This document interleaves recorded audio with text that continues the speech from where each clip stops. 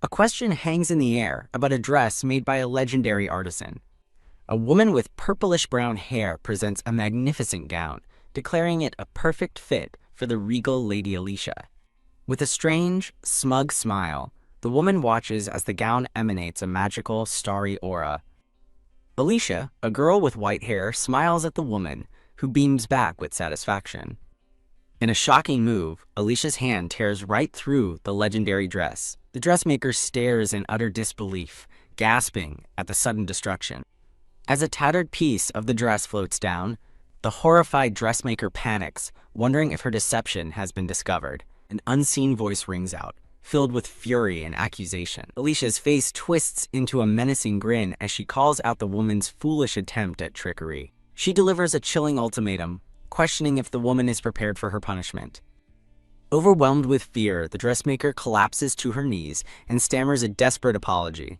As thorns seem to manifest in the background, Alicia stares down impassively at the dressmaker, begging for forgiveness. Later, seen through a window in a candlelit room, Alicia begins to reflect on past events. Her expression is somber as she stares into the distance, lost in thought. She remembers her mother's lonely death and how soon after, her beloved maid Remy was also driven away. Sighing, she sits before a cracked, empty plate, reflecting on her neglect as an illegitimate child and her gnawing hunger.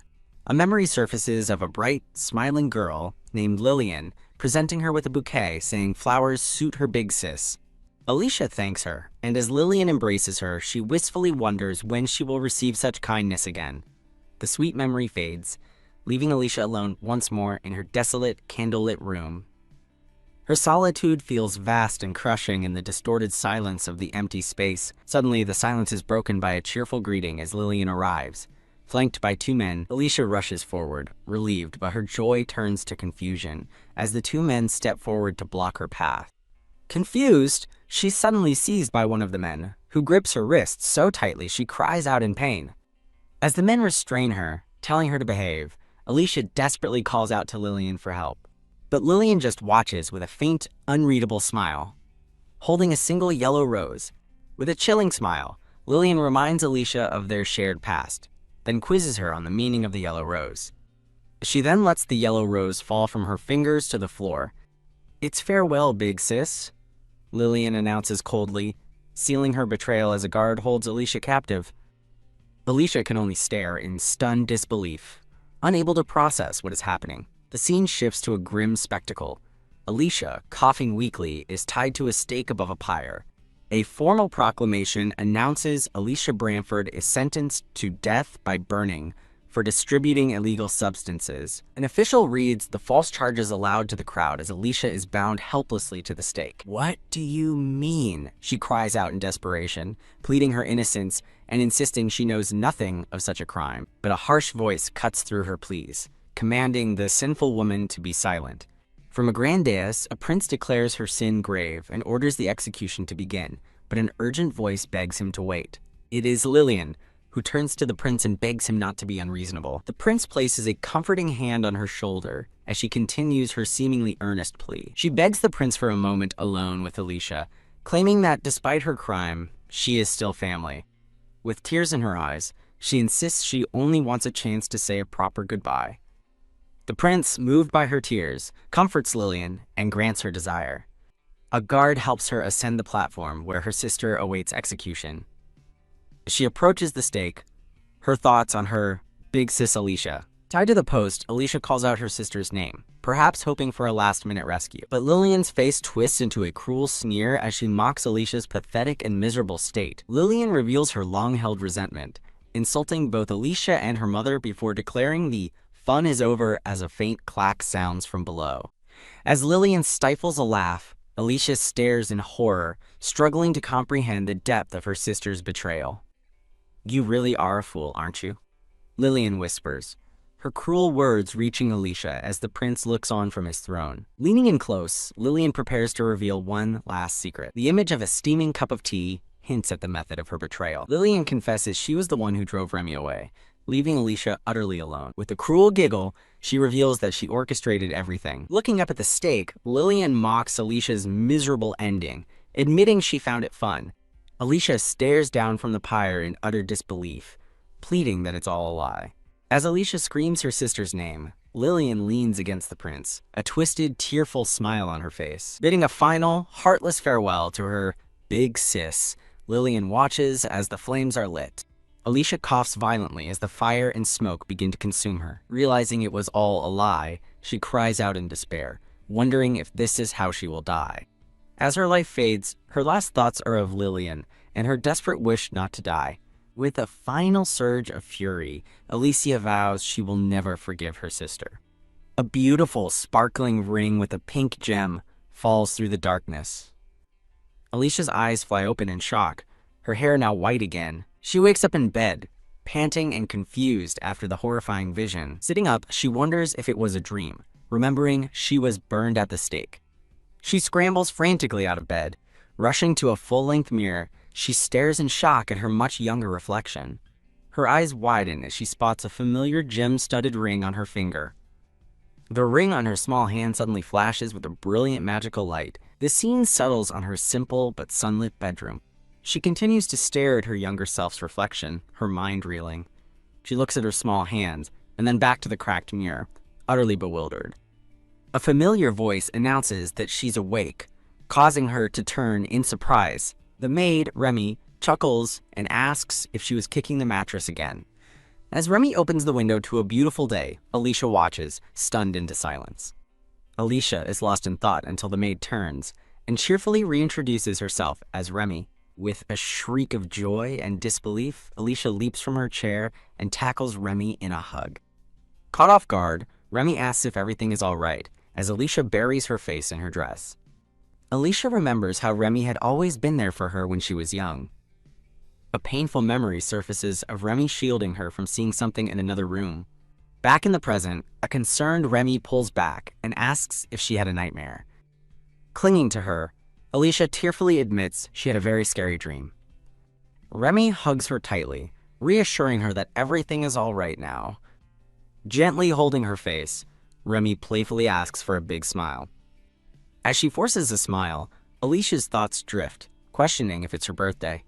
Remy suggests that once she's calm, they can get ready for the day. The morning sun shines brightly on the large house they live in. As Remy brushes her hair, Alicia quietly processes the fact that she was executed. Remy ties a large red ribbon in her hair, smiling at their reflection. Alicia thanks Remy, a warm, magical glow emanating from the ring on her hand. A gentle voice fills her mind, wishing her a wonderful day after all she's been through. The voice continues, hoping that at least for today, she can be happy. Alicia whips around and grabs Remy, demanding to know what she just said, but Remy insists she said nothing. Letting go, Alicia looks utterly confused by the mysterious voice she heard. She looks down at her hand, where the red ring on her finger is glowing brightly. Flustered, she asks Remy to bring her a meal as the maid approaches with a serving tray. Remy happily agrees, promising to be right with her. Alicia stares at her glowing ring, wondering if she's hearing Remy's thoughts. A brilliant, joyful smile lights up her face as she declares, "Remy, I love you." The sudden declaration startles Remy, who nearly drops the teapot in her hands. Through the window, Remy stands with her hands clasped, telling Alicia that she loves her too. Alicia, now dressed for the day, walks through a grand stone archway into a sunlit garden. In the garden, she raises her hand to look at the glowing red ring, recalling that today is her birthday. Her expression sours as a painful memory surfaces, and she thinks, ugh, what the hell kind of birthday party is this? She recalls watching from a distance as two maids hang laundry, complaining about having to celebrate the mistress's daughter. A small knowing smile plays on her lips as she overhears their spiteful words. An older maid viciously declares that she can't stand that little whore's kid. As one maid speculates that Alicia must have some of the master's blood in her, Alicia suddenly appears behind them, startling them by asking if they're talking about her. A blonde maid steps forward, calling Alicia annoying, while the other two maids panic and try to stop her. The blonde maid scoffs, questioning what a nervous child can do, and complaining about the low salary for preparing a meaningless party. She reveals that she isn't in financial trouble because she has been collecting the other maids' wages, as a flashback shows her taking money. A sly smile crosses the blonde maid's face as she stands over a laundry basket where she's hidden the stolen money. Watching this, Alicia touches her sparkling ring with a mischievous look, a plan forming in her mind. The blonde maid sneers down at Alicia, wishing she'd never been born, as Alicia bends toward the laundry basket. With a wicked grin, Alicia flips the basket over, sending a cascade of gold coins spilling onto the grass and shocking the blonde maid. The other two maids gasp in disbelief, staring at the scattered gold coins. The blonde maid begins to panic, suddenly remembering recent rumors about a thief in the manor. Flustered, she points a finger and yells, "Shut up," furiously insisting that a maid from a commoner's background should be poor. Her outburst shocks the other two maids, who angrily call her out for her arrogance just because she's from a noble family. With a cry of rage, the maid with glasses lunges forward and punches the blonde maid, calling her a piece of shit. The two maids descend upon the blonde maid, beating her up amidst the scattered gold coins. Alicia watches the fight with a satisfied smile, holding her glowing ring and thanking God that she can finally move on with her life. With a triumphant glint in her eyes, she declares this to be the best revenge for everything they have done to her. The scene shifts to an opulent garden party filled with guests mingling around beautifully set tables. In a new, darker dress, Alicia stands alone and isolated in the bustling crowd. With her eyes closed, she thinks to herself that she is well aware of her outcast status. She observes the real star of the show, a young blonde girl surrounded by smiling, attentive adults. Alicia identifies the man in the center of the crowd as her father, Duke Edgar of the famous House of Branford. Beside him is his wife, the elegant Duchess Serena. And finally, she identifies their daughter, her half-sister, who is known as the Perfect Lady. The girl, Lillian, beams happily, while Alicia is shown falling into a dark, thorny abyss, thinking of them all as her awful family. Lillian cheerfully addresses the crowd, thanking everyone for coming to her sister's birthday party. The guests smile and raise their glasses for a toast. Lillian turns with a bright smile, dedicating the toast to her sister. Alicia looks on, completely stunned by this unexpected public display of affection. Lillian runs happily toward her through the crowd as onlookers murmur about how kind she is. With an unnervingly wide smile, Lillian enthusiastically offers Alicia a drink, pouring a golden liquid into a glass. Alicia stares intently at her sister, holding the offered glass and thinking, "There you are, Lillian." Staring at Lillian's smiling reflection in the glass, Alicia thinks, "Here you come, Lillian," as thorny roses frame her thoughts. She recalls drinking the juice in her past life simply because Lillian had kindly poured it for her. The memory continues as she remembers collapsing and throwing up, then cuts to a different memory where she's happily thanking Lillian for a gift. Lillian's cruel words from the past echo in her mind, revealing the juice was rotting and that people would laugh if Alicia threw up at her own party. Recalling Lillian's vow to make her the most miserable person in the world, Alicia understands her sister's true intentions and resolves that this time, she won't be a plaything. Back in the present, Alicia cheerfully calls out to Lillian, surprising her by saying she'd love to have a drink with her. Before Lillian can react, Alicia snatches the pitcher of juice from her hands. As a horrified Lillian watches, Alicia pours the juice from the pitcher into two separate glasses. With a brilliant, confident smile, Alicia links arms with the stunned Lillian, announcing that they should have a toast together. She begins to lead a protesting Lillian toward the main party area, ignoring her sister's cries to wait. As they walk, the guests whisper disapprovingly, questioning why the mistress's arrogant daughter is approaching, as Alicia overhears them with a slight frown. Lillian and Alicia approach a woman in a yellow gown, and Alicia steals her resolve, thinking of the new dress she bought for this moment. The woman in the yellow gown turns in surprise, offering a tentative hello. Alicia graciously thanks the woman for joining the party and apologizes for the interruption, complimenting her beautiful and unique dress. The woman is left completely speechless by the unexpected compliment. Recovering, the woman laughs warmly, admitting she was fussy about the color, as Alicia praises how well it suits her. From the crowd, Alicia's father calls out, announcing they haven't celebrated yet and wishing his dear Alicia a happy birthday. Alicia laughs with genuine delight, while Lillian watches from the side, utterly aghast. Lillian hesitantly steps forward to offer her own congratulations, and as her father wishes Alicia a happy birthday, Alicia thanks him warmly. As a flustered Lillian stands awkwardly, Alicia smirks, thinking her sister is the one who doesn't belong here before proposing another toast. Alicia joyfully raises her glass, inviting everyone at the party to join them in a toast. She cheerfully encourages a hesitant Lillian, asking her not to be shy and to come join the celebration. Forced to participate, Lillian chokes down the spoiled drink with a disgusted ugh. A sudden, wet splat erupts through the air.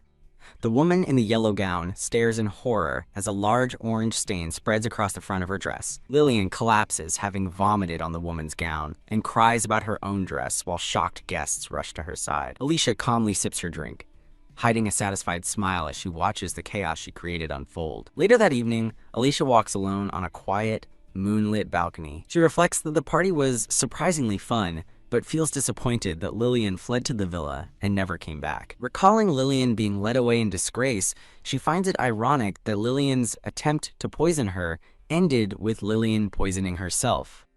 A pleased, knowing smile spreads across Alicia's face. She stares into the night and hardens her resolve, vowing that this time she won't let Lillian get away and will make her pay. A symbolic image portrays a triumphant Alicia holding an unconscious Lillian, surrounded by blooming red roses. Alone on the balcony, Alicia quietly gazes at her glowing ring. She contemplates a fitting revenge, wondering if burning Lillian alive as she was burned would be too harsh. A small, determined smile forms as she considers her options. Looking at the full moon, she realizes her revenge isn't just for Lillian, but for all the wicked people in the house. She concludes that it's time for the prestigious House of Branford to finally suffer. As she raises her hand to the sky, her ring flashes with power under the moonlight. A sudden burst of magical energy startles her. Annoyed with herself, she groans that her excitement made her say everything out loud and decides it's time to head back to her room. Suddenly, a furious voice echoes in her mind, yelling, "Damn it, you've got to be kidding me!" Alicia whips around, shocked by the intrusion. Looking down from her balcony, she sees two glowing figures in the courtyard below and wonders who could be there. She recognizes one of the men as Marquis Figaro and questions what he is doing there so late. Her ring glows brightly as she uses its power to eavesdrop on his thoughts. Overhearing the Marquis's thoughts, she learns he's furious at someone for raising a contract price and is seething about a deal involving something called Rohan. The pieces click into place as Alicia realizes he must be talking about her father, Edgar. She covers her mouth in shock, desperately wondering what Rohan is. The answer appears in her mind. Rohan is a drug for the mentally ill. A dark memory surfaces of the rampant drug addiction that plagued the highborn in her past life, implicating her father in the trade. Horrified, Alicia realizes the noble House of Branford was involved in trafficking illegal drugs. A spark of opportunity ignites within her as she realizes she can use this devastating information. Below, Marquis Figaro falls to his knees, overwhelmed with despair at his terrible situation. He stands before the Grand Manor, takes a shaky drink from his glass, and lets out a hiccup. Wiping his mouth, his expression shifts from despair to cold, calculating fury. The Marquis seethes with rage, vowing to make Edgar regret ever crossing him. He is suddenly startled, sensing he is no longer alone. From the shadows, Alicia watches him, with a knowing and predatory smile. With a malicious grin, she inwardly greets Uncle Marquis Figaro. She steps out into the garden and approaches him, offering a cheerful good evening. With a bright, innocent smile, she asks the Marquis what he's doing out so late. Marquis Figaro internally panics, wondering how Alicia could know his thoughts and hear her ominous vow that she'll make him regret it. He quickly dismisses the unsettling idea with a nervous smile, trying to convince himself it's not possible. As Alicia stands silently nearby, the Marquis sits in the garden, annoyed by the presence of the mistress daughter. Standing up, he sneers at Alicia, asking if she's scavenging and telling her to go elsewhere with her commoner blood. Alicia calmly observes his outburst, thinking to herself that this arrogant reaction is exactly what she expected from a nobleman. With a faint smile, she clutches her glowing ring, thinking that his confidence will be short-lived. As the scene pans over the manor, Marquis Figaro's thoughts reveal his fury at being challenged by a repulsive brat while still worrying about the Rohan deal. Alicia watches the distressed Marquis by the fountain and asks if he's in a bad mood, startling him as he realizes she's still there. Sieske, he clutches his head in frustration, wondering if his agitation is the fault of the powder he's been taking. Alicia asks what powder he's talking about, feigning ignorance as he looks up in alarm. She covers her mouth with a gasp, pretending to have a sudden realization. Alicia cleverly implies her knowledge, stating that she overheard him talking to her father about that thing not long ago. As a flustered Marquis Figaro accuses her of speaking nonsense, Alicia coolly suggests it can't be helped if even he is unaware. Her eyes narrow with determination as she prepares to press her advantage. Feigning fear, Alicia suggests she should consult someone else at the party about this bad thing. causing the Marquis to panic. He frantically wonders if she truly knows about Rohan, his mind racing as he weighs the possibility. Realizing the immense danger to his estate, if the secret gets out, he resolves to talk his way out of the situation.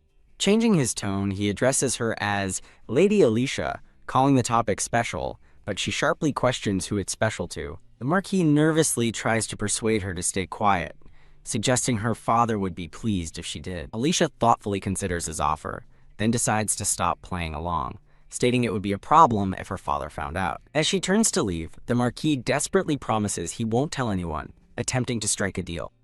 Against a backdrop of thorny roses, Alicia turns back and begins to state her own terms. She leans in close to the cornered Marquis and sweetly asks if he will grant one of her wishes in exchange for her silence. The scene shifts to a bright, sunny day at a large manor, marking the beginning of a memory. Inside, a maid gently brushes a younger, 7-year-old Alicia's hair as she sits in front of a vanity. The young Alicia recalls that she has been reincarnated and sent back to this moment in her childhood. Remembering how her debilitated mother was always confined to her room, she decides she must go see her in person. With a bright smile in the mirror, Alicia asks the maid if she can visit her mother, surprising the servant. The maid hesitates, mentioning that Lady Mira's condition has improved, but still seems uncertain. Suddenly changing her mind, the maid cheerfully agrees, telling Alicia she can go see her mother after the master gets home. Alicia's expression falls slightly as she realizes the implication of the maid's words. Her thoughts darken as she remembers that man, her father, has been visiting her mother's room. She stands before her mother's door, hesitating before knocking, wondering what lies behind it. Alicia's eyes widen in shock as she hears her mother's voice from inside the room. A gentle voice invites her to go ahead, and Alicia cautiously peeks through the opening door. Inside, her mother, Mira, sits peacefully in a sunlit room with a gentle smile on her face. Overcome with emotion, Alicia stands in the doorway, relieved to see her mother looking well. Mira beams with happiness, her smile lighting up the room. Alicia rushes into her mother's arms for a tight hug, as her mother whispers, "Oh my!" Mira lovingly strokes her daughter's hair as Alicia buries her face in her embrace, surrounded by an aura of pink roses. Sunlight streams through the window, filling the tender moment with a hopeful glow. Outside, 2 maids carry on with their chores, oblivious to the reunion inside. Alicia recalls her mother's painful story, how her father had forced himself upon her. The memory continues, recounting how her mother, a servant, became a mistress and was cruelly ostracized by the other staff. She remembers believing that her mother's sickness and eventual death were a direct result of giving birth to her. But now she knows the horrifying truth. It was Lillian who killed her mother, though the method remains a mystery. In the memory, her mother gently holds her face, lovingly saying her name. As Alicia looks up, her mother tells her she loves her so much, a precious memory she now clings to. A panel reflects on Alicia's past insecurities, when she wondered if her mother secretly held a grudge against her. She had feared her mother resented her for carrying the blood of the man she hated. Holding her hands together, Alicia's ring glows as she asks to confirm if her mother truly loves her. A ghostly image of young Alicia appears as her mother's thoughts apologize for being a frail, filthy mother. Startled, Alicia recalls her mother's resentful thoughts about that man before being called back to the present moment. Reassuring herself that she's fine, Alicia reflects on the intense hatred she just felt from her mother. The scene shifts to a blurry bedroom as Alicia tentatively calls out to her mother. Young Alicia stands before her mother and nervously asks if she hates her. Her mother, Mira, looks back at her with a pained and shocked expression. Mira pulls Alicia into a tight hug, wondering why her daughter would suddenly say such a thing. Holding her close, Mira lovingly reassures Alicia that no matter what, she is her dearest child. Tears stream down Alicia's face as she buries herself in the embrace and whispers that she loves her mother. She clutches her mother's robe tightly, her red gemmed ring shining brightly. The memory shifts to a pleasant meal of soup and bread set for 2. Alicia and her mother eat together, with Alicia thinking how happy and surprised she is. The young Alicia beams with pure, innocent joy. Looking at her reflection in her teacup, Alicia remembers that she used to spend more time with her mother when she was younger. A fond memory shows a tiny Alicia and her mother walking happily through a sunny garden full of red roses. In the garden, the 2 happily pick flowers together, placing them in a small basket. The happy memory is shattered as Mira suddenly grabs Alicia, her face filled with fear. Mira looks off-screen in terror, stammering her daughter's name as the mood darkens. The source of her fear is revealed. Alicia's father, Edgar, glaring down at them with cold eyes. Delighted, young Alicia runs to greet her father, while her mother watches in horrified silence. Her father cruelly shoves her to the ground, coldly ordering her to get out of his way. From the ground, Mira cries out her daughter's name in despair.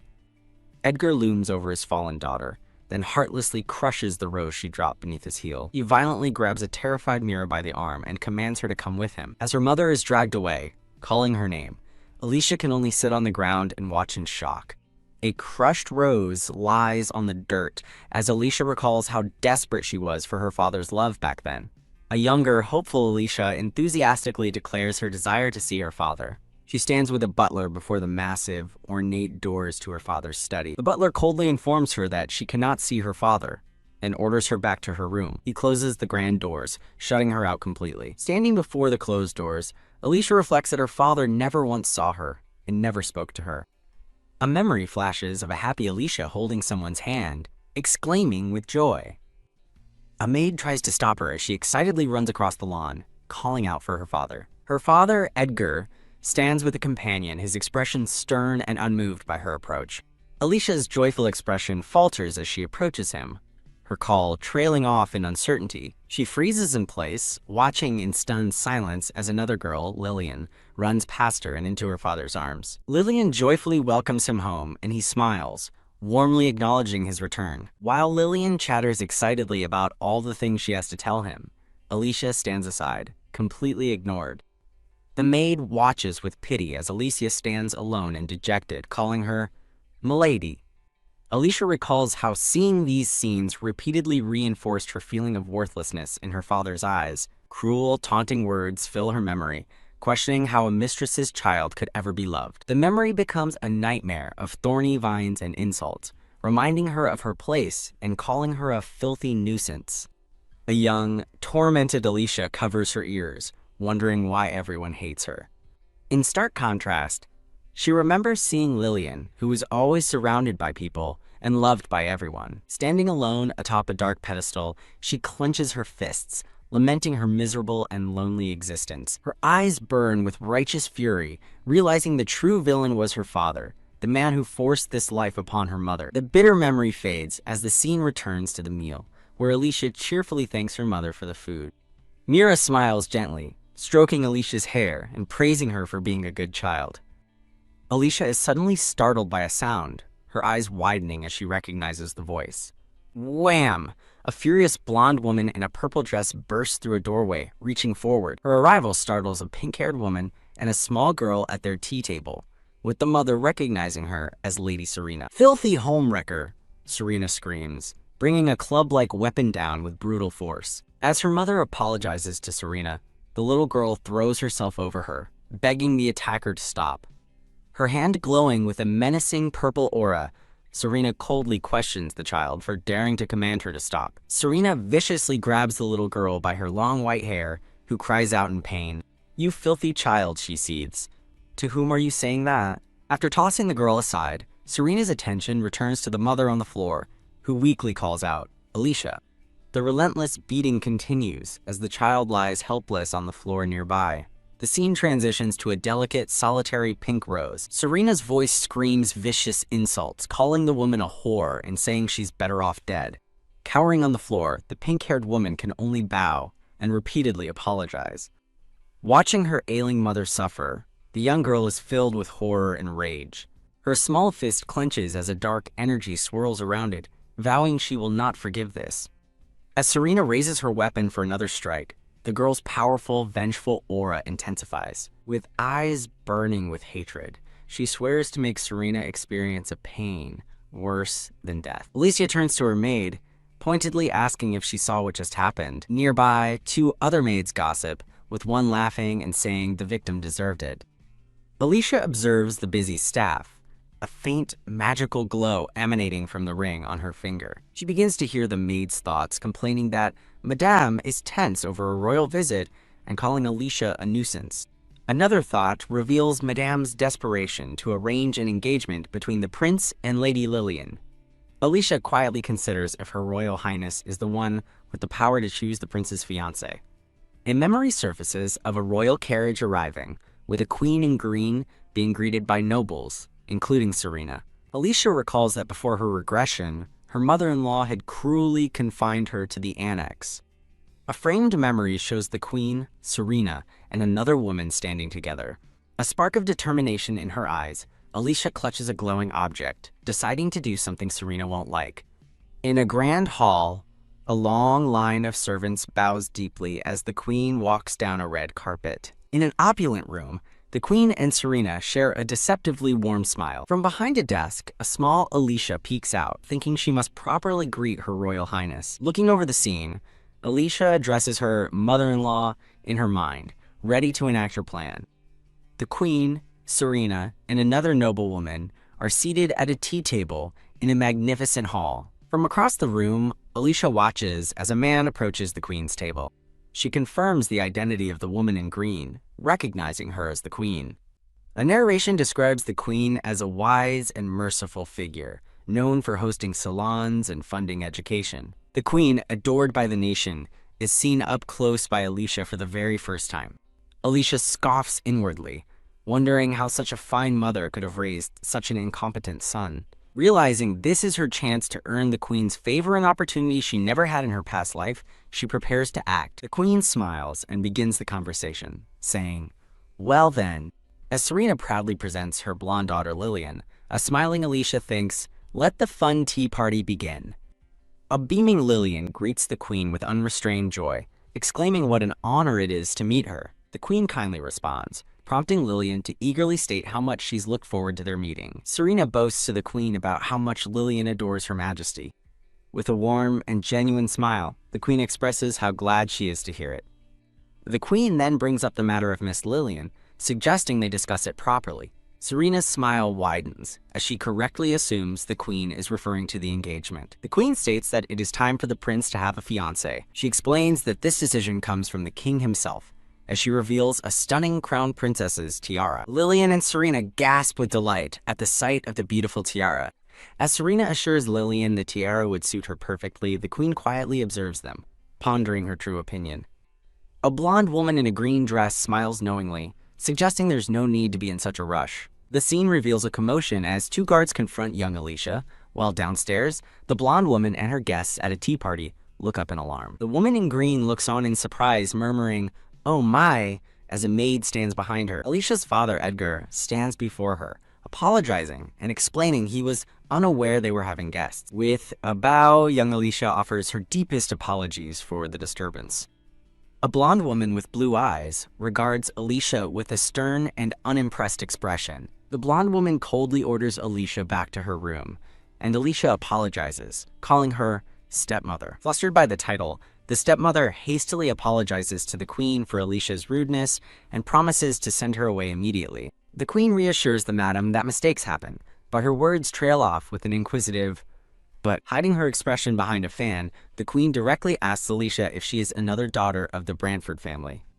Alicia confirms her identity and once again apologizes for interrupting their tea party. With a graceful curtsy, she formally introduces herself as Alicia Brantford, expressing her pleasure at meeting the queen. After a moment's thought, the queen thanks Alicia and invites her to join them, shocking the stepmother. The stepmother tries to object, reminding the queen they were in the middle of an important discussion and dismissing Alicia as, quote, "that child." The queen curtly states she's aware, recalling that she was told Alicia was too sick to attend due to her, quote, "unfortunate circumstances." A maid escorts Alicia to an empty seat at the table beside the other blonde girl. With a pleasant smile, the queen snaps her fan shut and declares her own interest in getting to know Miss Alicia. As Alicia joins the tea party, her father quietly agrees, while she silently expresses her gratitude. Alicia thoughtfully observes the queen, trying to understand what kind of person she truly is. The queen takes a delicate sip of her tea, her serene expression unreadable.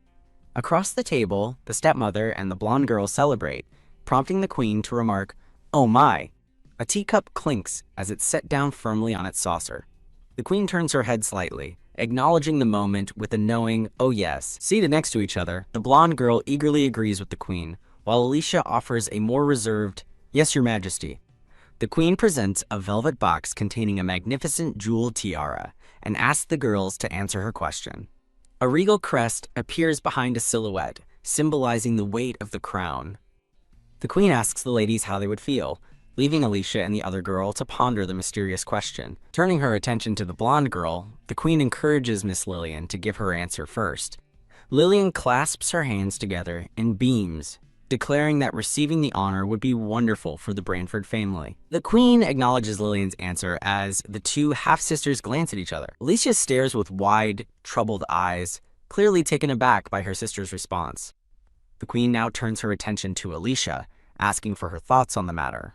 Gazing at her own reflection in her tea, Alicia states that if it were her, she would feel troubled. Surprised by the unexpected answer, the queen covers her mouth and asks why she feels that way. Alicia thoughtfully explains that, while she would be happy, she worries about her ability to properly support the prince as his fiancé. As her stepmother and Lillian listen, Alicia elaborates that the responsibility of the position worries her. She continues, reflecting on the immense duty of becoming queen and acting for the country, questioning if she is capable of such a feat.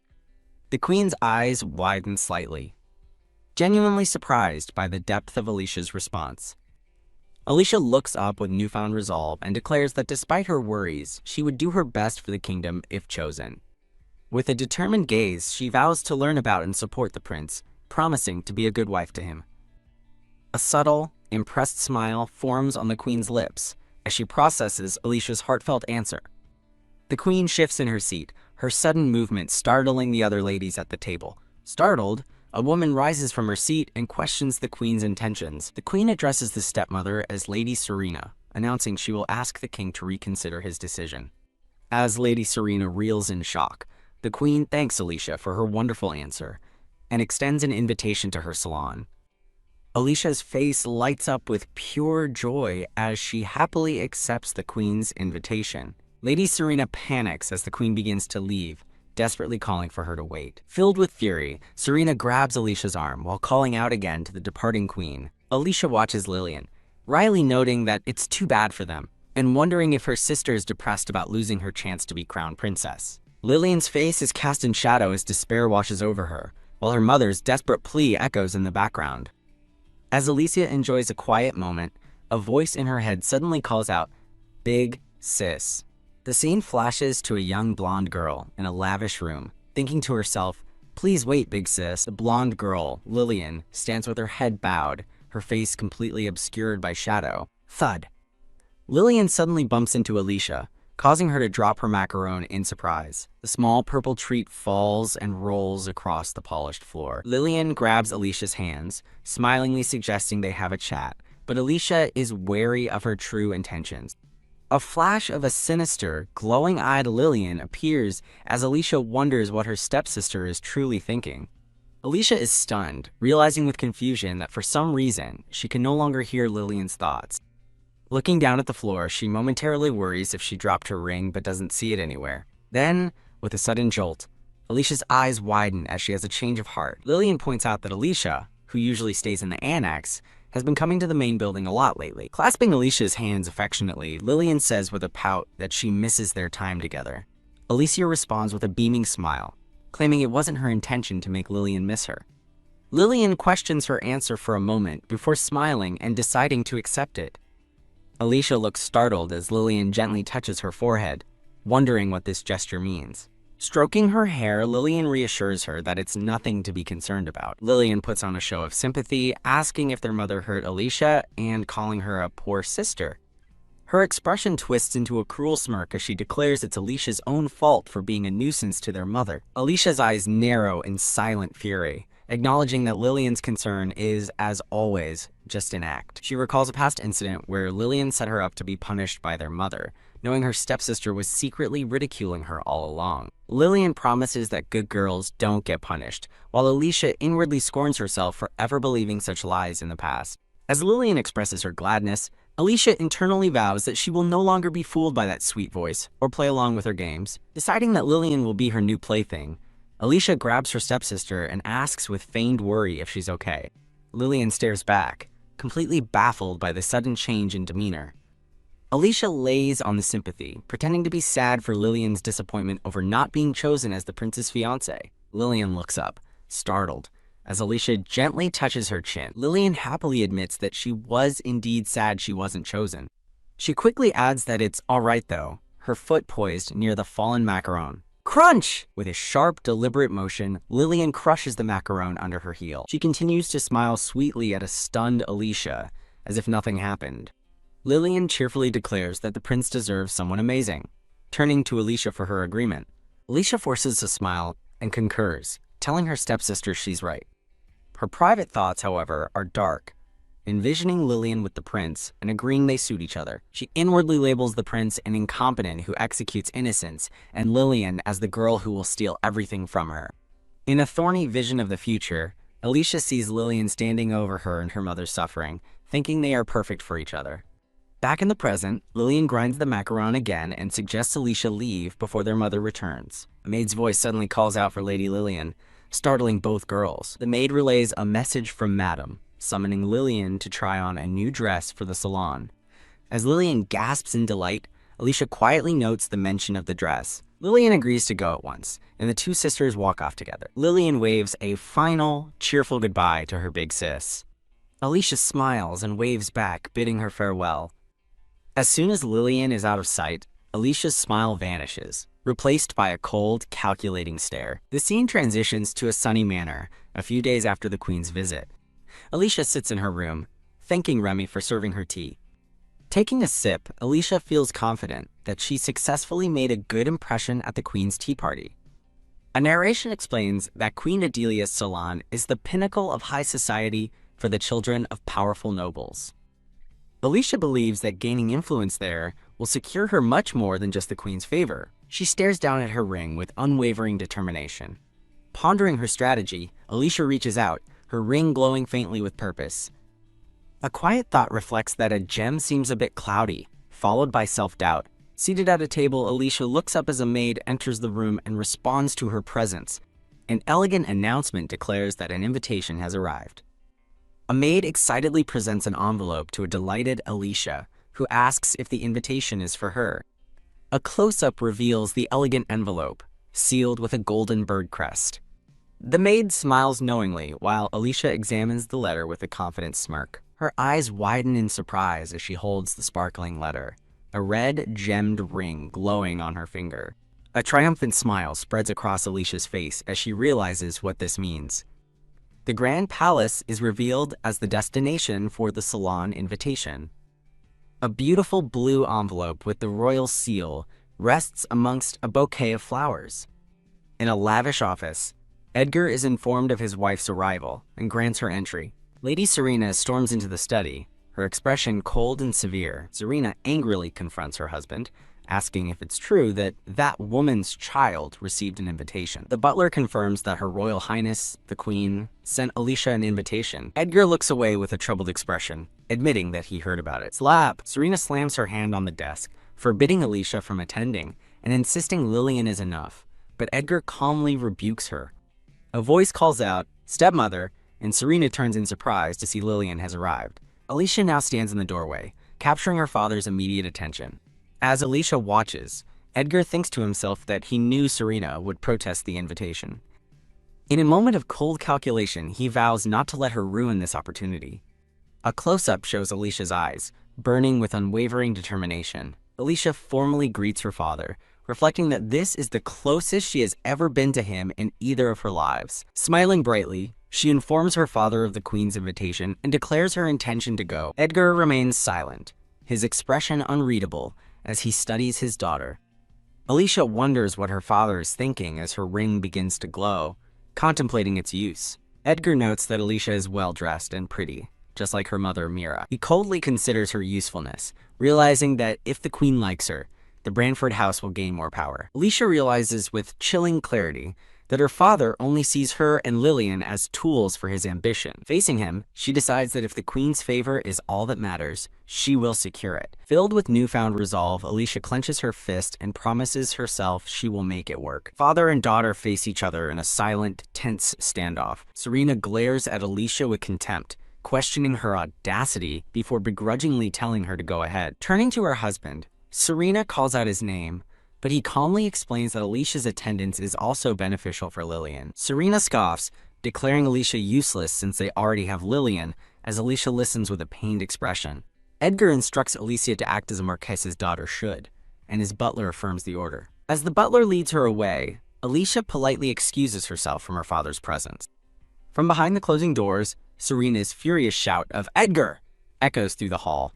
Alicia prepares for the salon, determined to make her debut and attract as much attention as possible. As she gets ready, she vows that no one will ever dare to disrespect her again before departing in a grand carriage. In the carriage with Lillian and a male guardian, Alicia quietly reassures herself that she will perform well. Dressed in a beautiful gown, Alicia looks ahead with a determined smile, silently telling her father to count on her. The scene transitions to the magnificent palace where the Queen's salon is being held.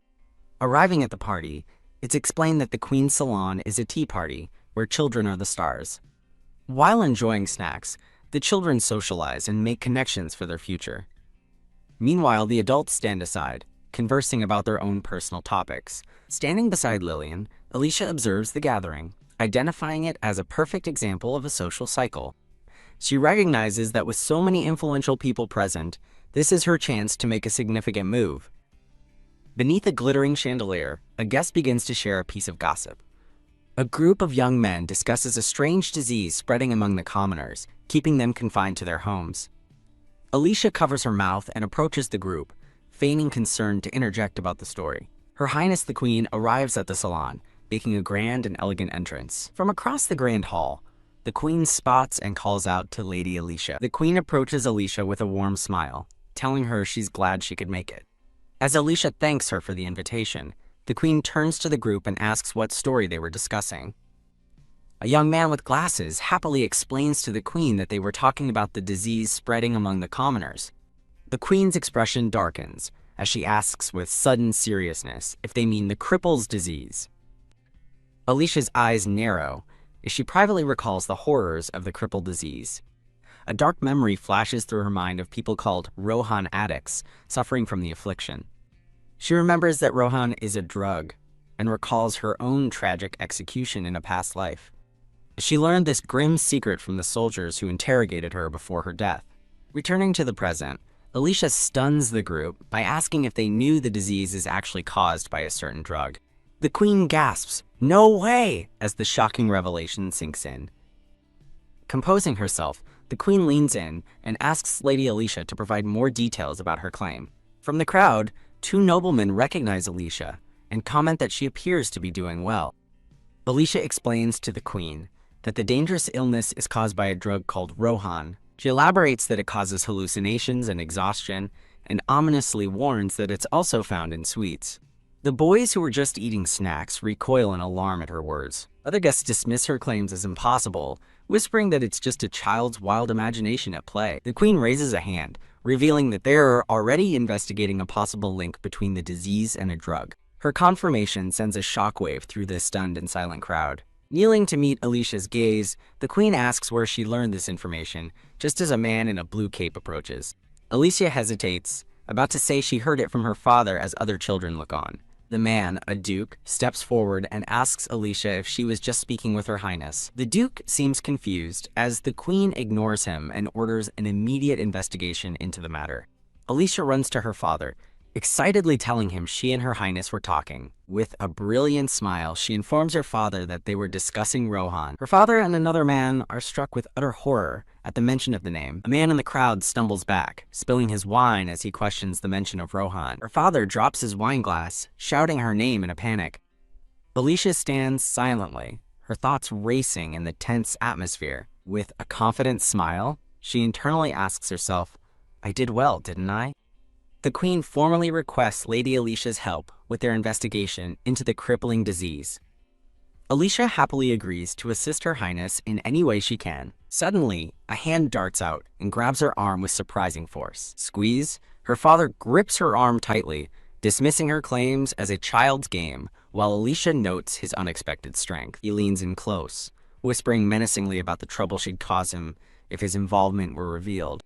Unfazed, Alicia internally declares she won't let him get away with this, confident in her own power. With a fierce, determined glare, she vows to finish what he started, till the very end. The Queen addresses Duke Branford, stating that while it's a child's opinion, even irrelevant information could be the key to a solution. She gives the Duke a pointed look, reminding him of the disease's severity, causing him to click his tongue in frustration. The Duke shoves Alicia forward in a panic as her magic begins to glow around her. Holding out a glowing piece of candy, Alicia reveals to the Queen that this is the true cause of the cripple's disease. The Queen questions her claim, and Alicia confirms it, explaining the drug is disguised and passed around as candy. Examining the treat, the Queen remarks that it looks like normal candy and there have been no reports of a drug in this form. A nearby guard suggests they can ignore it as a child's joke, just as the Duke suggested.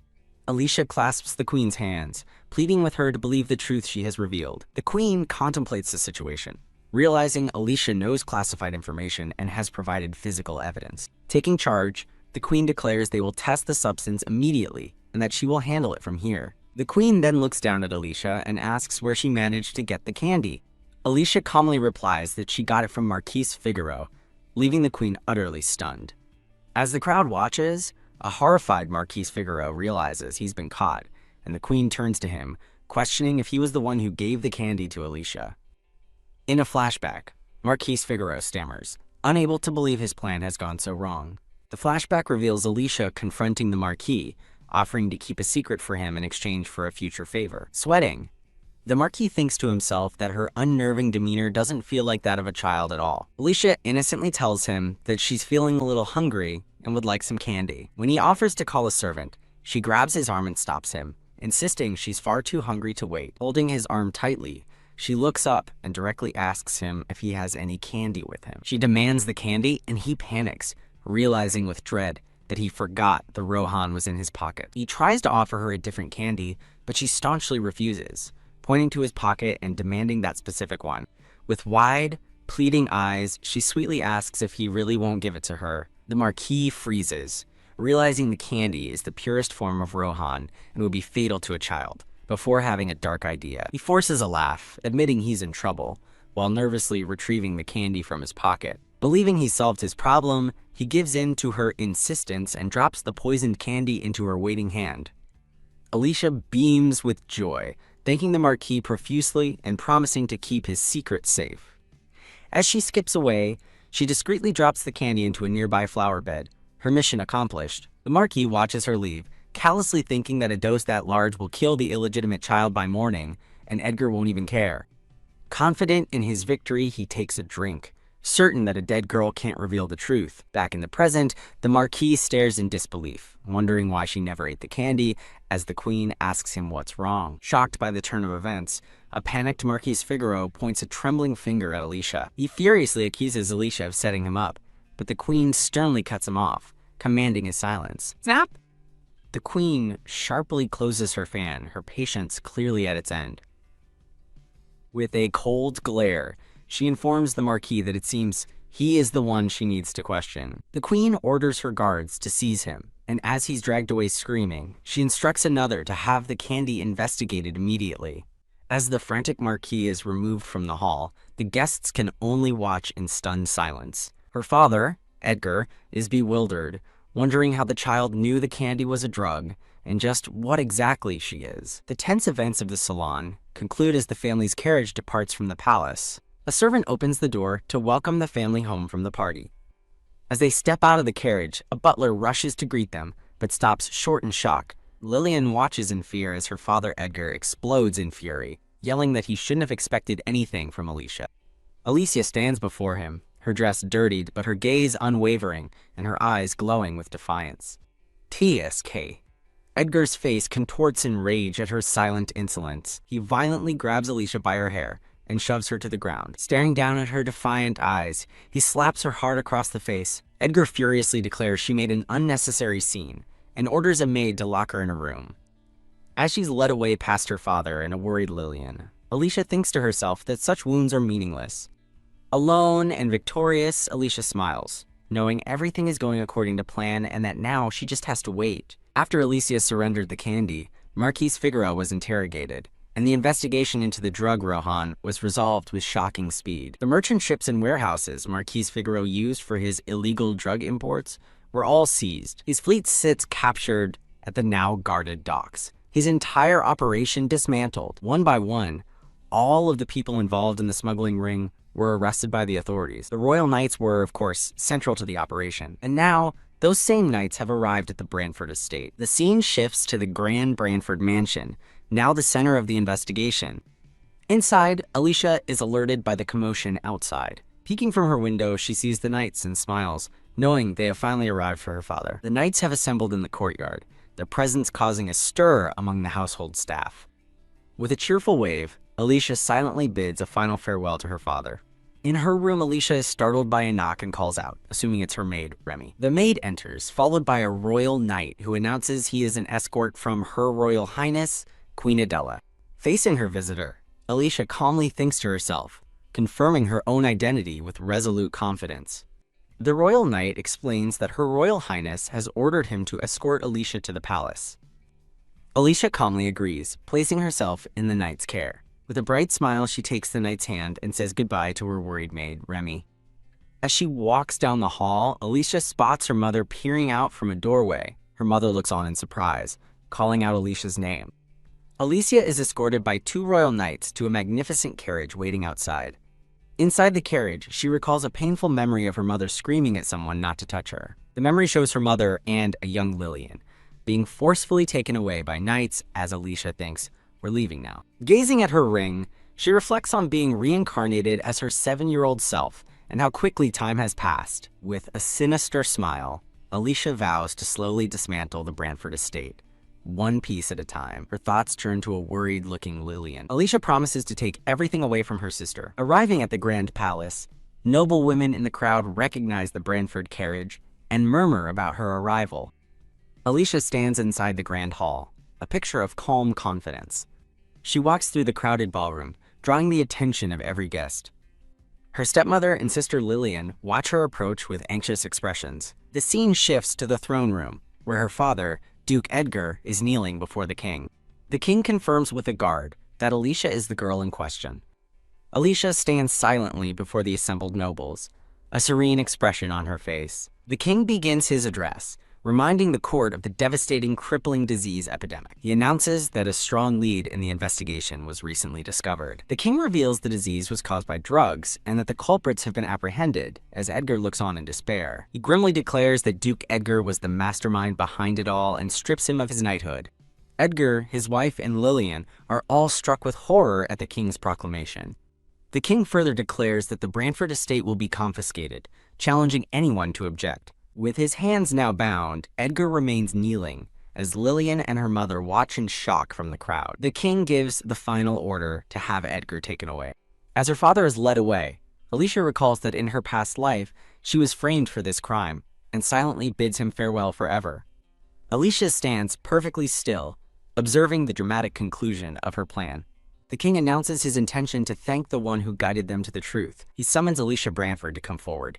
Alicia approaches the throne, politely acknowledging the king's summons. With a graceful curtsy, she formally introduces herself to the court. The queen takes her hands, warmly thanking her and explaining that her evidence solved the case with incredible speed. The king joins in, commending Alicia for her courageous act in exposing the truth. As the crowd murmurs in admiration of her bravery, Alicia thinks to herself that no one will ever despise her again. She glances at her distraught stepmother and Lillian, noting their shock with a detached coldness. A courtier spots the prince and then questions the identity of the black-haired boy beside him, a rarity among the nobility. Alicia's eyes meet those of the mysterious black-haired boy across the hall. The king declares that good deeds must be rewarded and offers to grant any wish she desires. With a kind smile, the queen encourages her to speak her mind without fear. Alicia bows deeply, thanking their majesties before preparing to state her request. Her eyes narrow with focus as she begins to speak. A wide, determined grin spreads across her face as her eyes gleam with ambition. She boldly states her wish to take her place as heir to the dukedom of Branford. With unwavering confidence, she formally requests to be named the successor to the dukedom. Her audacious demand sends a shockwave through the entire throne room. Lillian and her mother are stunned, wondering how there can be a successor to a disgraced and abolished house. The king gently reminds her that the Branford family is now bankrupt, offering a new title instead, but Alicia simply thanks him for his consideration. She looks up, her face beaming with a confident smile, clearly not finished with her argument. Alicia calmly agrees to a title-only succession, stating it's only right for their wealth to be returned to the royal family for her father's sins. Bowing before the king, Alicia humbly asks if she might be granted one more wish. She asks that the confiscated Branford wealth be used to aid the people who suffered from the Rohan drugs' devastation. With heartfelt sincerity, she declares her only wish is to make amends for the suffering her foolish father caused. The king rises from his throne, clearly moved by her selfless request. Bam! The king strikes his scepter against the floor, commanding the attention of the entire court. He beams with admiration, loudly praising Alicia's noble heart and declaring her the very model of nobility. The queen gently helps her stand, formally addressing her as Lady Alicia, daughter of the Duke.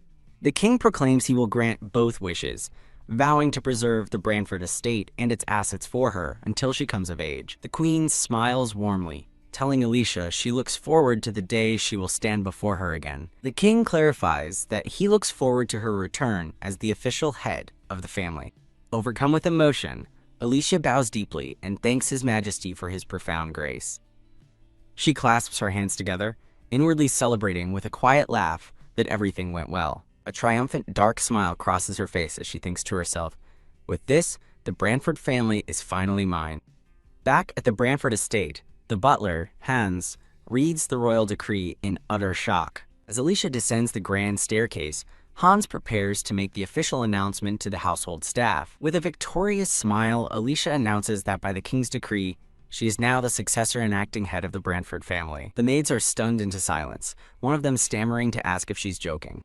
The maids turn to the butler in confusion, calling out his name, "Master Hans?" Alicia confidently tells Hans she will be counting on him, and he immediately pledges his unwavering loyalty to his new lady. Getting straight to business, Alicia requests a full review of the estate's affairs, and Hans agrees to lead her to the office. Suddenly, the stepmother storms in with Lillian in tow, furiously declaring that she is the one in charge of the household now. Consumed by rage, she screams at Alicia, questioning how an illegitimate child could become head of the duchy and calling her the daughter of a mistress.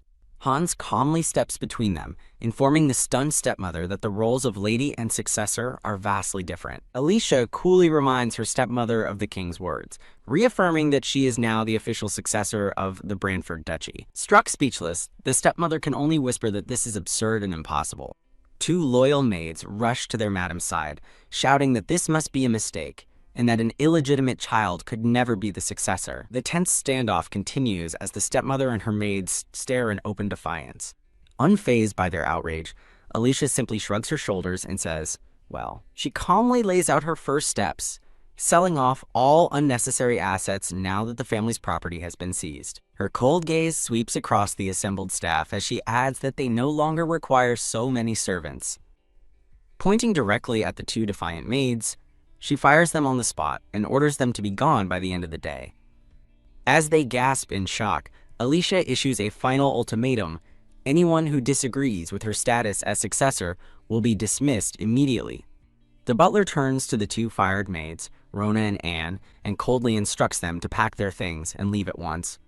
As her stepmother protests that this is too much, Alicia pauses on the stairs with one last thing to add. She turns her gaze upon her stunned stepmother and a frightened Lillian. She orders them to hand over all their unnecessary dresses and jewelry for sale, causing her stepmother to erupt in fury. With a cruel smile, Alicia taunts her stepmother, wondering aloud how she'll manage her social life now that she must live as a commoner. The scene shifts to the Duke's office, where Alicia now sits at the head desk with Hans standing before her. She informs Hans that she will personally interview the remaining servants before making any further decisions, and he obediently agrees. Hans clears his throat and politely asks if he should prepare a chair of a more suitable height, as she can barely see over the enormous desk. Now, sitting comfortably in a much more appropriate chair, Alicia gratefully accepts his consideration. The maid, Remy, wheels in a cart with refreshments, asking if her lady would like to take a break. Alicia's serious demeanor vanishes as she lights up, cheerfully calling Remy's name and accepting the snacks.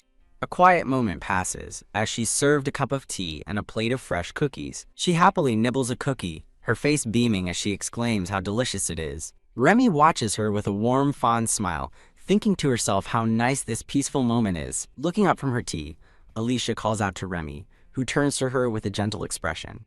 A young, white-haired girl looks utterly bewildered, questioning what is happening. Suddenly, a brilliant, magical light bursts forth as her hands are held, leaving her stunned. Her golden eyes widen in pure astonishment at the magical phenomenon. She realizes the incredible power is coming from the small, glowing object in her hands. Enveloped by a sparkling, warm light, she wonders what this strange, comforting energy could be. A memory surfaces, taking her back to a time when she was younger, sitting with a kind maid. A gentle voice praises her as a lovely girl, their hands holding hers tenderly. In the memory, her mother lies in bed, admiring her as a newborn held by the maid, calling her adorable. Her mother gratefully tells the maid, Remy, that she was able to bring Alicia into the world thanks to her help. Holding baby Alicia, her mother reaches out a frail hand, calling for Remy. Remy looks on, her face filled with concern for the woman reaching out to her. The memory shows the tender joining of hands over the swaddled baby Alicia. Her mother confesses her fears, citing poor health and an issue with a man named Edgar as reasons she won't be able to stay by Alicia's side forever. The maid, Remy, holds her mother Mira's hand and makes a solemn promise to ease her worries. Through the window, Mira is seen thanking Remy from her bedside. A gasp escapes Alicia's lips as the full weight of these memories hits her. In another memory, a man's voice calls to Remy in a garden, but Remy's kind attention is focused solely on young Alicia. She identifies the scene as another memory, this time taking place in the mansion's garden. Remy suddenly stops, her expression turning wary as she senses something amiss. She instinctively shields young Alicia as two other maids approach them in the garden. One of the approaching maids offers a condescending greeting, her tone masking her true intent. The maids sneer, mentioning how busy they've been since the birth of Lady Lillian. The blonde maid cruelly taunts Remy, asking how it feels to be demoted from head maid to the annex. Alicia is stunned to learn Remy was once the head maid, wondering why she was ever demoted. The maids sneer that Remy's mistake was siding with Mira, an arrogant woman who dared to have the master's child. Agreeing that the child should be left alone, the maid's cruelty makes young Alicia turn to her protector, calling out Remy's name. Remy stands firm, her hand over her heart as she declares that Mira has nothing to do with their scorn. Looking down at the child, she declares that Lady Alicia is the most important person to her. She confronts the other maids, demanding they treat Lady Alicia with the respect due to a lady of the duchy, just like Lady Lillian. The maids scoff at her lecture, claiming they are doing her a favor, before one viciously points and calls Alicia a filthy little girl. One maid venomously calls it disrespectful to compare the lovely Lady Lillian to an illegitimate child, while the other brandishes a bucket, telling Remy to mind her own business. The blonde maid lunges forward, shouting that Remy is just a lowly servant. Splash! She hurls the bucket of water directly at Remy, screaming at her for acting high and mighty from the rundown annex. As the empty bucket clatters to the ground, a voice mocks the poor, foolish Remy, ordering her to clean the mess. The maids depart, leaving a soaked Remy to immediately check on Alicia, who can only murmur her name. Unaware of the malice, young Alicia laughs brightly with outstretched arms, simply exclaiming that Remy got wet. Despite her own state, Remy's first thought is to keep Alicia clean, gently pushing her away so she doesn't get dirty. Overcome with emotion, Remy breaks down in tears, pulling the small child into a tight embrace. Holding the innocent, smiling girl, Remy worries about the inevitable malice Alicia will face simply for being a mistress's child. With Mira bedridden, a tearful but determined Remy resolves that she is the only one left to protect the small child. The Duchess vows to protect her own child, promising that no matter how harsh the world is, she will be there for her.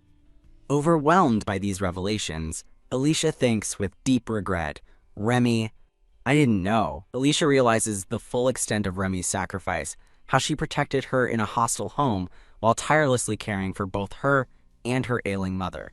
A voice calling her name snaps Alicia out of the painful flood of memories. Remy, now older, looks at her with concern and asks if she's all right, but Alicia is still lost for words. Composing herself, Alicia takes Remy's hand and insists she's all right, blaming her distraction on being lost in thought. Seeing she needs a moment, Remy offers to open the window for some fresh air, and Alicia agrees. Remy pulls back the heavy curtains, letting a brilliant ray of sunlight flood into the opulent room. She returns with a vibrant bouquet of roses, her smile as bright as the flowers she carries. Overcome by Alicia's words, Remy closes her eyes as a tear of gratitude runs down her cheek. Alicia gently calls out to Remy, who turns and asks what her lady needs. With a serious expression, Remy holds a document titled Text of Dismissal Notice with her name on it, signed by Alicia Branford. With an unexpectedly cheerful smile, Alicia announces that she's afraid Remy will have to resign as a maid. The shock of the dismissal washes over Remy, who can't believe what she's hearing. The official notice in her hands confirms the termination, leaving no room for doubt. Her head bowed in disbelief and confusion, Remy wonders why this is happening. Alicia calmly holds out the dismissal letter, offering it to a hesitant Remy. Remy's eyes are wide with shock as the reality of the situation sinks in. Alicia maintains a gentle smile as she presents the official notice of dismissal. The termination notice clearly names Remy as the dismissed employee, effective on the specified date. Holding the notice, Remy looks up at Alicia and quietly confirms her understanding. Alicia then explains that the Grand Branford Mansion requires a truly capable person to manage it. Looking directly into her eyes, Alicia declares that the person the mansion needs is Remy herself.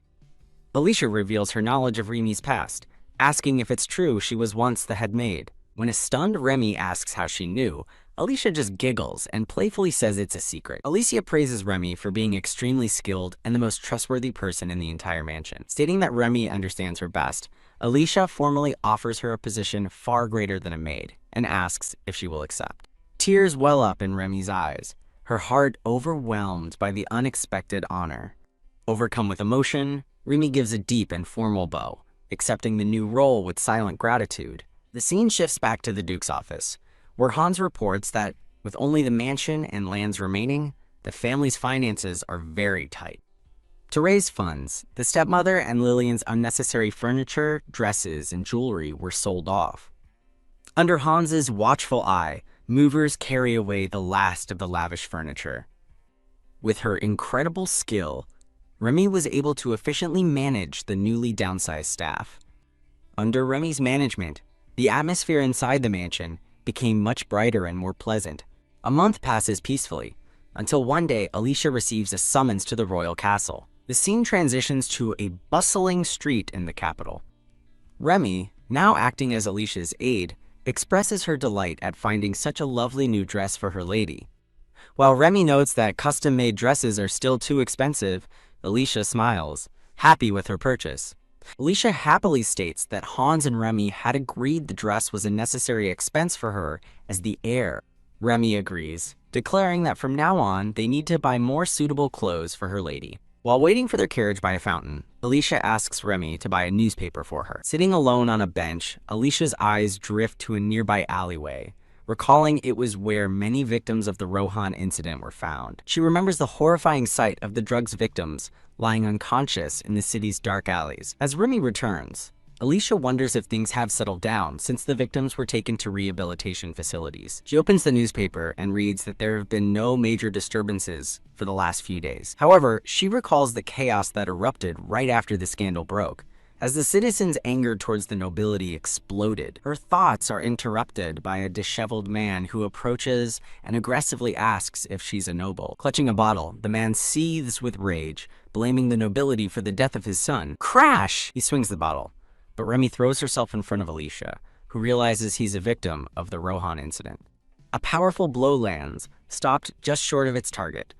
A red-haired boy suddenly appears, grabbing the attacker's wrist and stopping the assault. The young man is revealed to be Redan, a determined look on his face. Redan struggles to restrain the grieving man, telling him to calm down and let go.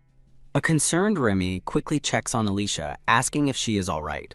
Redan reminds the old man that they all agreed not to cause disturbances, regardless of their anger towards the nobles. He takes the bottle, warning the man that he'll be arrested by soldiers if he causes a scene. As the man breaks down in tears, Redan offers to listen to his woes at their usual tavern. Redan sends the distraught man on his way, promising to meet him there shortly as Alicia and Remy watch. The red-haired boy watches the old man depart before turning his confident gaze toward the plaza. Redan turns from the old man, his attention now fully on Alicia and Remy sitting on the bench. With his cap held to his chest, Redan bows deeply and apologizes for having frightened them. Alicia understands the attacker's rage, realizing he was a victim of the Rohan incident who lost someone precious. Alicia turns to Remy, her expression filled with concern after the tense encounter. Alicia graciously tells Redan to raise his head and thanks him for his timely intervention. She reassures him that she is unharmed and will not hold a grudge against the distraught man. Ridan's face lights up with relief and gratitude as he thanks her profusely. As their carriage arrives, Ridan continues to speak with Alicia and Remy by the bench. With Remy now holding their packages, Alicia quietly acknowledges Ridan's words as she prepares to leave. Suddenly, Ridan's eyes widen in shock as he recognizes the crest on their carriage. He urgently calls for them to wait, asking in disbelief if they are from the Branford Duchy. As Remy stands by her side, Alicia calmly turns and confirms her identity. Overwhelmed with emotion, Ridan clutches his chest and begins to make a desperate plea. He bows deeply before the two women, earnestly asking Alicia to let him work for her. Alicia's eyes widen in surprise at his sudden and passionate request. From a distance, Ridan can be seen bowing low as he repeats his plea to work for her. He begs her again, his voice filled with desperation, leaving Alicia and Remy stunned. A bit taken aback, Alicia admits she is troubled by such a sudden request, causing Ridan to look down in disappointment. As Ridan's hopes seem to fade, Alicia quietly considers his request, remembering that he did just save her. Alicia questions his motives, asking why he is so insistent on working for her and the Branford family specifically. Grasping her hand, Ridan passionately declares that she is a benefactor to his entire family. He looks at her with fervent eyes, vowing to repay the debt he owes by serving her.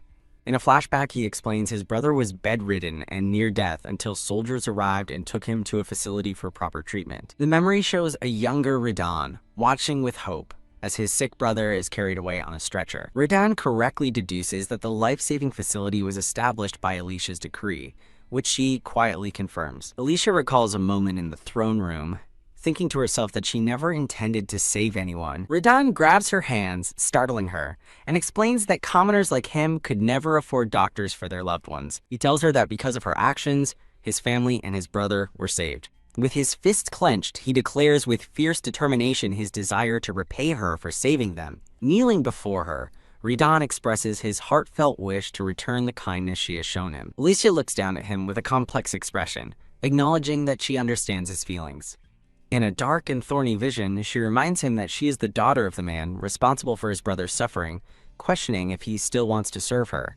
Ridan's fist clenches with conviction as he states that the former Duke alone was responsible for the incident. He looks up with a bright, unwavering smile, insisting that his father's crimes have nothing to do with her. He praises her as a hero who exposed her own father's evil and saved the citizens. Ridan remains kneeling, looking up at Alicia with hopeful expectation. Having made her decision, Alicia turns toward the carriage and says that she understands his position. She glances back at him, mentioning that the mansion is currently shorthanded. With a brilliant and welcoming smile, she invites him to join them if he is truly motivated. Ridan's face erupts in pure joy as he eagerly accepts her offer with a resounding, "Yes."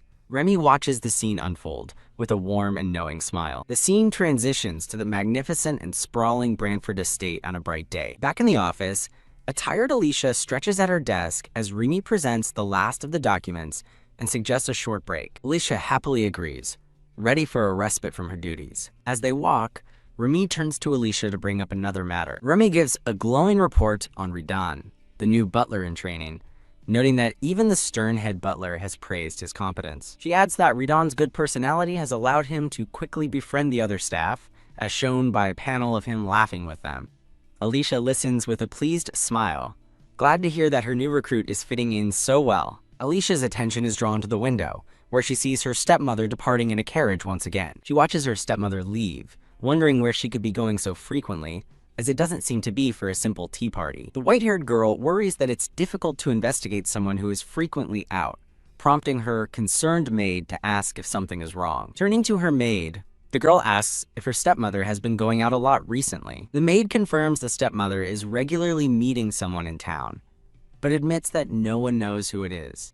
The girl rests her chin on her hand, contemplating this troubling new information. She recalls Hans mentioning someone knowledgeable in town affairs who also finds gossip intriguing.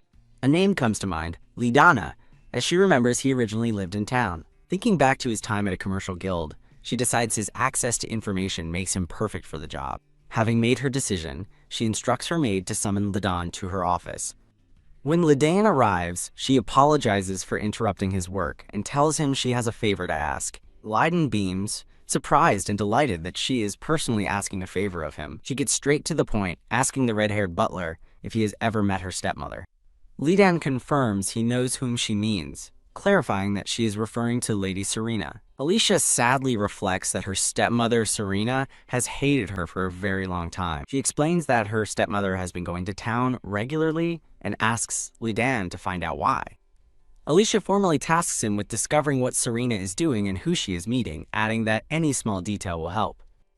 Lidan eagerly accepts the mission, confidently declaring that this kind of work suits him perfectly. He boasts that gathering information is his specialty, as he knows the town's public face and its hidden shadows like the back of his hand.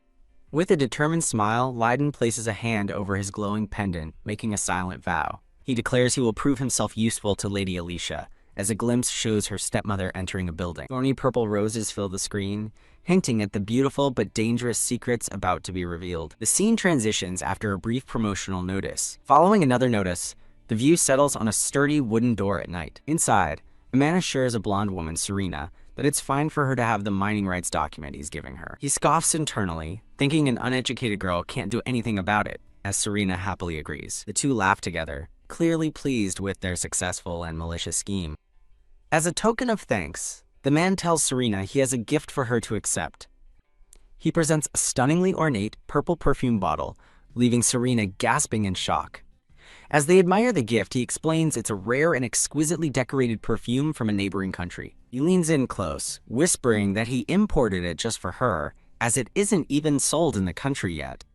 Overjoyed, Serena asks if he's truly giving such a precious item to her. She embraces him from behind, declaring her happiness and that he's the only one for her. The scene shifts to the bustling, noisy interior of a local tavern.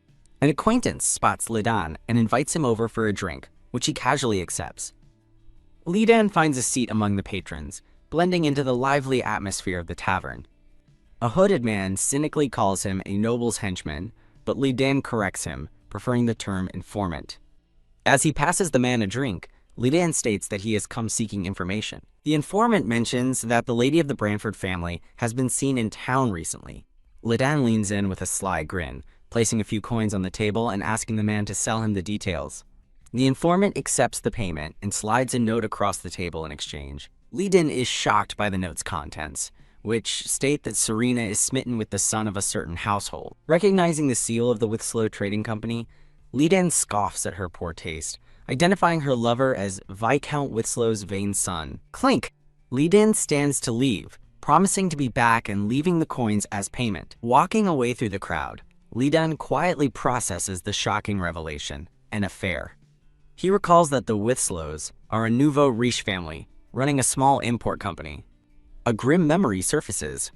For the last 3 years, the family has been rumored to be involved in tax evasion and illegal trade. His friend's question about the son's age prompts Lidan to reflect on the sheer boldness of having an affair with a high-ranking noble. The friend then asks Lidan how his new job working at Lady Alicia's estate is going. Lidan responds with a playful, secretive smile as another friend offers him some snacks.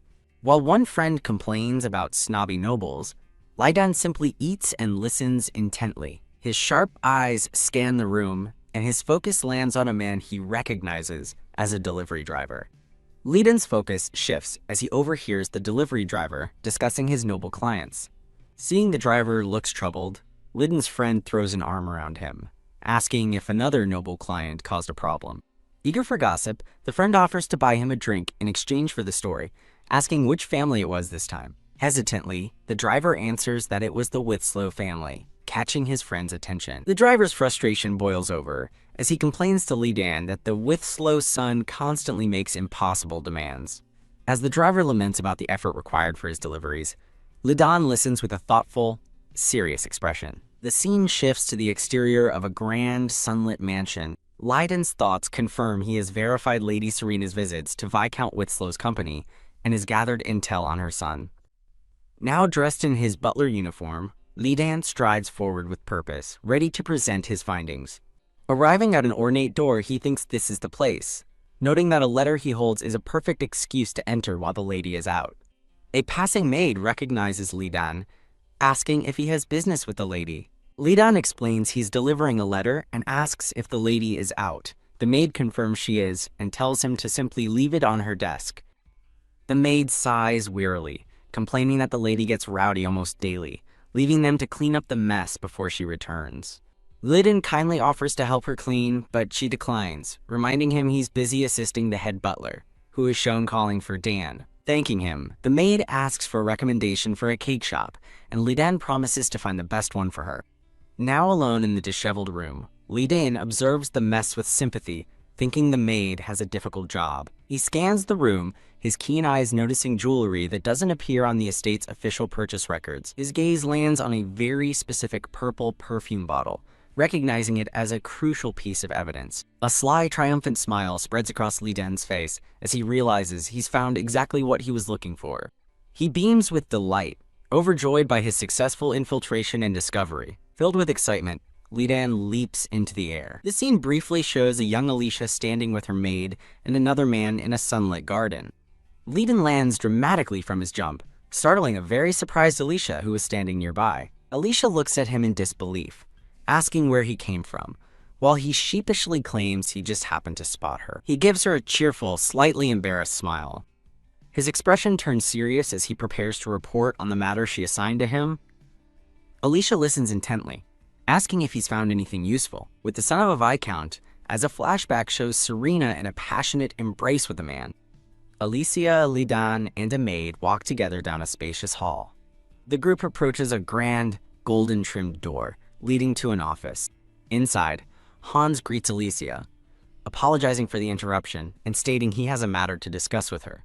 Liden peeks in from the doorway, offering to leave and come back later. Alicia firmly tells Hans to stay, insisting he should listen as well. Smiling, she explains that she was just about to hear Liden's investigation report concerning her stepmother.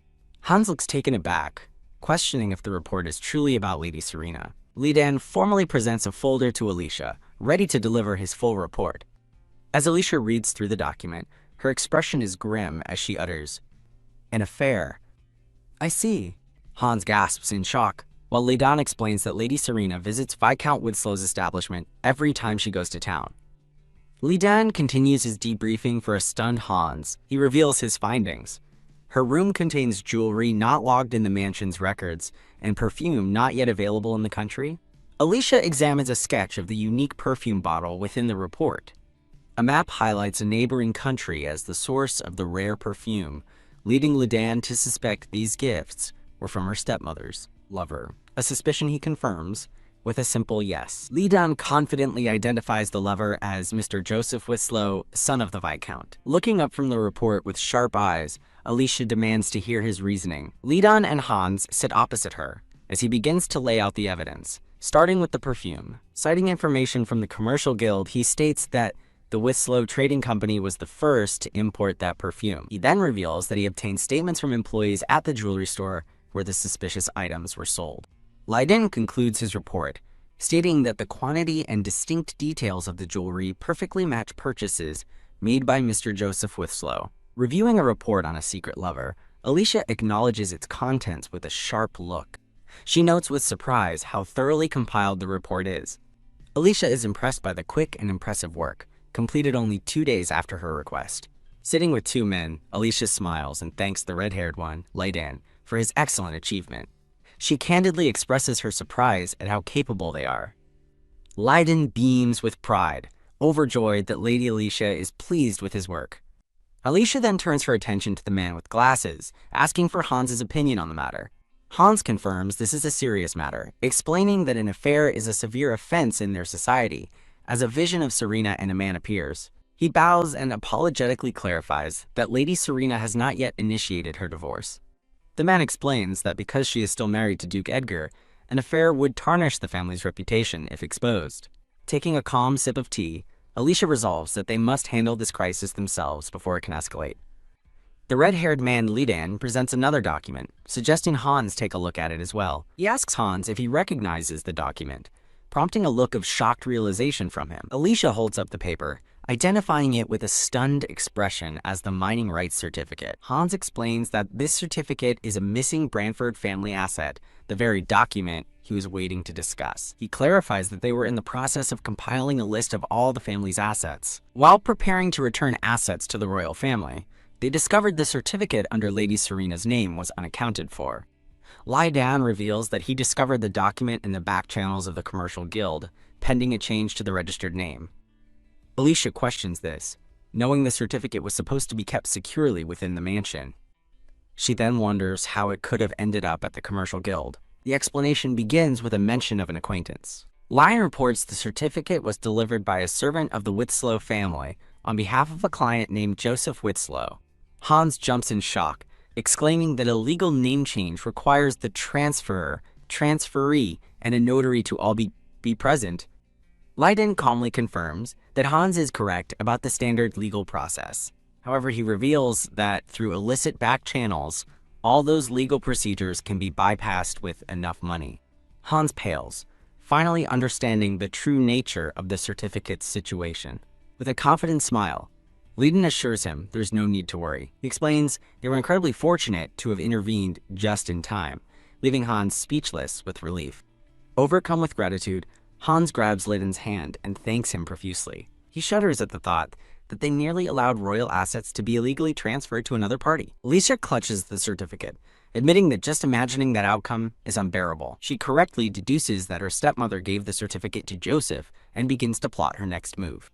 Leiden agrees with her conclusion, while Hans covers his face in exhausted disbelief. With a relieved smile, Alicia states that in the end, it's a good thing they were able to stop it. Unwilling to let the matter slide, Alicia asks Leiden when her stepmother and Joseph Winslow plan to meet next.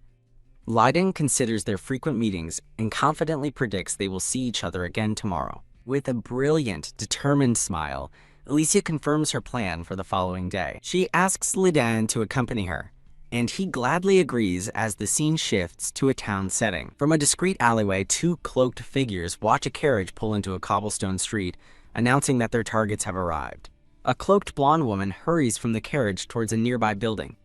A cloaked man gestures for Alicia to enter through a side door. With a chilling smile, Alicia prepares for the confrontation, thinking, "Serena, prepare yourself." Inside, Serena and Joseph embrace, unaware that Alicia has declared this to be her last day as Duchess. As the lovers share an intimate moment in a messy room, Serena whispers Joseph's name. Crash! The door is kicked open, and Alicia's cloaked companion announces he's there about the mining rights document. Kaya! Serena screams as Joseph shields her, angrily demanding to know if the intruders are from the guild. Alicia pulls back her hood, revealing a wide, triumphant smile as she greets her stepmother. Stunned, Serena can only stammer Alicia's name, as Alicia coldly scolds her for her affair while the family is in crisis. Alicia stares down at the caught couple with an expression of utter disappointment. Clutching their disheveled clothes, both Serena and Joseph stare back in absolute shock, demanding to know how and why she is there. Alicia looks down on her disgraced stepmother, questioning why else she would be there. With cold determination, Alicia declares she is there to confront Serena about her affair, finding the situation laughable for a duchess. Alicia presents a glowing magical item as evidence, reminding a shocked Serena of the seriousness of adultery while Serena stammers in denial. Standing over the defeated couple, Alicia remarks that the scene is obviously that of an affair. Alicia internally confirms that with witnesses present, she has all the proof she needs to proceed as she wishes. Puff! Alicia uses a magical device to project an image of the lovers, asking Serena if she received these gifts from Joseph. Panicked, Serena's eyes dart to the side as she internally plots to escape through the back door. Alicia calmly informs her that soldiers are already waiting, having completely surrounded the building.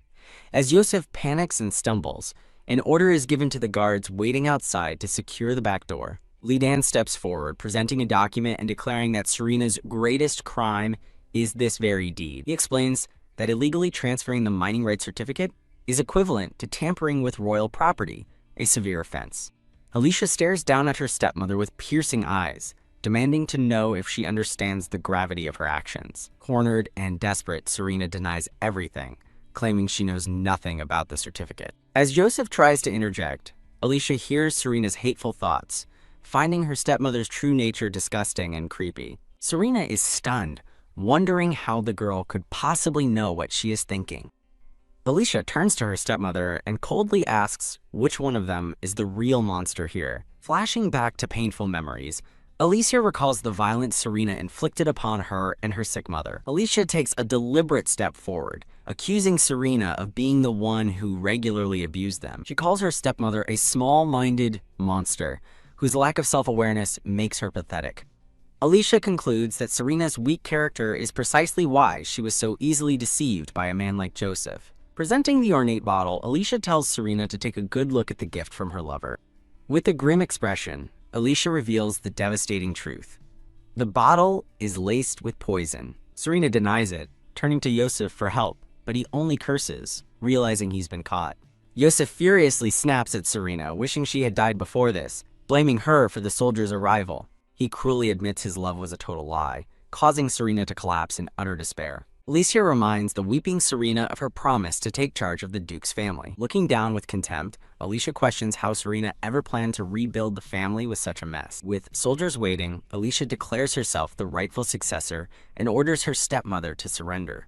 Alicia vows to restore the household herself in a new world free from Serena's influence. She turns to Lidon and orders him to call in the soldiers waiting outside, which he readily accepts. Looking at her defeated stepmother, Alicia coldly thinks that this outcome is all Serena's own fault. Lost in her misery, Serena blames everything on Alicia, calling her a wretched curse from the moment she was born. With a final, desperate scream, Serena lunges with a knife, shouting that she should have killed Alicia long ago.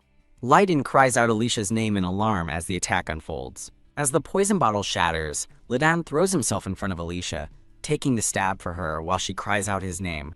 The soldiers rush in to restrain the screaming Serena, who struggles furiously and demands they let her go. Alicia rushes to Lidon's side, asking if he's hurt, but he smiles through the pain and insists he's fine. Lidon then asks if she is injured, but Alicia, tending to his bandaged hand, assures him she is alright. He beams, expressing his gladness at having protected her and vowing to continue being of service.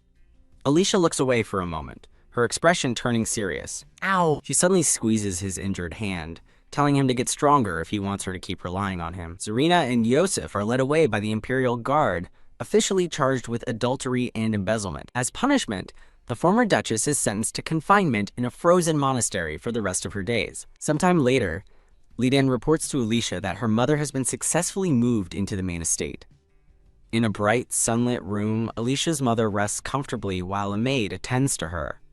The narration confirms that with Serena gone, Alicia and her mother have officially moved into the main estate. Alicia shares a moment of pure joy, smiling brightly as her mother caresses her face. Watching from a darkened hallway, Lillian thinks of her own mother and hopes her health will improve now. Lillian continues to watch from the shadows, as Alicia and her mother enjoy their peaceful new life.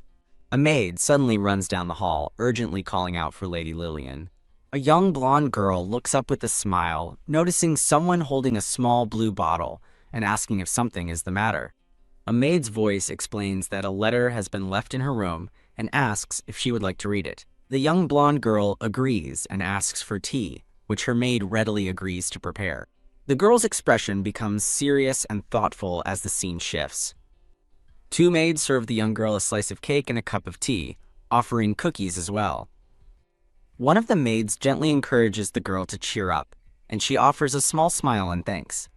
In the grand, sunlit room, the maids watch from a distance as the lone girl quietly sips her tea. The maids share a look, thinking that it must be truly hard for the young lady after everything she's been through. The two maids look on with expressions of deep sympathy and concern. The blonde girl's eyes narrow as she acknowledges their unspoken sentiment, thinking, "You're right." Her thoughts turn cold, wishing they would be quiet instead of chattering endlessly about pointless things.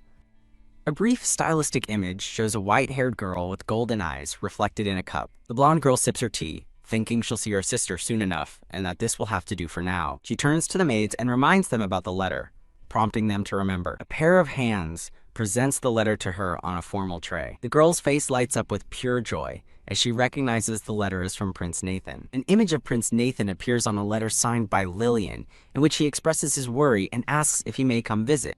One of the maids leans in, asking who the letter is from. The blonde girl beams, clutching the letter to her chest and cheekily declaring that it's a secret. Her expression turns sly as she realizes she's just had a wonderful idea. A few days later, a young Lillian in a red dress rushes down a hallway, followed closely by a red-haired man. Her butler, Hans, hurries outside, shocked to find young Lady Alicia standing with Prince Nathan and a royal carriage. Lillian is taken aback, realizing Leiden's urgent summons was a pretext for the prince's sudden arrival. From the carriage, Prince Nathan greets his sister, as a smiling Alicia on his arm smugly tells Lillian she's late. Gasp! Lillian looks completely stunned by the unexpected scene before her. Prince Nathan greets Lady Alicia, holding her arm and cheerfully asking if this is their first time speaking. Lillian internally panics, realizing that despite the rudeness of an unannounced visit, she must be polite to a prince. A fiery memory surfaces of Alicia with the prince, as Lillian's thoughts burn with resentment, refusing to bow to the man who had her executed. Pushing down her anger, Lillian gives a reluctant curtsy as Alicia introduces herself as Alicia Branford. Prince Nathan thanks them for the welcome, explaining he was worried about Lady Lillian and wanted to see her. Lillian internally scoffs at his supposed concern, noting she never sent an invitation, while Alicia flashes a triumphant grin, delighted by his presence. Lillian's eyes narrow in fury, understanding that Alicia invited him without her knowledge. With a sharp turn, Lillian walks away from the group for a moment to compose herself. She turns back with a gracious smile, formally thanking the prince for his concern for her sister. From a wide angle, Lillian welcomes His Highness to their estate and comments on the beautiful weather. She instructs her staff to set the scene while their guests enjoy the grounds. Prince Nathan happily agrees to her offer, holding onto Alicia's arm. He and a gleeful Alicia walk off together, as a boy with dark hair and red eyes watches them go. Prince Nathan pauses, looking back at the other boy with a questioning expression. He casually explains that the boy, Roland, insisted on coming along. Prince Roland offers a polite, if reserved, apology for the intrusion. Prince Nathan drapes an arm around a flustered Roland, laughing that he wanted to teach the uptight boy a thing or two as Lillian watches from a balcony. As the group departs, Lillian muses on the prince's surprisingly composed demeanor before noticing her butler approaching. Lillian turns to face the spectacled butler, Hans. She asks him about the dark-haired boy, recalling that he was present in the audience chamber that day. Her mind races as she questions if the boy is merely one of the prince's attendants. From a distance, an attendant stands guard, while Prince Nathan and Alicia enjoy tea in a garden gazebo. Lillian reflects that thanks to Remy and Lidan, they were able to provide at least a basic level of hospitality. She thinks grimly of their financial difficulties, which forced them to sell most of the estate's furnishings, making it nearly impossible to host guests. Lillian sighs, wishing the prince would refrain from making such sudden, inconvenient visits to their struggling estate. A long-haired girl in a red dress hurries down a sunlit palace corridor. With a determined look, she stops, seeing a dark-haired boy in a gray uniform walking away down the hall. As they face each other, she wonders why he is there, while he identifies her as Alicia Branford, daughter of the Duke. With his hand over his heart, the boy earnestly explains that he came here to meet her. He stands before her in the grand hall, reiterating that he came specifically to see her. The boy explains he heard about the drugs through his family's letters and thanks her for her actions. Staring at his back, Alicia wonders if this polite young man could be the prince's attendant. The dark-haired boy with striking red eyes looks at her intently. Alicia internally compares his refined demeanor to that of the foolish prince, who she recalls messily stuffing his face with cake. She notices the unfamiliar crest on his uniform, realizing she has never seen it before. The boy realizes he forgot to introduce himself. He formally presents himself as Roland Raymond. Alicia is stunned by the revelation, realizing he's the prince of the neighboring kingdom. She quickly curtsies and apologizes for her discourtesy, but he tells her to rise as it's not a formal occasion. With a gentle smile, Alicia thanks him for his understanding. Impressed, she mentally notes how calm and dignified he is, unlike her own foolish prince. Still, she finds it strange that a prince of a great nation would travel so far just to say thank you. Alicia asks if he truly came all this way just for that, and he confirms it was something he needed to do in person. She reflects that all she did was expose the crimes within her own family. She continues her thought, acknowledging that her actions coincidentally saved his country. But that's all it was. Roland insists that even so, the fact remains that her actions greatly benefited his country. Alicia watches him, thinking to herself that he seems to have very strong principles. Announcing his business is concluded, Roland turns to leave, but Alicia offers to see him off. He pauses and turns back, asking if by chance there is someone ill in the mansion.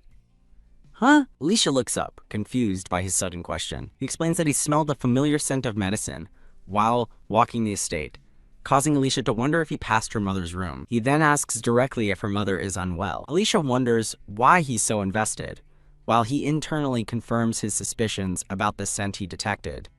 Roland's eyes narrow as he admits to himself that he is not yet certain.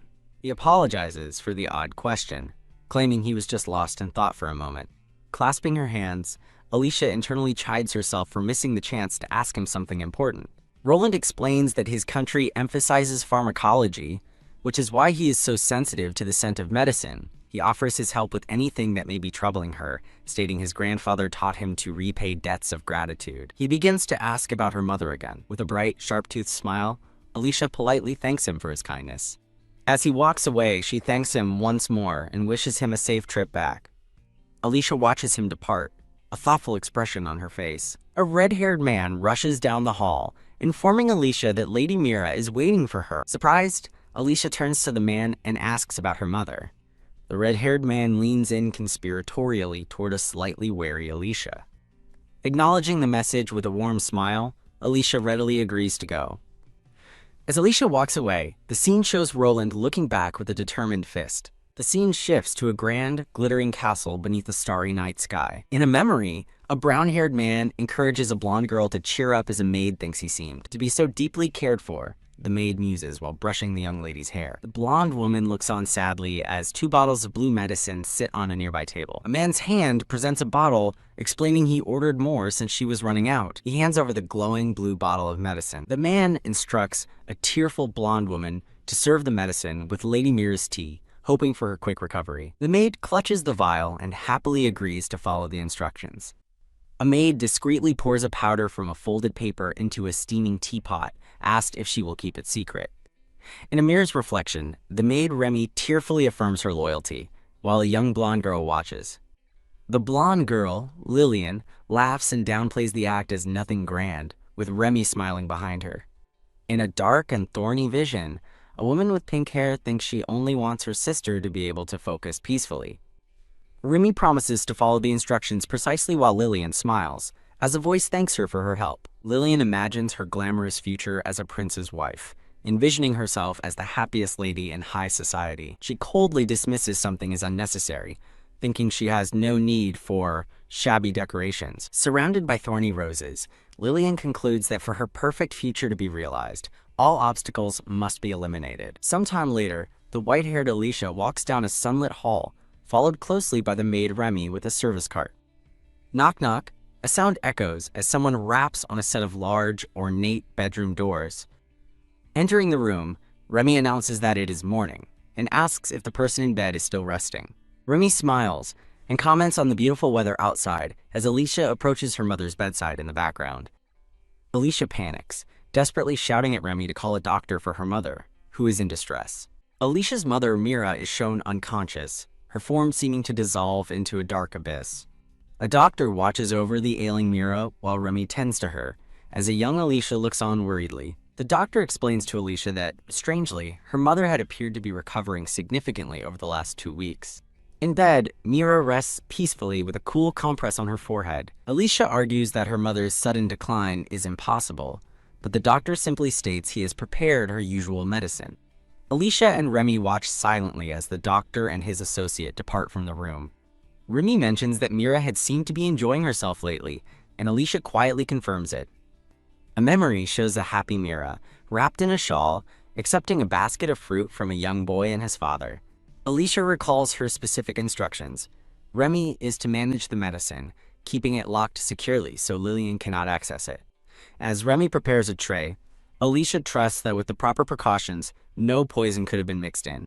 Alicia happily greets her waking mother, who apologizes for having worried her. Mira smiles brightly, insisting she is fine and asking her daughter to keep smiling. Alicia watches her mother rest, softly saying her name while Remy observes from a distance. As her mother sleeps, Alicia sits by her bed, wondering if the medicine is truly working. She flashes back to her first life, recalling that her mother passed away when she was only 10. A twisted memory shows a laughing Lillian admitting, "It was all me," contradicting a past claim of innocence. Alicia considers that it has only been 3 years since those events. Looking at the ring on her finger, she strengthens her resolve, thinking, no. She becomes determined, deciding she must check for the truth herself. The scene transitions to the beautiful, sun-drenched gardens of the estate. A young, blonde Lillian runs happily through the grounds, followed by a maid. Alicia stands waiting and calls out to Lillian, stating that she wants to talk. Lillian rushes to Alicia and grabs her hands, expressing pure joy that her older sister was looking for her. Looking up at Alicia, Lillian excitedly says she heard the news about their mother. She proudly presents a basket of fresh-cut roses to a surprised Alicia. Lillian explains the flowers are a gift from the garden, and Alicia offers a quiet thank you. Alicia thinks to herself, cynically noting how good Lillian is at pretending to be a sweet girl. Taking the basket, Alicia resolves to use her power to discover whether Lillian made her mother suffer. She closes her eyes and concentrates, activating her ability. A dark vision floods her mind, revealing Lillian's disgusting thoughts about her composed facade. The true thoughts are revealed. Lillian wishes for bothersome people like her mother and sister to disappear. Crash! The basket of roses slips from Alicia's grasp and falls to the stone path. Alicia stumbles back, letting out a horrified gasp as the truth sinks in. Lillian points with feigned concern, exclaiming that her older sister's face is turning pale. Looking at the mess on the ground, Lillian tells her sister to pull herself together. Her innocent act drops as she looks up with a menacing grin, calling out to her older sister. Alicia's eyes widen in horrified realization, confirming her deepest fear. Her little sister was behind it all. With a bright, innocent smile, the blonde Lillian waves and greets her older sister. Walking with a maid who asks if she's all right, Alicia quietly affirms she is, while inwardly acknowledging that her sister's heart is filled with complete darkness. Recalling Lillian's sinister smile, Alicia knows her sister poisoned their mother, but she still doesn't understand how it was done. Alicia looks down at her ring, realizing with alarm that the gem has broken faster than ever before, fearing she will be unable to read hearts again. Clenching her fists with resolve, Alicia decides she cannot continue to rely on the ring's power. As she walks down the hall, she wonders if she should find a more skilled doctor, perhaps one who specializes in poisons. A thought strikes her, that's right. She recalls the dark-haired prince, realizing that he might be the one who knows about poison and can help. In a sunlit bedroom, Lady Mira stirs from her sleep as a voice asks if she is awake. Sitting up in bed, Mira weakly reassures the maid Remy that she's fine. Remy places a tray on the bedside table, announcing that she has brought afternoon tea. As she presents the elegant teapot, Remy mentions that Lady Alicia was also worried. Remy wishes her a quick recovery while Mira offers her thanks. Beneath the pleasantries, a hand secretly pours a powder into the teacup. Mira peacefully lifts the cup to her lips, about to take a drink of the tea. Suddenly, a desperate shout echoes through the room. "Mother! Wait!" Alicia bursts into the room with a look of pure terror, closely followed by the dark-haired prince. A startled Mira looks up as Alicia rushes to her side, apologizing profusely to her mother. Roland calmly takes the teacup, inspects the dark liquid, and brings it to his nose, his expression hardening with suspicion. After a tense moment of observation, Roland confirms Alicia's fears with cold certainty. There is no doubt this tea is poisoned. A recruitment notice for Sorajima appears, seeking translators, proofreaders, and editors. The scene flashes back to a few hours ago in a grand, ornate library where someone announces their arrival. Roland sits at his desk, diligently writing as he studies a book. An attendant informs Roland that an urgent letter has arrived from the Duchess of Brantford. Roland's eyes widen with concern as he reads the contents of the letter. Springing from his chair, he quickly grabs his coat and asks for his medical bag. Without a moment's hesitation, he throws on his coat and prepares to leave. With a look of firm resolve, Roland declares they will head to Duke Brantford's residence immediately. Roland's carriage arrives at the magnificent estate, where Alicia and her attendants await him. Roland reassures a worried Alicia, stating that he doesn't mind as he was the one who promised to repay the favor. He turns and calls for a man named Ladan, and the red-haired attendant quickly responds.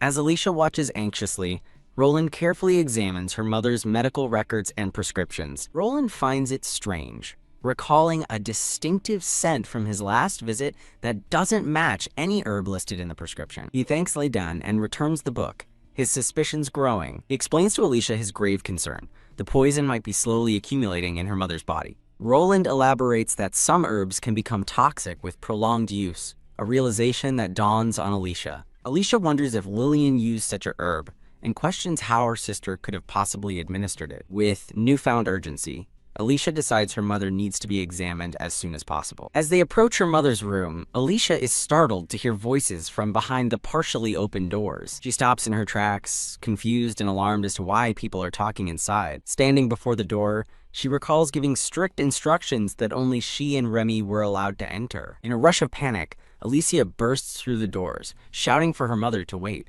A close-up shows her desperate expression as she rushes to stop her mother from drinking the tea. Roland calmly takes the teacup and brings it close to examine its contents.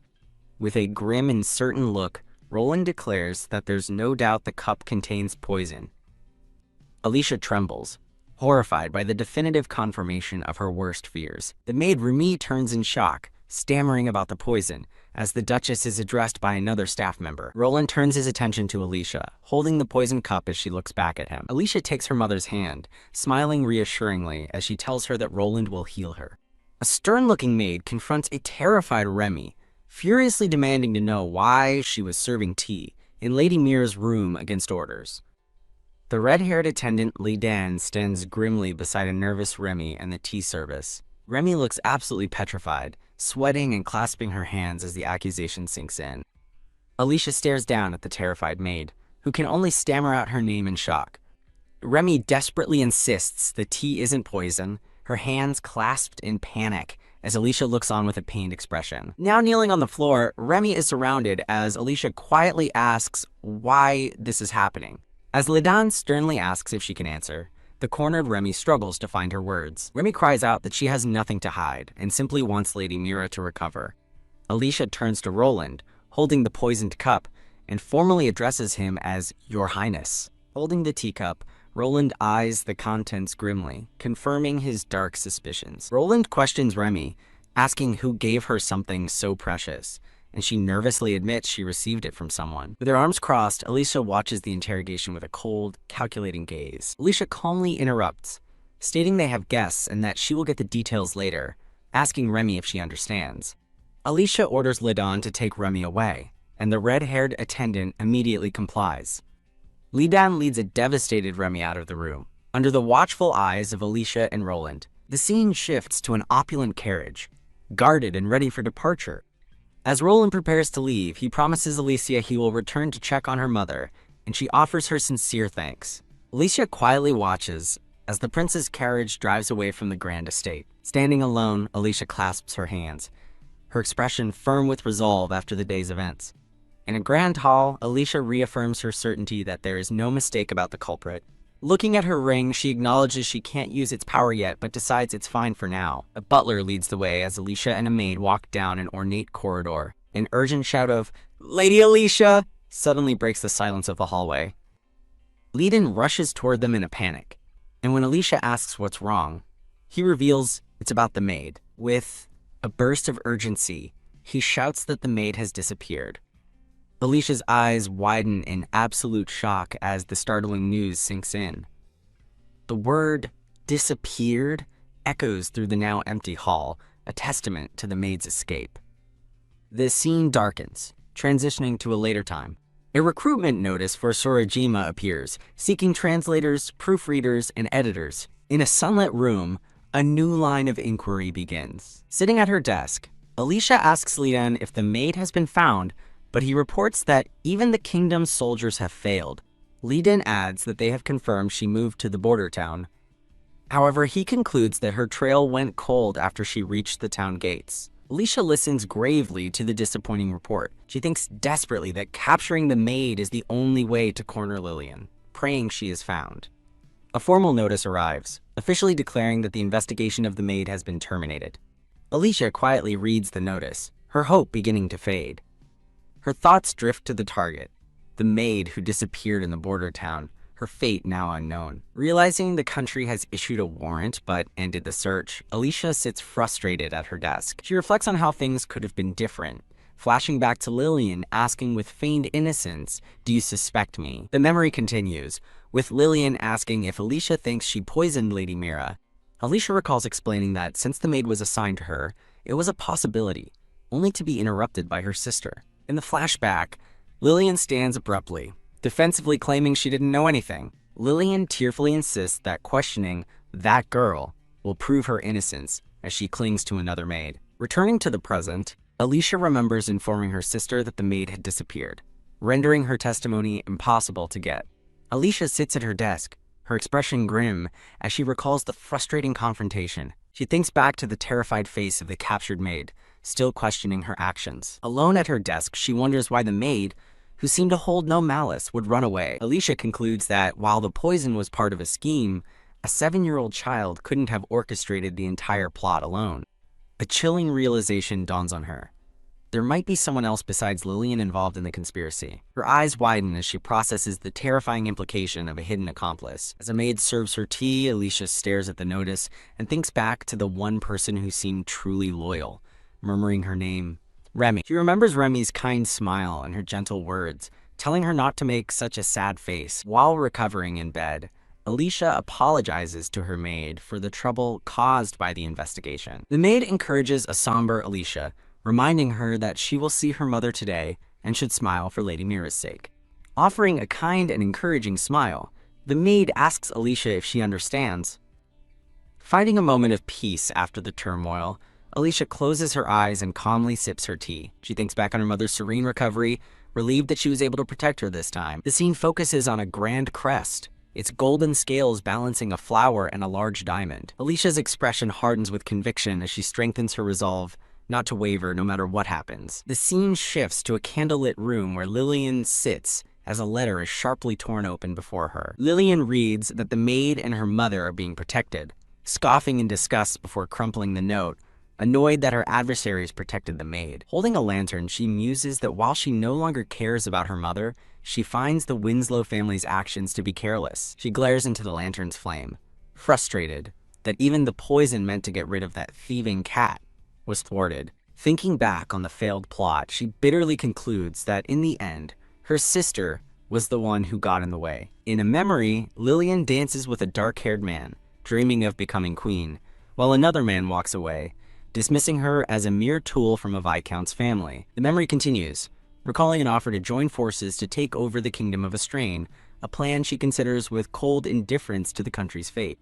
With a smug smile, she concludes that if they're willing to support her bid to become queen, she has no reason to refuse their help. Looking at a map displaying the crests of 2 powerful houses, she declares she will make full use of her new allies. The alliance is revealed to be with a noble from the formidable Raymond Kingdom.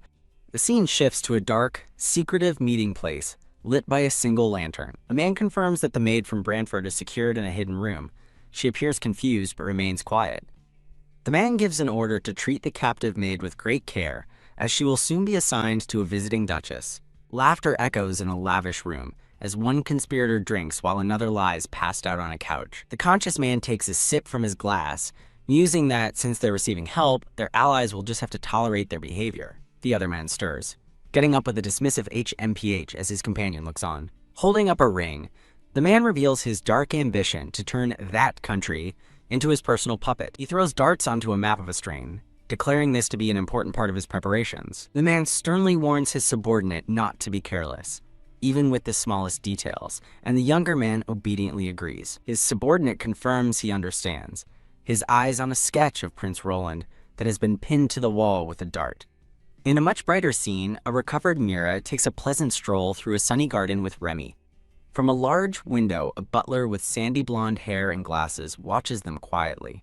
The red-haired attendant Leiden joins him at the window, smiling as he expresses his happiness at seeing Lady Mira looking better. The butler offers a small, genuine smile, truly relieved to see the Duchess well again. Outside, Mira and Remy continue their walk, sharing a moment of warm laughter together. Leiden remarks on the butler's deep devotion, recalling how he stayed up all night researching when she was ill, and wonders why he went to such lengths. The butler turns to Leiden, asking to speak with him for a moment, and Leiden eagerly agrees to listen. Looking out over the estate, the butler begins his story, explaining that for years he had to watch Lady Alicia suffer in silence before she was named heir. He recalls the day Duke Edgar abruptly dismissed his entire family, his father, the head butler, his mother a maid, and his younger brother. He continues, revealing he was then appointed head butler himself. Despite only being an apprentice at the time, he describes how the Duke desired a butler doll, someone who would silently comply with his wicked deeds, and that person was him. He reflects on how young and inexperienced he was, Too afraid to defy the Duke's orders, he confesses with deep regret that he ignored the suffering of Lady Mira and young Alicia, wishing he had been strong enough to intervene.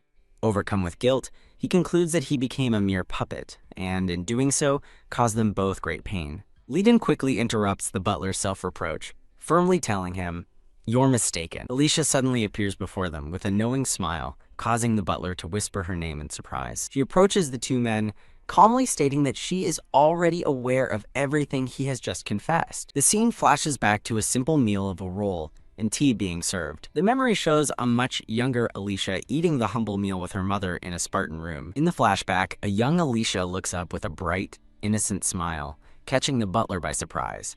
Alicia remembers how the butler risked punishment by confronting her father to help protect her and her mother. Returning to the present, she addresses the butler directly by his name, Hans. Standing before him, Alicia offers Hans a warm, understanding smile, full of gratitude. With quiet determination, Leiden agrees to his lady's wishes. Hans bows deeply before Alicia, pledging his lifelong service to her as Leiden watches on. Alicia smiles warmly, saying she's looking forward to their future together. As they walk toward the main entrance, Alicia instructs Leiden to have her mother and Remy prepare a room for Prince Roland's imminent arrival. Leiden and Hans bow in perfect sync, acknowledging Lady Alicia's command with a smile.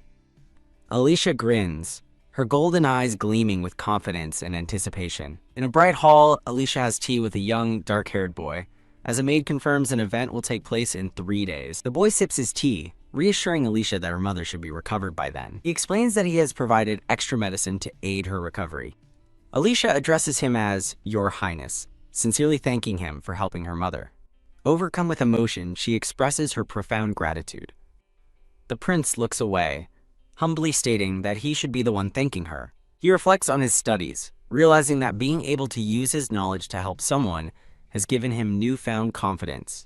A dark memory surfaces of faceless adults belittling him, dismissing his extensive knowledge as worthless. He recalls their cruel words, telling him he would never amount to anything. Returning to the present, he looks at Alicia with gratitude, telling her she helped him realize their judgment was wrong. Alicia listens intently, her gaze fixed on the young prince. The prince observes her candid nature, calling her a straightforward person. He casually reaches for a plate of cookies on the tiered dessert stand. From behind her chair, Alicia asks the prince if he is 10 years old. She smiles and enjoys her tea, while the prince snacks on the cookies. A thought seems to cross Alicia's mind as she pauses mid-sip. The prince takes another cookie, thoughtfully wondering aloud if his grandfather could make them. Alicia looks up, with sudden concern, her teacup rattling slightly. Noticing her reaction, the prince asks if something is wrong. Alicia quickly dismisses his concern with a calm smile, and he accepts her answer. She then calls for Remy, asking her to include the cookie recipe with something she's preparing. As Remy departs, the two children are left alone at the table again. With a serious expression, the prince announces that he has a proposal for her. He glances at her, waiting to see how she will react to his proposition. Alicia considers his words, questioning what kind of connection he means. He explains their mutually beneficial alliance. As a future duchess, her support would be invaluable to him, a prince. She completes his thought, realizing that his rise as a prince of the Raymond Kingdom would also benefit her. A clatter sounds as Alicia stands abruptly, accepting the proposal with a simple yes. The prince extends his hand, formally addressing her as Lady Brantford and expressing his hope for their future relationship. Alicia reaches out with a bright smile, eagerly agreeing to their new partnership. As they shake hands to seal their political alliance, Remy watches with a gentle smile from the doorway. The scene transitions to a beautiful, sunny day in a lush garden. Remy wipes her brow with a triumphant smile, proudly declaring her work is done. She presents a new dress to Alicia, who wonders if its luxurious design is too much. Alicia examines the fine details of the red and black gown, deciding to indulge just for today. With a confident smile, she reaffirms that the luxurious dress is perfectly acceptable for the special occasion.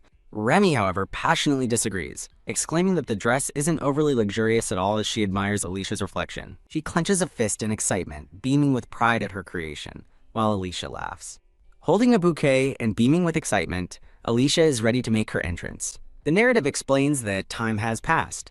Alicia is now 12, and the mansion is hosting its first birthday party in 5 years. She recalls her 7th birthday party, a lonely affair where she was completely ignored by the guests. With a confident smile and Remy by her side, Alicia knows this time will be different. At the top of the stairs, Hans greets Alicia, now in a lovely purple gown, announcing her arrival to the crowded party. Leiden gestures enthusiastically toward the large crowd of nobles, exclaiming that many guests have come to see her.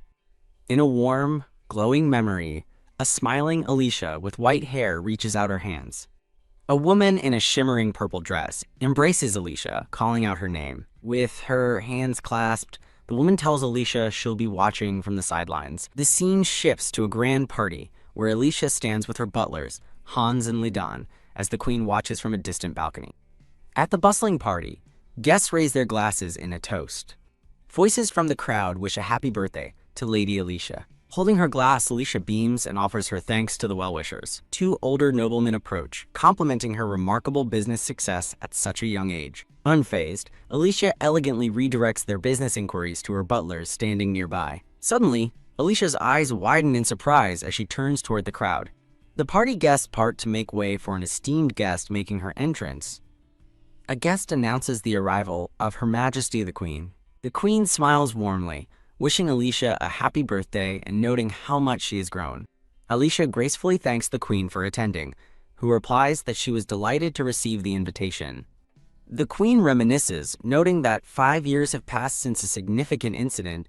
A dark flashback shows a younger, terrified Alicia as the Queen marvels at her success in reviving the Branford house. The Queen smiles, informing Alicia that His Majesty was very pleased with her accomplishments. Alicia humbly gives credit to her capable butlers and servants for their hard work. A gentle smile plays on Alicia's lips as she gazes into the distance. From behind her fan, the Queen privately praises Alicia for being wise and humble. Alicia looks up, seemingly caught off guard by the compliment. The Queen continues to smile knowingly behind her fan. Changing the subject, the Queen asks Alicia if she plans to participate in this year's debutante. Alicia maintains a polite and pleasant smile in front of the crowd. The scene illustrates the debutante with a line of young ladies on a grand red staircase. A caption explains that the debutante is typically part of a grand royal ball hosted by the Queen. The Queen smiles warmly at Alicia, her fan held gracefully. With a sly look, the Queen leans in to speak to Lady Alicia more privately. She suggests that it might be time for Alicia to consider an engagement. The image of a dark-haired young man appears, along with a prominent blue and gold royal crest. Alicia is visibly stunned by the sudden proposal, stammering out a, "What?" The Queen offers her own son as a potential match if Alicia is willing. The 2 women face each other, the weight of the royal proposal hanging between them. A cheerful voice rings out as a young blonde woman, Lillian, arrives arm in arm with Prince Nathan. Lillian beams with excitement, exclaiming, "Oh my!" Lillian curtsies before the Queen, greeting her formally, and the Queen returns the greeting. Prince Nathan considers thanking Lillian for guiding him. His thoughts are cut short as his eyes widen in sudden shock. Across the party, Alicia stands alone, a faint rainbow aura shimmering around her. While Lillian tries to direct him, Prince Nathan suddenly rushes past her. He strides past the Queen and makes a beeline for Lady Alicia, surprising everyone as he grabs her hand. Leaning down, Prince Nathan gently kisses Alicia's hand and greets her. A powerful shockwave of emotion hits Alicia, who stares in horror, while Lillian smirks victoriously in the background.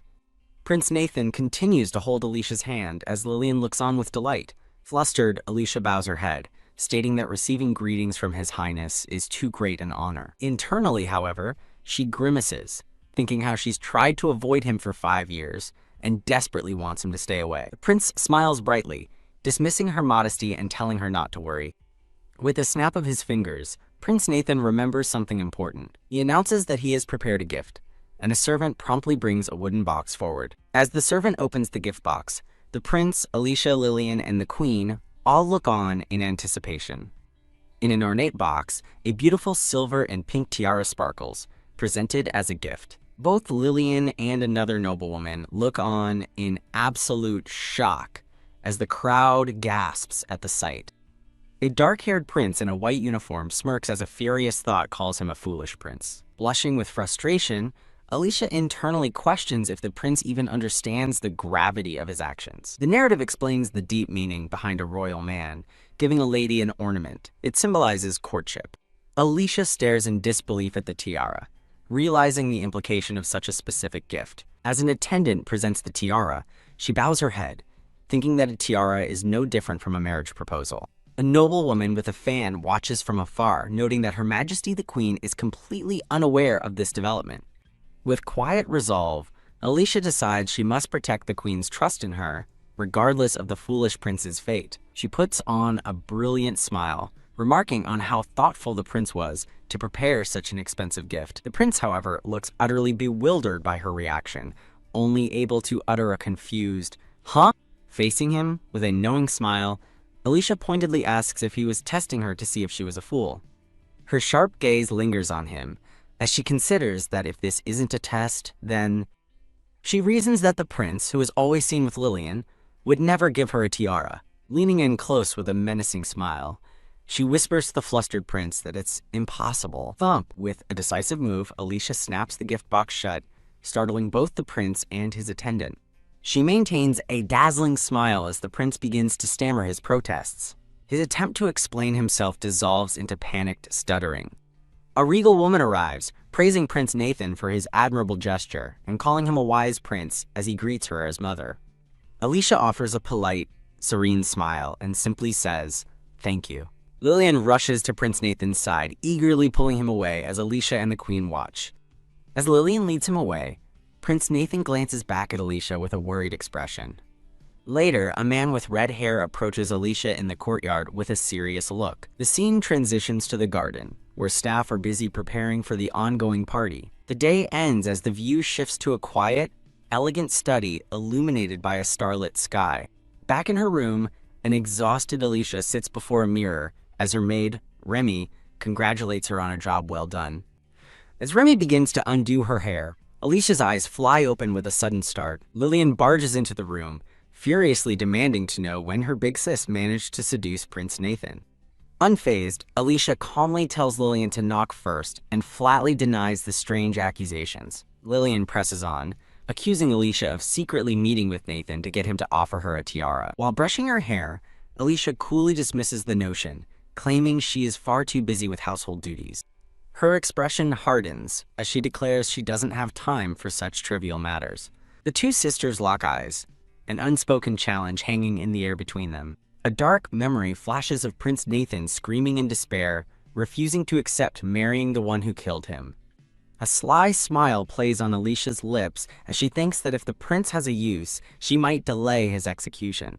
While Alicia smirks with cunning, Lillian expresses reluctant agreement with her sister's words. Surrounded by thorny roses, Alicia muses that an alliance with Nathan might actually benefit the duchy. Lillian stares in horror at her sister's calculated words, crying out, "Big sis." Turning her back, Alicia dismisses them both, stating the conversation is over and she wishes to rest. The maid with glasses, Lena, gently addresses a distraught Lillian by name. Lillian flees the room as Alicia watches her go with cold indifference, her arms crossed. Slam!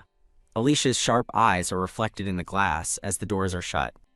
Outside the room, Lillian stands with her maid Lena, stewing in her anger. Walking down the hall with Lena, Lillian reaffirms her own ambition. She will be the queen. She clenches her fist, vowing that she will not be dismissed as a person of low status. She stops abruptly in the hallway, her mind made up. Looking out at the duchy, Lillian resentfully thinks that while she intended to give it away, it has now become a hindrance. Turning to her maid, Lillian gives a chilling order. Contact those people. Lena adjusts her glasses, her expression unreadable as she replies, "Understood." A sinister smile spreads across Lillian's face as she makes a final, deadly declaration. She must die. In a lavish room illuminated by the moon, the curtains sway gently in the night breeze. As Alicia rubs her tired eyes, Remy observes from behind, thinking she looks exhausted. Remy smiles warmly, offering to prepare some tea for her. Alicia gives a small, grateful smile and accepts the offer. Sitting down, her attention is drawn to a black gift box on the table beside her. She carefully lifts the lid to see what's inside. A gentle smile graces her lips as she pulls out a letter resting on top. The letter is a birthday wish from His Highness Roland Raymond, sent along with a box of fine sweets. A memory surfaces of a young, dark-haired Roland asking to continue their relationship. In the memory, Alicia readily extends her hand, thanking him for the proposal. They held hands then, and the narrative explains he has sent a gift every year since. Back in the present, Alicia examines this year's gift, a tin of herbal tea from the Kingdom of Raymond. She smiles, appreciating the thoughtful gesture from His Highness. Peeking inside the gift box again, she notices something else hidden beneath the tea. She pulls out a second, smaller envelope that was tucked away. Her eyes widen slightly with curiosity as she inspects the mysterious letter. She recalls Roland's youthful face as he said a simple, "See you." The image of his younger self transitions to the back of a man in a formal, modern-day uniform. Leaning back with a contented sigh, Alicia holds the letters close. A look of determination crosses her face as she recognizes a good opportunity. She sits alone in the quiet room, considering that perhaps she should go and greet him. Her expression shifts to one of pure dread as she realizes something is happening again. Remy remarks on the endless stream of gifts and letters that have been arriving daily since the party. Holding an invitation, Alicia's face darkens as she internally fumes about the troublesome, foolish prince. Surrounded by a mountain of presents, Remy agrees to handle the influx of gifts. The scene shifts to a business meeting where a man informs Alicia he will submit their contract to the commercial guild. As a butler serves tea and a deal is finalized, it's clear Alicia is deeply involved in managing the duchy's affairs. Over a spread of desserts, one of the visiting men notes that Alicia is heading home. As her guests prepare to leave, Alicia has a passing thought. The older man with a mustache turns, mentioning he heard something interesting recently. He recounts a rumor about Lady Alicia being courted by Prince Nathan. Much to his colleague's shock, the man laughs heartily, teasing Alicia about being so loved. With a composed expression, Alicia calmly denies the rumor, stating there's nothing between them. The man waves off her denial, reminding her of the public display at the party in the capital. A flashback shows the sparkling tiara being presented, shocking the party guests. Alicia grows visibly irritated as the man says it's no wonder the prince is enamored, while she's just fed up with the topic. Wham! A red-haired attendant slams his hand down, pointedly interrupting the gossiping man. The red-haired man smiles smoothly, announcing that the carriage is now ready for the guests. Bidding farewell, the older man departs, and Alicia sees him off with a polite smile. Her attendants escort the men out of the grand hall as she wishes them a safe journey. The moment they're gone, Alicia's composure breaks, and she bows her head in silent exhaustion. Spinning away in frustration, she sighs that she's had enough already. She dramatically flops onto a nearby sofa, complaining that all anyone talks about is Nathan. The red-haired man admits with a smile that he's even heard the rumor spreading in the local tavern. Alicia covers her face in despair, wishing it would all stop as Remy brings her a soothing cup of tea. She takes a moment to compose herself, sipping the warm drink. Setting her cup down, Alicia calls for Remy, a new resolve in her eyes. Holding a pocket watch, she announces their plan. Once she finishes her tea, they are going out. Her expression is firm as she declares it's time to shift gears. With a determined look, she states that today is the day they will go greet their important patron. The scene opens on the grand and elegant detached palace in the Kingdom of Astrain. Walking through a sunlit hall, Alicia makes her way through the palace, flanked by attendants and guards. As she and her retinue approach a magnificent set of doors, her arrival is formally announced. Lady Alicia Branford has arrived. Glancing at a palace guard, Alicia internally notes with a faint smile that he's gained so much strength. With a graceful curtsy, Alicia introduces herself and thanks her host for allowing the visit. She is greeted by a young man with dark blue hair, who looks down at her as she offers a bright smile. The blue-haired man places a hand to his chest, humbly replying that the honor of meeting again is all his. Addressing her as Duchess Branford, he gestures for her to join him inside. He suggests they sit down to talk, and Alicia happily agrees. Now seated for tea, Alicia finds herself surprised by the turn of events. The blue-haired young man calmly sips his tea, maintaining a composed demeanor. He initiates the conversation, remarking that he has heard of her business's recent success. Alicia offers a knowing smile, silently acknowledging his praise. She speaks of a research facility she knows he personally established, as a vision of the busy lab appears. Alicia mentally observes that with the facility developing new drugs, the nobles of her country are desperate to get close to such a promising prince. She remarks aloud that the tendency for people to seek power is the same in any country. The young man quietly agrees, adding that it is no different in his own country. He internally expresses his distaste for dealing with untrustworthy people driven only by ambition and ulterior motives. Alicia astutely points out that many people must want to get involved in the distribution of his valuable new drugs. The prince reflects that perhaps his title is the reason so many flock to him. Clenching his fist, he firmly resolves that he has no intention of partnering with anyone untrustworthy. Seeing an opening, Alicia directly asks what he plans to do with the valuable new drugs he's developing. The prince reveals his plan to entrust them to a reliable party, gesturing subtly in her direction. His internal thought makes his intention clear. He is referring to the lady right in front of him. A jolt of shock runs through Alicia as she realizes the implication of his words. Her eyes widen in disbelief as she processes the silent offer. She internally questions his unspoken proposal, wondering if he wants to team up with her. The prince presents a folder, formally stating that he considers her to be both thoughtful and trustworthy. The scene pulls back to show them meeting in a sunlit garden gazebo, surrounded by their respective staff. An elegant spread of desserts sits on the table between them, beside the folder containing his business proposal. The prince lists his reasons for the partnership. He finds her trustworthy, her business acumen excellent, and her backing strong. With a confident smile, Alicia thinks that if he puts it that way, meeting him at the palace is no problem at all. As the prince watches her, he muses that the product development in that particular dimension seems to be proceeding well. Their meeting is abruptly interrupted by an attendant's warning as Prince Nathan crashes the party, beaming as he shouts for Miss Alicia! Alicia and her maid look on in horror as an attendant identifies the boisterous newcomer as His Highness Prince Nathan. Slumping with irritation, Alicia internally apologizes to her host, confirming his name is His Highness Prince Roland. As she starts to rise, Prince Roland raises a hand, silently signaling for her to remain seated. Prince Nathan kneels dramatically, grinning as he declares that he just wanted to see her. Prince Roland stares coldly at the intruder, his expression unimpressed by the spectacle. Alicia looks between the two men, her mind racing as she identifies Prince Roland and the disruptive Prince Nathan. Prince Roland coolly notes that he wasn't informed of Nathan's visit, but Nathan waves it off, claiming he's only there for Alicia. Prince Nathan eagerly tries to pull Alicia away, suggesting they go talk somewhere else. Tap. Prince Roland decisively steps in front of Nathan, blocking his path to Alicia. With a firm tone, Roland tells Nathan that Alicia is in a business meeting and he must come back another time. Nathan angrily argues that business is no obstacle, and that Alicia would have more fun with him than a stiff like Roland.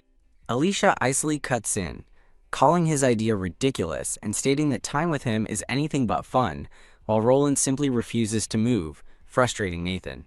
As the princes argue, Alicia looks down at her hand in surprise, noticing a strange purple energy beginning to glow around it. Prince Roland realizes this must be why Alicia has seemed so worn out lately, confirming rumors that Nathan has been forcing his affections on her. He resolves that as her new ally, he must step in and prevent the situation from interfering with her work. The focus shifts to the now-forgotten teacup on the table, a silent witness to the disrupted business meeting. Prince Roland coolly suggests that if Nathan truly wants to talk to Lady Alicia, he should study economics first. Enraged, Prince Nathan points accusingly at Roland and screams for him to shut up. He furiously declares that Alicia is his partner for the debutante ball and warns Roland to stop interfering. Alicia looks on in complete shock, murmuring Prince Nathan's name in disbelief. Prince Roland calmly replies that he's heard nothing of such plans, but Nathan smugly retorts that of course he hasn't. Nathan arrogantly explains that as a duchess's daughter, only he is a suitable partner for her, leaving her no reason to decline. Internally, Alicia admits she saw this coming, acknowledging her status requires a partner of equal rank, like a prince. She recalls once considering asking the queen for an introduction, picturing a younger Nathan beside the monarch. Resigned, she thinks that while she'd rather avoid it, there really is no one else suitable for the role. A sudden spark of realization hits Alicia as an idea forms in her mind. Looking from Prince Nathan to Prince Roland, her eyes light up as she thinks, "That's it!" Contemplating her next move. She quietly wonders to herself what to do. She observes the two princes, one smug and the other composed, as she weighs her options. Addressing Nathan, Alicia states she assumed he'd be Lillian's partner and reveals she's already asked someone else to accompany her. Both Prince Nathan and Prince Roland react with shock at her sudden announcement. Prince Roland watches the unfolding drama with a neutral, slightly intrigued expression. Stunned, Prince Nathan demands to know who on earth could be a more fitting partner for her. He stares expectantly, awaiting her answer as an attendant stands watchfully in the background. As Nathan watches, Prince Roland calmly steps forward, placing a hand on the back of Alicia's chair. Locking eyes with Nathan, Prince Roland confidently declares, "That would be me." Standing behind a slyly smiling Alicia, Roland explains that he has accepted the role of her partner for the ball. Prince Nathan is left utterly speechless by the revelation, his mind struggling to process what just happened. While Alicia enjoys her victory with a smirk, a defeated Prince Nathan can only grit his teeth in frustration. Seething, Nathan glares at Roland, before reluctantly giving in with a strained, "Fine." In a childish tantrum, Nathan declares he'll just tell his mother that Alicia will be his partner instead. He puts on a false smile, telling Alicia she can visit him anytime and promising yet another gift. After one last glare at Prince Roland, Nathan storms away with his attendant. Alicia watches him depart, her expression one of weary contemplation. As a maid serves him tea with a clack, Prince Roland offers a simple "thank you." Alicia turns her attention back to her host, addressing him as Prince Roland. With her head bowed, she offers her deepest apologies for the disruptive scene. Prince Roland dismisses her apology with a simple number. He then formally extends an invitation, asking if she would be willing to be his partner. Alicia beams, happily accepting his offer and looking forward to his guidance, much to his mild surprise. Her hand rests decisively on the business folder he had presented to her earlier. Alicia reflects internally on her unexpected new partner, realizing that their combined presence will be excellent promotion for her business. She triumphantly concludes that with this new development, the baseless rumors spread by Nathan should finally die down. The scene transitions to the evening of the highly anticipated debutante ball. Amidst the splendor of the ballroom, guests whisper about a particularly rumored lady attending the event. A close-up reveals the immaculate formal wear of a nobleman adjusting his red sash. A polished dress shoe takes a purposeful step onto the grand ballroom floor. The gossiping nobles continue to wonder about the mystery lady's partner until someone spots their arrival. The crowd turns in unison, their faces filled with excitement and anticipation. A guest identifies the esteemed arrival, the Prince of the Kingdom of Raymond, as Roland looks out over the crowd. In a dark room, a beautiful red dress is violently torn apart. With a grim look, a maid with glasses tosses the ruined dress into a blazing fire. A blonde woman sitting nearby asks if that was the dress Prince Roland had prepared for the ball. The blonde woman smiles with satisfaction as she watches decorative jewels being cut from the dress's remnants. In a flashback, Alicia politely denies a close relationship to a monarch, simply saying, "No, Your Majesty." She clarifies that she and Prince Roland only exchange formal greetings for holidays and birthdays. A short-haired woman with glasses examines a golden invitation with a quiet, "Oh." At a lavish ball, guests congratulate a beaming Lady Lillian on her debut as she stands beside Prince Nathan. Surrounded by admirers, Lillian and Nathan are the center of attention as someone begins to ask a question. Lillian stands confidently with Prince Nathan, enjoying her moment in the spotlight. Two ladies whisper amongst themselves, wondering where a certain person is, with one noting that she should be there, but isn't. One of the ladies touches her face in concern, voicing her worry that something might have happened. A friend tries to console a smiling Lillian, telling her to cheer up. While thanking a well-wisher, Lillian internally wonders with amusement what her big sister is doing, her thoughts flashing to the burnt dress. Her inner monologue reveals her scheme. If Alicia fails to wear the gifted dress, it would be a grave insult to Prince Roland, causing a huge issue. Lillian muses that the fallout would cancel Alicia's business deal with the prince, solidifying her own position. Suddenly, guests gasp as they spot the Prince of the Kingdom of Raymond making his grand entrance, admiring his handsome appearance. As Lillian smirks, a guest wonders aloud about the prince's partner for the evening. A close-up captures Lillian's smug, triumphant expression, certain her plan has succeeded. A beautiful red and black gown, adorned with lace and sparkles, elegantly fills the frame. Pa! The crowd is stunned as Alicia makes a spectacular entrance, wearing the gorgeous dress on Prince Roland's arm. The new power couple gracefully proceeds into the ballroom, leaving an impression of floral elegance in their wake. Prince Nathan and Lady Lillian stare in absolute shock, with Lillian internally screaming, "Why is she here?" All eyes are fixed on Alicia and Roland as they descend the stairs, completely upstaging a horrified Lillian. A regal woman in a green gown raises her glass, welcoming all the guests to the event. She officially begins the celebration for the debut of the new young ladies into society. With a poised flourish, the orchestra conductor signals for the music to begin. Prince Nathan tries to get a stunned Lillian's attention, asking if she's ready to dance. With downcast eyes, Lillian reluctantly agrees as the orchestra begins to play. As other couples take to the floor, Prince Roland and Alicia begin their dance. The two dance closely together, prompting onlookers to murmur about what a beautiful pair they make. Admiring guests watch them, calling the sight of them dancing truly picturesque. Prince Roland looks down at Alicia with a soft, pleased expression as they continue to dance. In stark contrast, Lillian wears a furious scowl while being held stiffly by an oblivious Prince Nathan. Later, on a quiet balcony, Alicia formally addresses Prince Roland to thank him. The two share a quiet moment together, sipping champagne under the moonlight. She expresses her sincere gratitude, specifically for the two beautiful dresses he gifted her. Prince Roland takes a thoughtful sip from his glass, listening to her. In a flashback, Alicia recalls her shock that morning upon discovering her burnt dress. She concludes that it was most likely Lillian who tried to sabotage her relationship with the prince. Recalling the timely arrival of a second dress, Alicia gratefully thinks that Lillian's plan failed because of him. Back in the present, Alicia rests her head against Roland's arm in a moment of quiet contentment. Prince Roland asks if she likes the dress, and Alicia responds with an enthusiastic, "Yes, very much." He replies, "That's good," looking satisfied as they share a comfortable silence. Alicia tentatively asks the prince a question that's been on her mind, why he sent her two dresses. He simply responds with a knowing ah. Prince Roland flashes back to seeing a stunning red and black dress on display in a shop. He then recalls seeing Alicia happily arranging red flowers of a similar color.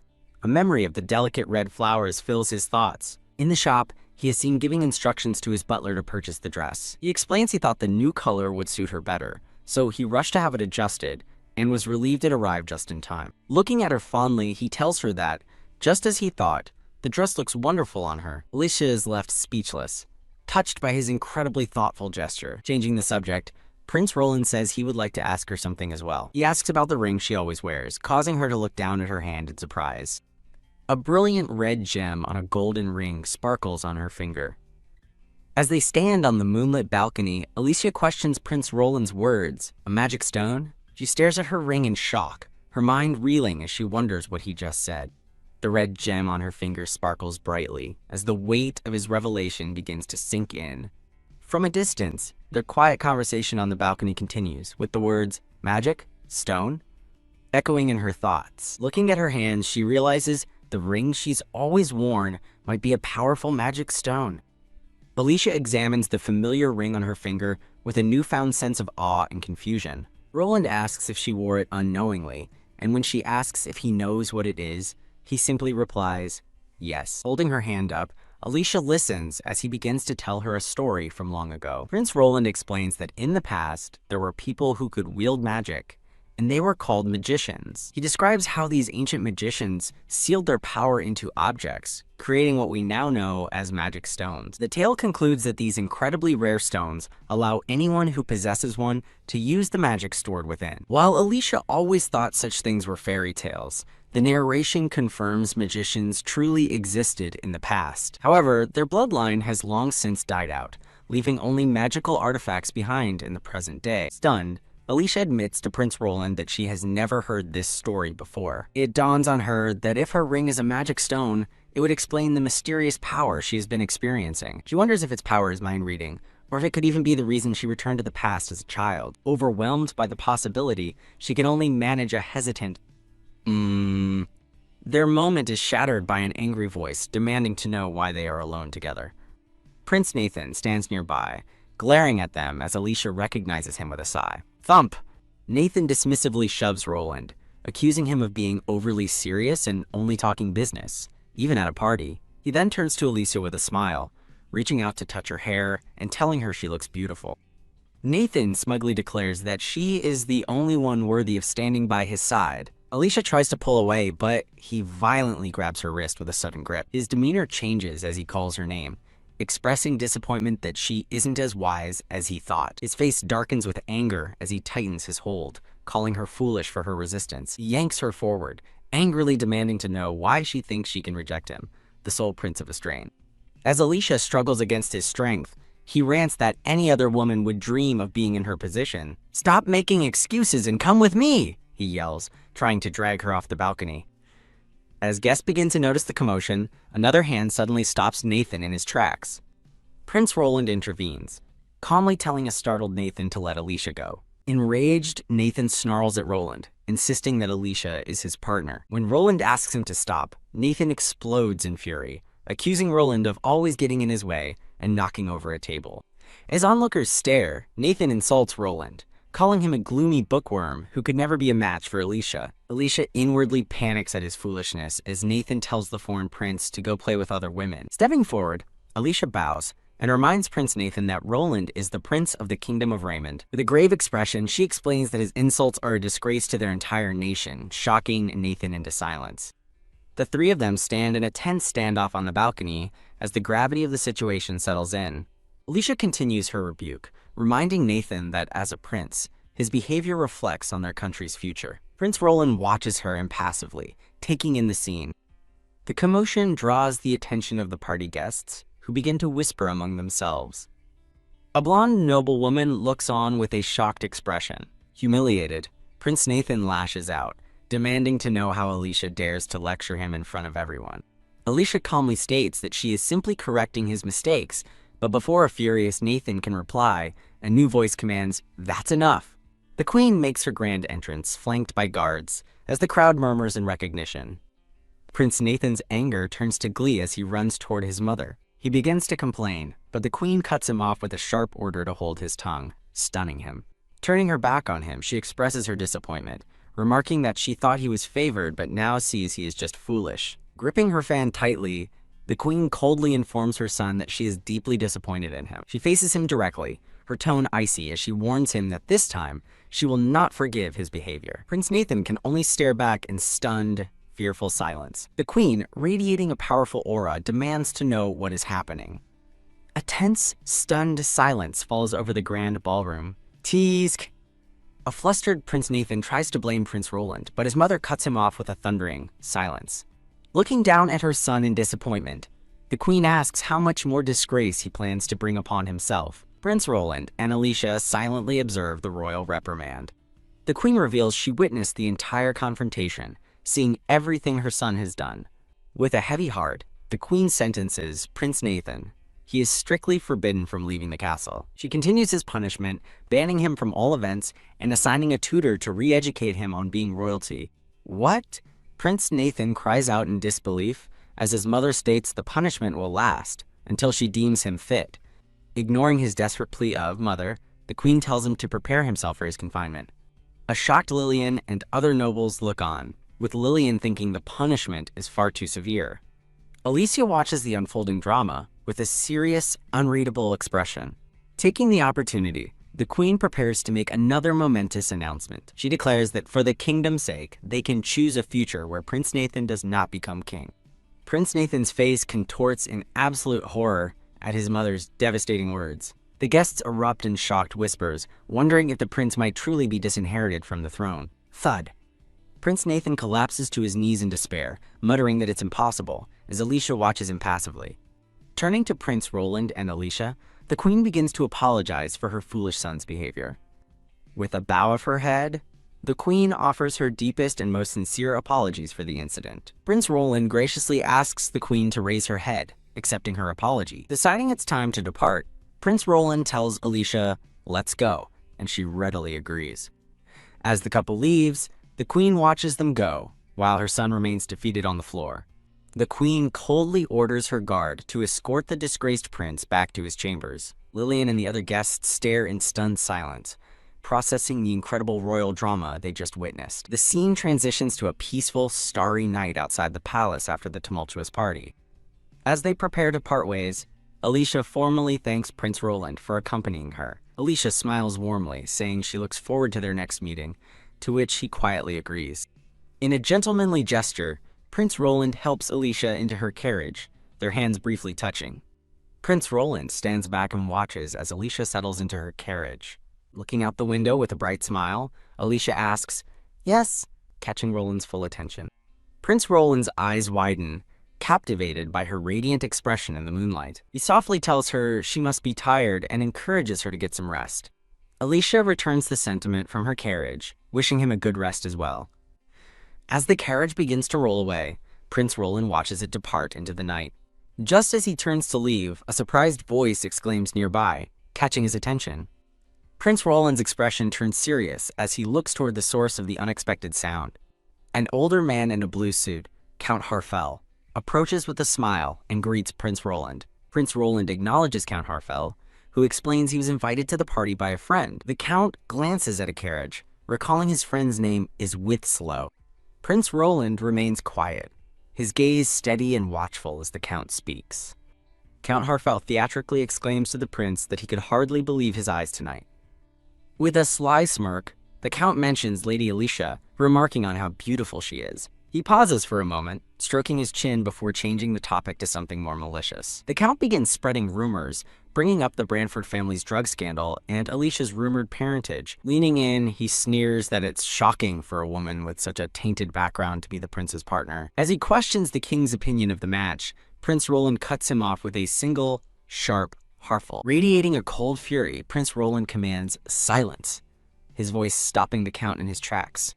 Terrified, Count Harfel immediately apologizes, blaming his behavior on alcohol and attempting a hasty retreat. Before the Count can escape, Prince Roland stops him, offering one last piece of advice. Prince Roland leans in with a chillingly calm demeanor, warning the Count to be careful about the company he keeps. Prince Roland cryptically advises the Count to consider who is truly worth being his friend, adding that such advice is likely unnecessary for someone so wise. Count Harfel bows hastily and says he looks forward to their next meeting as he takes his leave. As the Count departs, Prince Roland watches him go with a serious, contemplative expression. The scene transitions to a bright cityscape, establishing that it is the morning after the debutante party. A cheerful, red-haired attendant holds up a newspaper featuring a drawing of Alicia and Prince Roland, wishing her a good morning. He enthusiastically presents the morning paper to Alicia, who is seated at her desk. A close-up reveals the newspaper article, which illustrates Alicia and Roland dancing gracefully, with a small portrait of a scowling Prince Nathan nearby.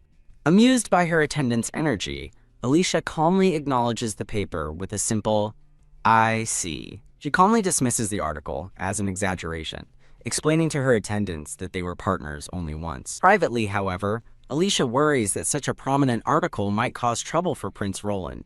A glimmer of hope emerges, as she thinks that perhaps this news will actually help ease some of his troubles. Alicia hands a document back to her red-haired attendant, simply saying, "Here you go."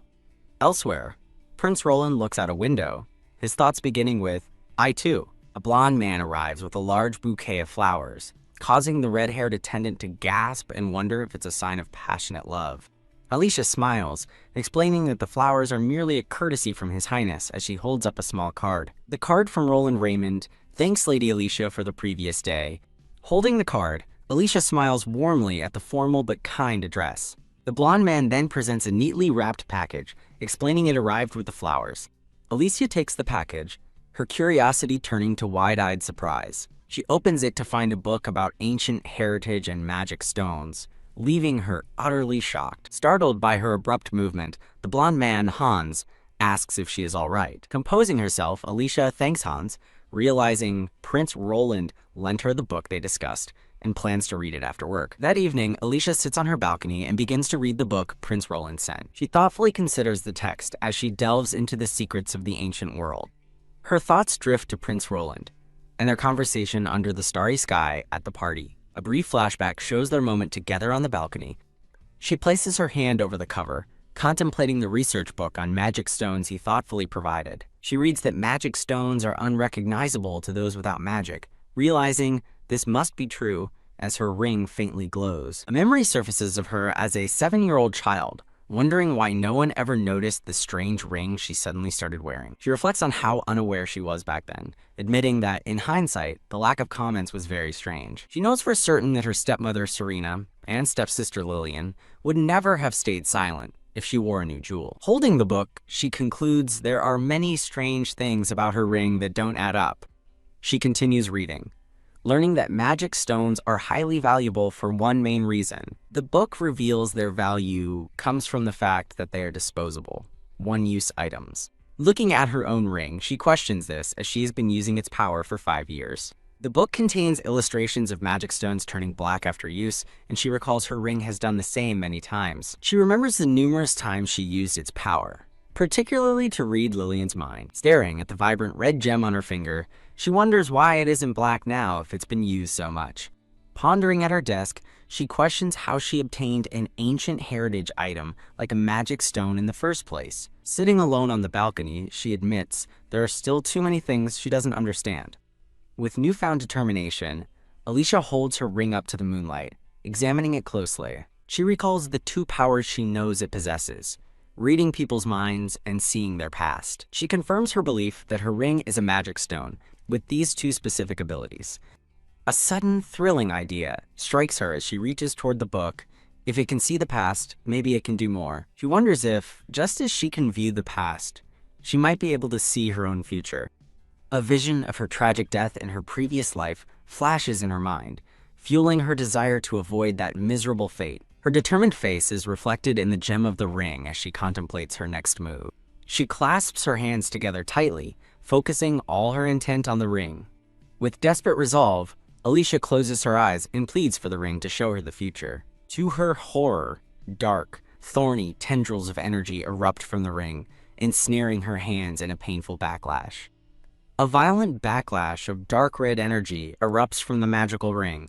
The vision begins, pulling her down a dark, ominous cobblestone alleyway. In the vision, Alicia stumbles and falls to the ground with a cry of surprise. She lands hard on the cold stone, groaning in pain and looking up in fear. A mysterious hooded figure appears before her, raising a sword against the night sky. With a swift, powerful motion, the figure's attack flashes through the air. Snapping back to reality, a maid with brown hair enters Alicia's room with a lantern, asking if her lady is still awake. Peeking inside, the maid finds Alicia slumped over her desk and wonders what's going on. Opening the balcony doors, the maid calls out to Lady Alicia, warning her that she'll catch a cold. Her expression shifts to one of pure shock as she sees what has happened. The maid screams in terror upon finding Lady Alicia collapsed and unconscious on the floor. Rushing to her side, the frantic maid drops her lantern and desperately asks what happened. A voice calls out, "Alicia!" as she lies unconscious, her face serene despite the chaos. Time passes as the scene transitions from a rainy night to a quiet, sunlit room. Alicia slowly awakens in her bed, groggily wondering if she's in her room. Her memory begins to return as she realizes something important. A flash of red, chaotic energy reminds her that she was trying to use the ring to see the future. Her eyes fly open with alarm as she thinks of the ring. Lying in bed, she stares at her hand in shock. She sees that her ring has turned completely black, just as the maid, seeing her awake, cries out her name in relief. The maid expresses her immense relief, telling Alicia that she has finally woken up. Alicia recognizes her maid, Remy, who is standing by with a service cart. Remy gently checks Alicia's temperature, asking if she is in any pain. Overcome with emotion, Remy holds Alicia's hand and confesses how worried she was. Alicia offers a weak smile, reassuring her concerned maid that she is fine. Remy offers her a glass of water, which Alicia gratefully accepts. As Remy pours the water, she informs a tired Alicia that she has been unconscious for 3 days. Alicia sits up in shock, exclaiming, "3 days?" Thinking that's a seriously long time, she tries to get out of bed, but Remy quickly stops her. Remy gently pushes her back into bed, insisting she rest. Holding a glass of water, Remy reassures her that Hans is handling her meeting with Prince Roland. Remy explains that the doctor's diagnosis was simple. She collapsed from overwork. Alicia listens quietly, her expression thoughtful as she processes the information. She calmly accepts the explanation, taking the glass of water from Remy. Remy mentions that Prince Roland sent some tea specifically to help with her fatigue. Alicia agrees to have the tea, and Remy promises to bring a change of clothes and some light food as well. Alone for a moment, Alicia sits in bed, her gaze distant as she contemplates her situation. Clutching her ring, she realizes her long sleep was the price for trying to see the future. She vividly recalls the terrifying vision of the cloaked figure raising a sword to kill her. The horrifying truth sinks in. The vision showed her own impending death. She wonders if this means she can change the future where Lillian kills her, since she hasn't avoided death yet. A new chilling thought occurs to her. Perhaps her killer isn't Lillian after all. She stares at the ring on her finger, lost in silent contemplation. She continues to hold her hand, a sense of uncertainty clouding her thoughts. With a determined look, she decides to stop trying to see the future and to be wary of more than just Lillian. Looking out her window, she resolves to be careful, also keeping her business ventures in mind. She recalls a memory of Prince Roland sitting by her bedside, gently reminding her not to overexert herself. She remembers that he has since departed, returning to the research institute in his own country. The scene shifts to a bright, bustling town, where Remy joyfully tells Lady Alicia that her first store looks wonderful. Remy praises the new store's convenient location and affordable prices, declaring it will definitely be popular. Alicia thinks about the high quality of the prince's products, hoping they'll be well received by citizens, not just nobles. As a carriage clatters nearby, she hopes the citizens will accept the new items. Remy agrees wholeheartedly as they walk through the lively town. A young man with brown hair approaches them from behind, asking them to please wait. He offers a handkerchief to a bewildered Remy.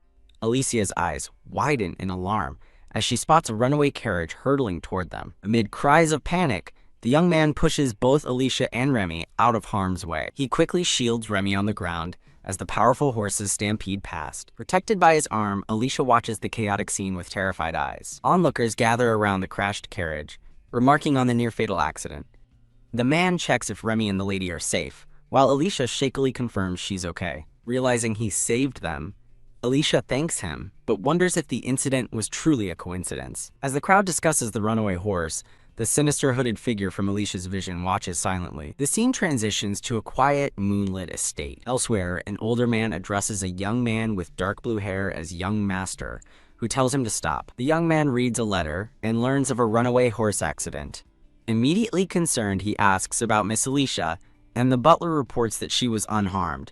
He quietly absorbs the news, his gaze fixed on the letter in his hand. He recalls someone questioning whether Alicia is a suitable friend for His Highness.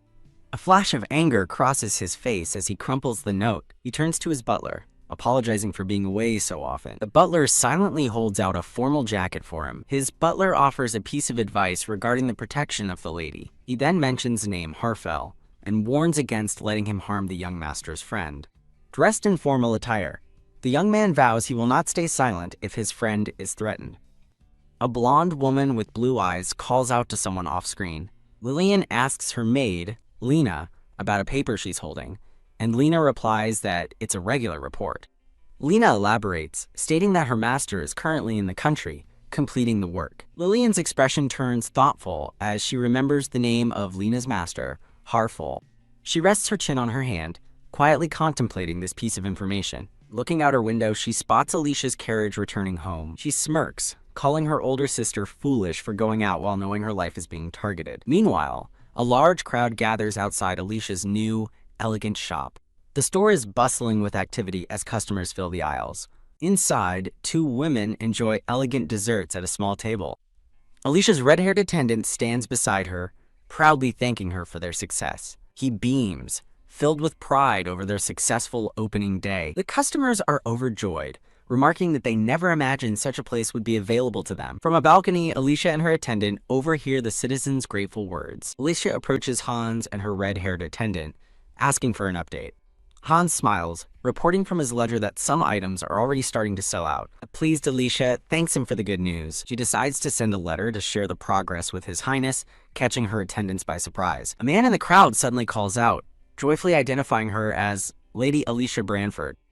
Alicia and her attendants turn toward the voice as she wonders who the man is. She studies him for a moment, thinking he carries himself like a nobleman. After she asks who he is, the man apologizes for his sudden approach. He introduces himself with a charming smile as Douglas Harfell from the Kingdom of Raymond. The mention of the Kingdom of Raymond piques Alicia's interest. Douglas Harfell states that, as the person with his country's prince, he wanted to greet her. He recalls his shock upon seeing the daughter of a lowly criminal standing beside the prince. Harfell stands with open arms, welcoming Alicia and her attendants. With a sneer, he tells Alicia she has nerve, prompting her to dismiss it as a cheap provocation while wondering about his motives. Alicia thinks that even without her ring, she can see the despise in his eyes. Her realization is swift and certain. This man is an enemy. A moment of tense silence hangs in the air as Alicia considers her response. With a serene smile, she remarks that the prince is a truly wonderful person. She continues her thought, contrasting the prince with people like Harfell, who judge others by their origins. Smirking confidently, she asks if there isn't a big difference between them, catching a twitching Harfell off guard. As Harfell suggests they end their conversation, Alicia excuses herself, her mind on the strange occurrences of late. She walks past him, silently pondering the series of odd events happening around her. Harfell leans in with a sinister smile, ominously adding that these things happen even by her side. Alicia coolly thanks him for the warning, while her red-haired attendant glares at him protectively. The carriage wheel rattles as they quickly depart from the tense encounter. Inside the carriage, Alicia sits with her eyes closed, as her attendant brings up the man they just met. Her attendants conclude that Harfell must be behind the recent incidents, and Alicia wonders why a foreign noble is targeting her over the prince's medicine. Hans urges his red-haired companion to calm down, but the attendant is furious that Lady Alicia was insulted. Hans cryptically replies that it's not that simple. The red-haired attendant turns to Hans, waiting for an explanation. Hans asks his red-haired colleague to investigate the man, an order he accepts with a determined yes. The red-haired attendant vows to gather information immediately, and Hans says he'll be counting on him too. Their elegant carriage continues down the sunlit road. Alicia decides she must also inform His Highness about Harfell. Her attendant calls her name, reaching out and asking for her hand. Alicia takes his offered hand as she prepares to exit the carriage. Stepping down, she looks up in confusion, asking, "Huh?" She finds Prince Roland holding her hand and cries out his name in shock. The prince greets her, and a bewildered Alicia asks why he's here instead of at the research institute. She stands before him, wondering when he could have possibly arrived. The prince glances over his shoulder at his attending butler. Turning back to Alicia, he grips his own hand and sincerely apologizes for dragging her into his problems. Over tea, Prince Roland explains that Harfell is a noble who opposes the royal family. He reveals their plot to overthrow him and the king to establish a new dynasty. Because of his collaboration with her, his power has grown, making him a threat to them, and now Harfell's assassins are targeting her. The single chilling word echoes in Alicia's mind: assassins. With her attendants watching worriedly, Alicia realizes this must be the future she saw through the ring. Prince Roland promises to protect her, and a grateful Alicia thanks him, telling him he's very reliable. Her focus shifts as she responds to an unheard question with a curious, "Yes?" The prince looks downward, lost in thought for a brief moment.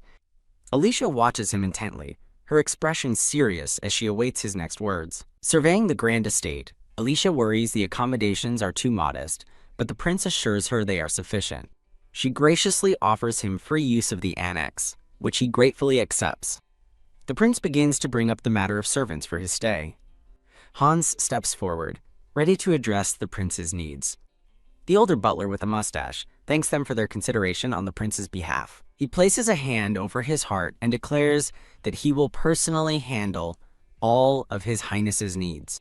Hans politely tells the butler not to hesitate if he needs anything, receiving a thank you in return. With a kind smile, the mustached man introduces himself as Prince Roland's personal butler. With a determined, "Here we go!" an attendant lifts a heavy crate of fresh vegetables. Alicia's red-haired attendant cheerfully carries the crate into a bustling kitchen where the prince's butler is already overseeing preparations. In the kitchen, the red-haired attendant rushes to help the prince's mustached butler, Mathis, with heavy crates, but Mathis effortlessly lifts them himself. Mr. Mathis confidently states it's no problem at all, leaving a nearby kitchen assistant in awe of his strength. The scene focuses on the crates overflowing with fresh, sparkling vegetables. Alicia's attendant marvels at Mr. Mathis's strength, who reveals he was formerly a knight in the service of the previous king. Shocked by the revelation, the attendant asks if Mathis is also serving as His Highness's bodyguard. Mathis confirms this, stating he has been protecting the prince all this time, flashing back to Roland at his desk. The red-haired attendant is deeply impressed by the idea of someone being both a bodyguard and a butler. He gushes over the concept to a winking Mathis, while Hans watches from a doorway. Inspired, the attendant declares his desire to become an excellent butler, capable of protecting Lady Alicia. He eagerly grabs Mathis's hands, pleading to be taught, as Hans shouts in the background. With his hands held tight, Mathis agrees to the training request. Elsewhere, Prince Roland asks two maids about his butler's whereabouts before descending a staircase, musing that attentiveness is a key trait. The prince discovers Mathis giving a formal lesson to his two pupils from a chalkboard on the butler's code of conduct. The scene transitions to a peaceful, sunlit garden with an elegant white gazebo. An off-screen voice calls out, "Excuse me, Lady Alicia." At her desk, Alicia praises the good work and asks her attendant about the annex, who assures her everything is fine. Alicia acknowledges his report with a simple, "Oh." Her attendant happily presents Prince Roland, who he brought along because the prince wished to see her. Roland apologizes for interrupting. Alicia rises from her desk, assuring him it's no bother as she has just finished her work. Seeing the prince and his entourage, she asks if his visit is related to business matters. Prince Roland gently clarifies that his visit is not for business. He presents a cloth-covered basket to her. The prince shyly explains that his butler baked some sweets for her. Alicia is visibly touched by his thoughtful gesture. A moment of silence passes as the prince awaits her reaction. They face each other awkwardly, a background of little birds highlighting the cute moment. The prince's butler wonders to himself if His Highness has invited a lady to have tea. Prince Roland holds the basket forward, extending his invitation. He and Alicia stand opposite each other, framed by a decorative floral background. He clarifies his intention, hoping to simply talk as friends about nothing in particular. The three watching attendants, including Mathis and Remy, smile warmly at the sweet scene. A beaming Alicia tells the prince that his sentiment makes her very happy.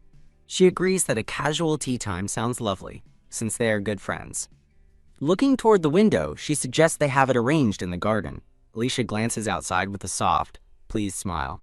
The prince gives a gentle, "Ah!" in response. Alicia asks her red-haired attendant and a maid to prepare everything in the garden, and they agree. Suddenly, Lillian appears and gasps, realizing that the rumors were true and Prince Roland is indeed visiting. As Lillian approaches, Prince Roland's attention is drawn to her, and he thinks her name. Lillian curtsies, introducing herself as Lillian Branford and noting that her sister is always indebted to him. A close-up shows Lillian's calculating blue eyes. She places her hands over her heart, repeating her sentiment of gratitude on her sister's behalf. A title card announces the end of the chapter. Lillian faces the prince and Alicia, formally introducing herself as Lillian Branford. Against a floral background, she reiterates that her sister is always indebted to him. Prince Roland formally introduces himself in return, then politely asks if he is intruding. Lillian cheerfully insists he isn't intruding at all, welcoming him to visit any time. She offers to show him around the estate, an idea he immediately shuts down with a firm no. The prince politely tells her not to worry about him, stating he'll simply ask Lady Alicia if he needs anything. Lillian smiles graciously, apologizing to her sister for the sudden interruption. A blonde woman relays a message from the queen, inviting a pensive Alicia to tea tomorrow afternoon. Alicia calmly accepts the invitation with a simple yes, much to the blonde woman's delight. The blonde woman cheerfully suggests that, for such a special occasion, Prince Roland should join them as well. Prince Roland and his attendant listen to the invitation with a thoughtful, attentive expression. A grim vision flashes, warning that an assassin group trained by someone named Harfell is now targeting them. In the wake of the dark premonition, a silent, heartfelt vow echoes.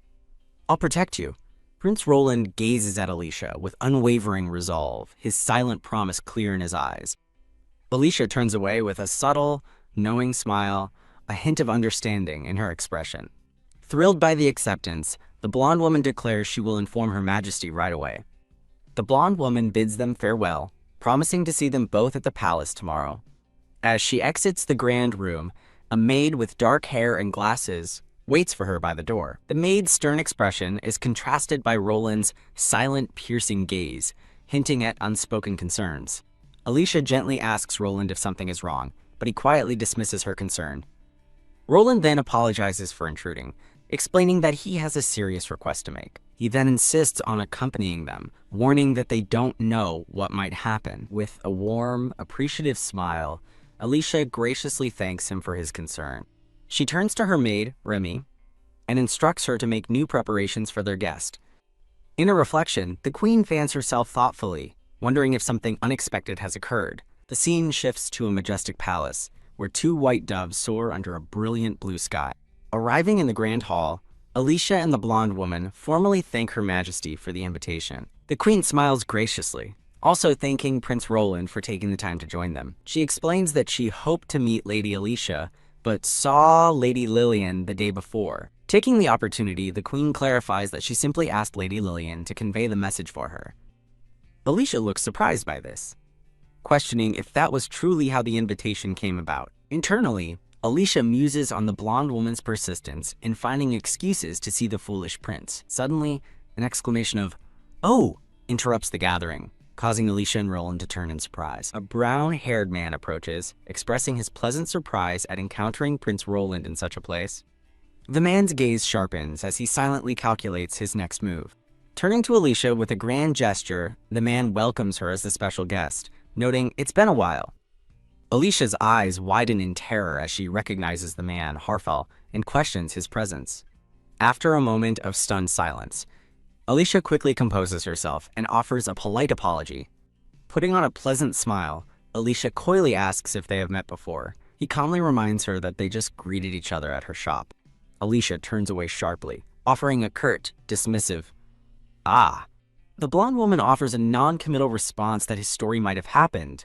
While Alicia looks down, Prince Roland watches the man with a serious, calculating expression. Sensing something is amiss, the scene transitions to a beautifully arranged tea table, laden with an array of delicate desserts and fine china.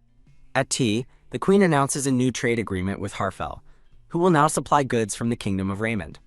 As the others react with polite enthusiasm, Alicia sips her tea in quiet contemplation. Seated across from each other, both Roland and Alicia appear lost in serious thought. Her hand trembles slightly as Alicia wonders about Harfel's true motives for trading with the Australian royal family. She glances at the cloudy gem on her ring, deciding it is not the right time to use its power. The Queen rises from her seat as a servant brings forth a large, ornate mirror. With an enigmatic smile, the Queen asks her guests if they would like to see something. As she begins to explain the truth, the view pans to a sunlit window overlooking a lush rose garden. She reveals she invited Alicia because she wanted her opinion on a serious matter. She confides in Alicia that while the prince trusts Harfel, she has a very bad feeling about him. Leaning in close, the Queen shares a shocking secret. Harfel belongs to the criminal underworld. The Queen concludes that Harfel's approach to the king must be part of a larger, sinister scheme. Just as the Queen realizes the danger, the doors burst open and royal guards storm in, interrupting the tea party. A sudden commotion interrupts the gathering as a voice demands to know what's happening, startling the Queen and her companions.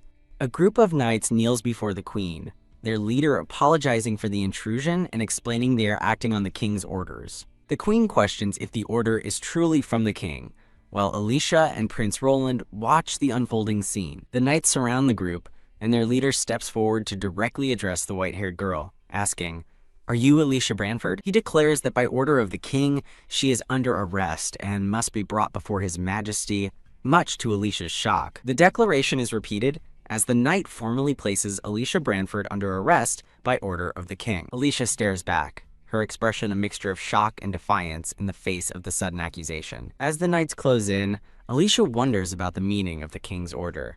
Just as one of the men reaches out to grab her, a white-gloved hand firmly stops the knight's arm as a voice sharply tells him to wait. The Queen admonishes the knight for his reckless behavior, declaring that she will accompany Alicia to see the king. Prince Roland steps forward, requesting permission from the Queen to accompany them as well. Prince Roland and Alicia exchange determined glances, united in the face of the sudden royal summons. The Queen offers the young prince and Alicia a reassuring smile before they depart. Escorted by the royal knights, the group makes their way through the grand hall. The scene briefly flashes to a tranquil memory of the king and queen sharing tea together. The atmosphere darkens, focusing on the worried eyes of a man and the intense, determined gaze of Alicia. The party is led through the palace grounds towards the main royal building under the watchful eyes of the knights. Prince Roland tells Alicia he sees no problems, but privately worries about the king's sudden summons after years of illness. Alicia recalls the Queen mentioning that a certain man had been in contact with the king, adding to her unease. Arriving at a grand, guarded door, the lead knight announces to the king that he has brought Alicia. A voice from within commands them to enter as the heavy doors slowly creak open, revealing a dark chamber. Alicia gasps in shock at the sight that greets her upon entering the king's chambers. She sees a haggard and disheveled king, clutching a bottle and glaring menacingly from his seat.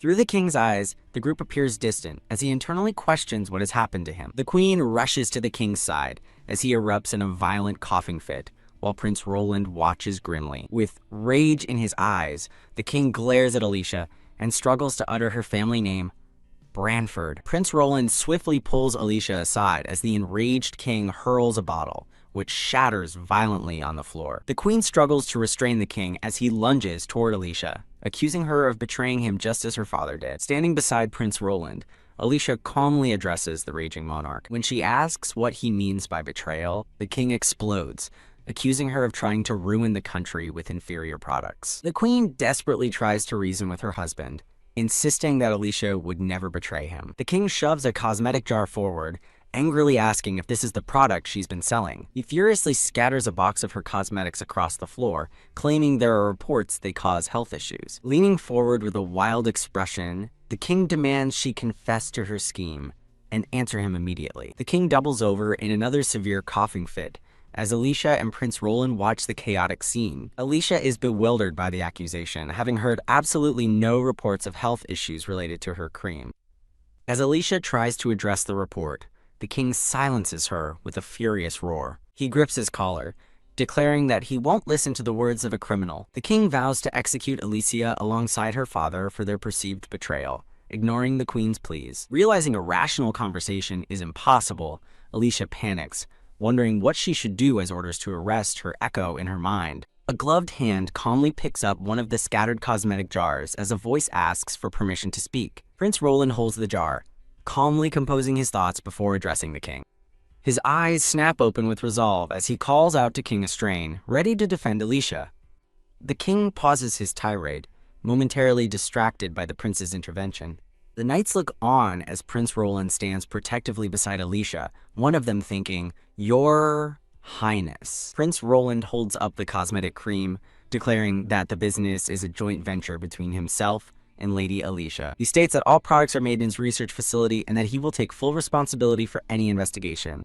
Prince Roland and Alicia stand together, a united front against the chaos and accusations. Looking at the king, Prince Roland calmly argues that executing a noble without a proper investigation would be a hasty decision. The king seems to calm slightly, listening to his son's words as the queen continues to tend to him. The king seethes with rage, questioning how the young prince dares to give him advice. He furiously threatens to execute the prince as well, but the queen holds him back, pleading for him to stop. The queen desperately warns him that executing Prince Roland would mean starting a war, a thought that gives the king pause. "Ha!" the king gasps, collapsing into the queen's arms and weakly insisting this is his country. As Prince Roland and Alicia watch, the king's panicked thought about war echoes in the air. Alicia observes the queen comforting the distraught king, finding his extreme reaction strange and wondering if a simple illness could cause such a change. The queen gently reassures her husband, promising that she will not allow a war to start. Alicia's thoughts race as she finally understands why the queen kept his condition a secret. The country would descend into chaos. Stepping forward, Alicia resolves to address the king directly for the time being. With newfound fire in her eyes, Alicia declares that she is not like the person who betrayed him and vows she will not break his trust. She announces her intention to investigate the matter personally alongside Prince Roland. Clutching his chest, the weakened king weakly acknowledges Lady Alicia as the queen watches with concern. The king's gaze hardens as he warns Alicia not to go back on her words. He points a trembling finger, threatening to execute Alicia Branford if she fails to produce satisfactory results. Leaving the palace, Prince Roland and Alicia ride together in a carriage through the rain, as his butler laments not knowing the king's true state. Alicia sits in stunned silence, still processing the shocking state she found the king in.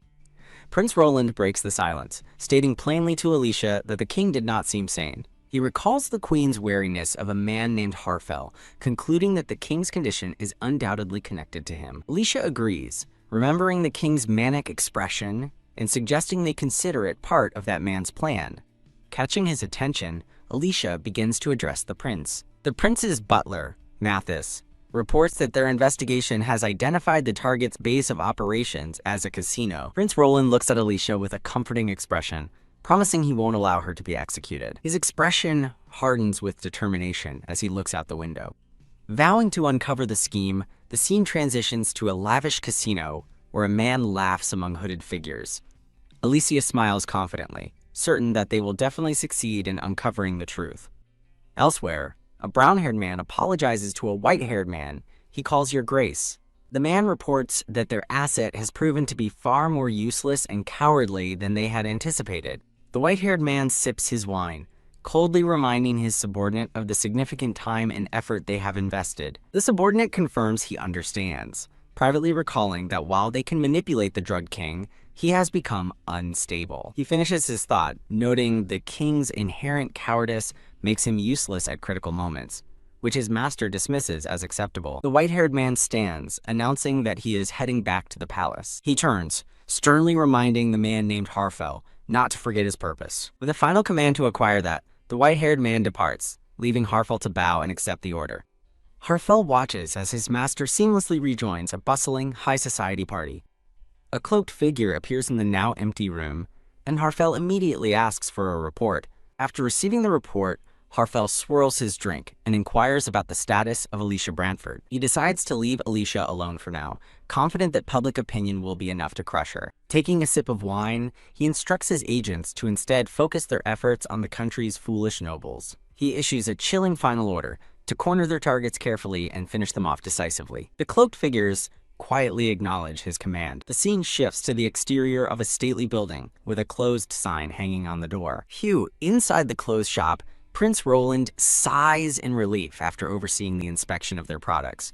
An inspector holds up one of the cosmetic jars, confirming that there is no anomaly in the cream. He continues his report to Alicia, stating that if the items in this store are fine, then the issue must lie elsewhere.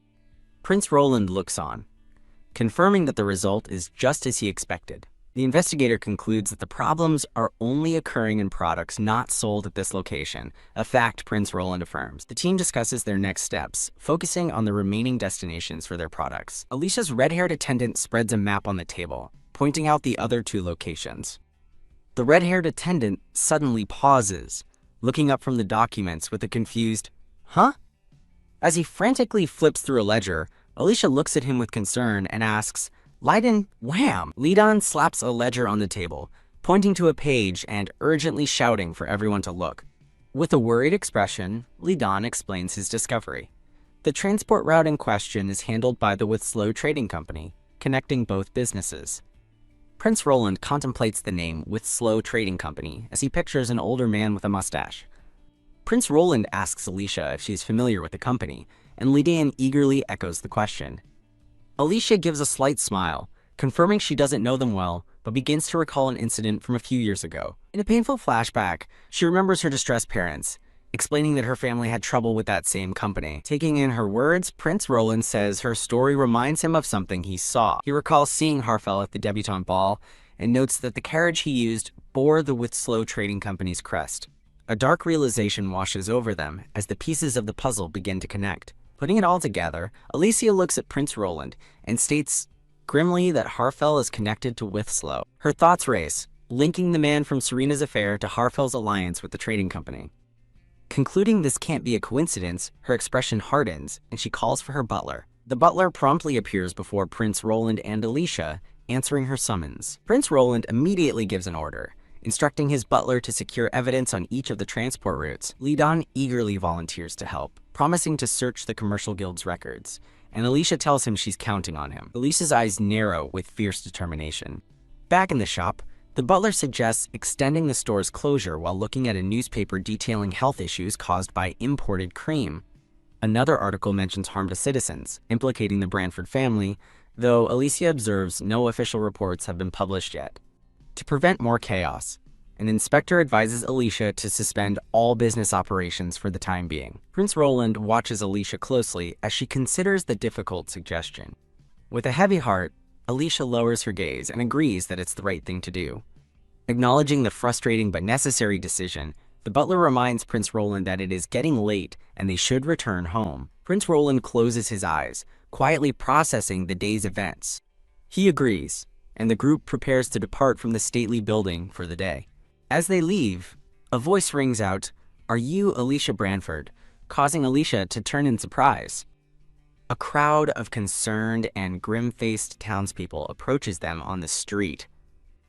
Alicia and her companions stand their ground as the crowd gathers before them. The crowd erupts with accusations, yelling that she intended to deceive commoners from the very beginning. Crash. A jar of her cream is thrown to the ground and shatters as someone screams, "Villain." An angry finger points directly at Alicia as a man yells that she's just like her father. The accusations escalate as they question if she mixed poison into the products, declaring that nobles can't be trusted. As the crowd demands she take responsibility, one of Alicia's guards asks if they should intervene, but is told to wait. Alicia understands their anger, realizing they must have read the newspaper and that their fear is natural. Lidan quickly ushers Alicia towards the carriage, telling her to get inside while he and the others handle the mob. But just as she is about to go, Alicia comes to a sudden halt, surprising her companions. She turns to face the angry crowd, calmly telling her worried friends, "I'm fine." Alicia stands alone before the volatile crowd, her companions watching anxiously from behind. A serene yet determined expression settles on her face as she prepares to speak. Lidan and the others call out her name in concern as she steps forward to confront the townspeople alone. She gently picks up the shattered pieces of the cosmetic jar, her expression calm as she reassures everyone that it's okay. The crowd grows quiet, momentarily taken aback by her unexpected composure. Alicia begins to speak, sincerely apologizing for causing them to feel anxious. She addresses their fears head-on, informing them that they are already investigating the issues with the cream. Her words are met with skepticism as the crowd murmurs, questioning her claim of an investigation. Alicia gestures to her shop, assuring them that the cream sold there is safe. But an angry man yells back, "How can I possibly believe that?" As others shout their distrust, Alicia realizes words alone won't convince them, and wonders how she can possibly reassure them. Her resolve hardens as she recalls her promise to the king, to uncover the truth no matter what. Looking the crowd in the eye, she makes a solemn vow, declaring that she will accept any punishment. Her bold declaration silences the crowd, who stare at her in stunned disbelief. The moment is broken when a man points and screams, "Liar! Are you trying to deceive us?" A man in the crowd holds up a newspaper, accusing Alicia of being connected to the suspicious deaths of several nobles. The accusations intensify as the crowd claims she's just like her father, planning to make them suffer for her own profit. As her butler advises her to step back, Alicia stands her ground and tells him to wait. A voice rings out, shouting, "Wait!" A young man in a dark cloak steps between Alicia's group and the crowd, surprising everyone. The young man confronts the accusers, who nervously deny that they came to blame Lady Alicia. Lidan watches in confusion, wondering about the men's sudden change of heart. A flashback shows the intervening man and his friends drinking cheerfully with Lidan at a tavern. The young man turns and addresses the entire crowd, loudly asking if they have forgotten Alicia's past kindness. In another flashback, commoners are shown receiving medical care, a service made possible by Alicia. He passionately declares that Lady Alicia is the benefactor who saved their loved ones. An older man in the crowd reluctantly concedes that what he's saying is true. Another man speaks up, reminding everyone that Alicia asked for their patience and pleading with them to wait a little longer. Alicia looks on, moved by their support, and softly addresses them all. With renewed determination, she turns to face the crowd once more. She promises the townspeople that she will resolve the situation soon. With a final, heartfelt plea, she asks them to believe in her and wait. Having calmed the crowd, the group makes their way to a waiting carriage. Inside the carriage, Prince Roland's butler asks Alicia about the people who defended her, and she confirms they are acquaintances. Alicia explains that they are patrons she knows from the local tavern. Prince Roland listens intently, reflecting on the turn of events. A few days later, a person studies a building layout, noting that their plan will begin tomorrow. Prince Roland sits alone at his desk late at night, poring over documents. His butler enters, reporting that Lidan was upset that Lady Alicia still hadn't taken any time to rest. The butler advises the prince that neither he nor Alicia should overwork themselves and should rest for the day ahead. Prince Roland acknowledges the advice while holding a cup of tea. He sips his tea, closing his eyes as his thoughts turn to Alicia. He recalls her courage, seeing her stand alone against the angry crowd. He reflects on her strength, noting how she faced the public directly without fear, despite her young age. His mind flashes back to other times she showed incredible composure, like when she knelt before the king in the throne room. He remembers how she always remained calm, even when confronted by hostile nobles. Inspired by her resilience, he sets down his cup, resolving that he must learn from her example. The butler smiles, agreeing that Lady Alicia was truly admirable in that moment. The butler adds that her strength is a source of relief for him. His expression turning serious, the butler places a folded letter on the prince's desk. He delivers a report from an investigator, revealing that their target is attempting to acquire something from the kingdom. Prince Roland wonders what their enemy could be after, as an image of a sinister-looking Harfell flashes in his mind. Remembering the casino, he asks his butler to get a list of the items being sold at the upcoming auction. The butler agrees to have the list by noon, while the prince reaffirms his focus on the new intelligence. He clenches the report, declaring that preventing Lady Alicia's execution remains their top priority. The prince gives his final order for the night. They will act tomorrow with her safety paramount, and the butler confirms. Prince Roland gestures toward a small wooden box resting on his desk. The butler asks if the prince intends to take the box with him. Opening the box to reveal an ornate dagger, Prince Roland confirms that it may be necessary. He closes the box, his thoughts turning to his grandfather as he looks at the weapon. The next day dawns over a magnificent estate where a carriage awaits. Dressed in formal attire, Prince Roland thanks his butler for waiting. Alicia and Leiden appear, also dressed in matching formal red and black outfits, ready for the mission. Alicia takes the prince's arm, and they share a look of resolve before heading out. Arriving at their destination at dusk, the group is greeted at the door by two men who welcome them. Prince Roland and Alicia share a look of grim determination as they prepare for their mission. Together with Leiden and the butler, they walk resolutely into a brightly lit hall. The team proceeds down a grand, red-carpeted corridor, their faces set with purpose. Inside a glittering underground casino, Alicia observes the scene, realizing this is the illicit auction house. Surveying the crowd, she recognizes many nobles and identifies one man as Marquis Argus. Her thoughts continue as she notes that even the king's most trusted aides are in attendance. Alicia and Prince Roland watch the nobles mingle, with Alicia concluding that their host has deep connections. Leiden points out the auction venue, and Prince Roland agrees that it's time to proceed. The elegant hall is filled with nobles, gathering before the grand double doors of the auction room. Leiden, Prince Roland, Alicia, and the butler walk in a line, a unified and formidable front. In a planning session, the group learns that their target, Harfell, is expected at tonight's dark auction. The briefing continues, revealing that the prince's knights have already successfully infiltrated the casino. Furthermore, palace knights dispatched by the queen are stationed outside the building, ready to act. Alicia steals her resolve, thinking that all they need to do is find Harfell, whose sinister face flashes in her mind. With the goal to present evidence and capture him, Prince Roland clenches his fist, his expression firm. Leiden and the butler stand ready to open the large double doors as Prince Roland and Alicia wait just behind. As the doors swing open, the group stands together, poised to enter the auction hall. Crash Alicia stares in shock as they find the auction room completely empty and in disarray. The team looks on in stunned silence, wondering what could have happened to the event. A voice calls out, welcoming Prince Roland and Lady Alicia and remarking on their tardiness. The voice belongs to Harfell, who sits alone, smugly informing them that the auction is already over. The group glares at their adversary as Alicia recognizes him by name. She realizes he must have known they were coming and thinks his audacity is impressive. Stepping forward, Alicia greets Count Harfell and silently vows he will regret ever crossing them. With a confident smirk, Alicia declares it's a lovely night for a villain like him to be judged. As they approach, Leiden asks Harfell if he's prepared for the consequences, since he clearly waited for them. Harfell feigns ignorance, asking what she means by villain, but Alicia meets his gaze without flinching. Prince Roland and Alicia stand side by side, their expressions serious as they confront their foe. Leiden announces their intent to capture him, revealing they have already investigated and found evidence of the creams being switched. He continues, stating they also have information regarding the assassination of nobles, flashing back to a crime scene. Prince Roland takes over, directly accusing Harfell of being responsible for all the recent suspicious deaths. Stroking his chin, Harfell reacts with feigned surprise, simply asking, "Oh."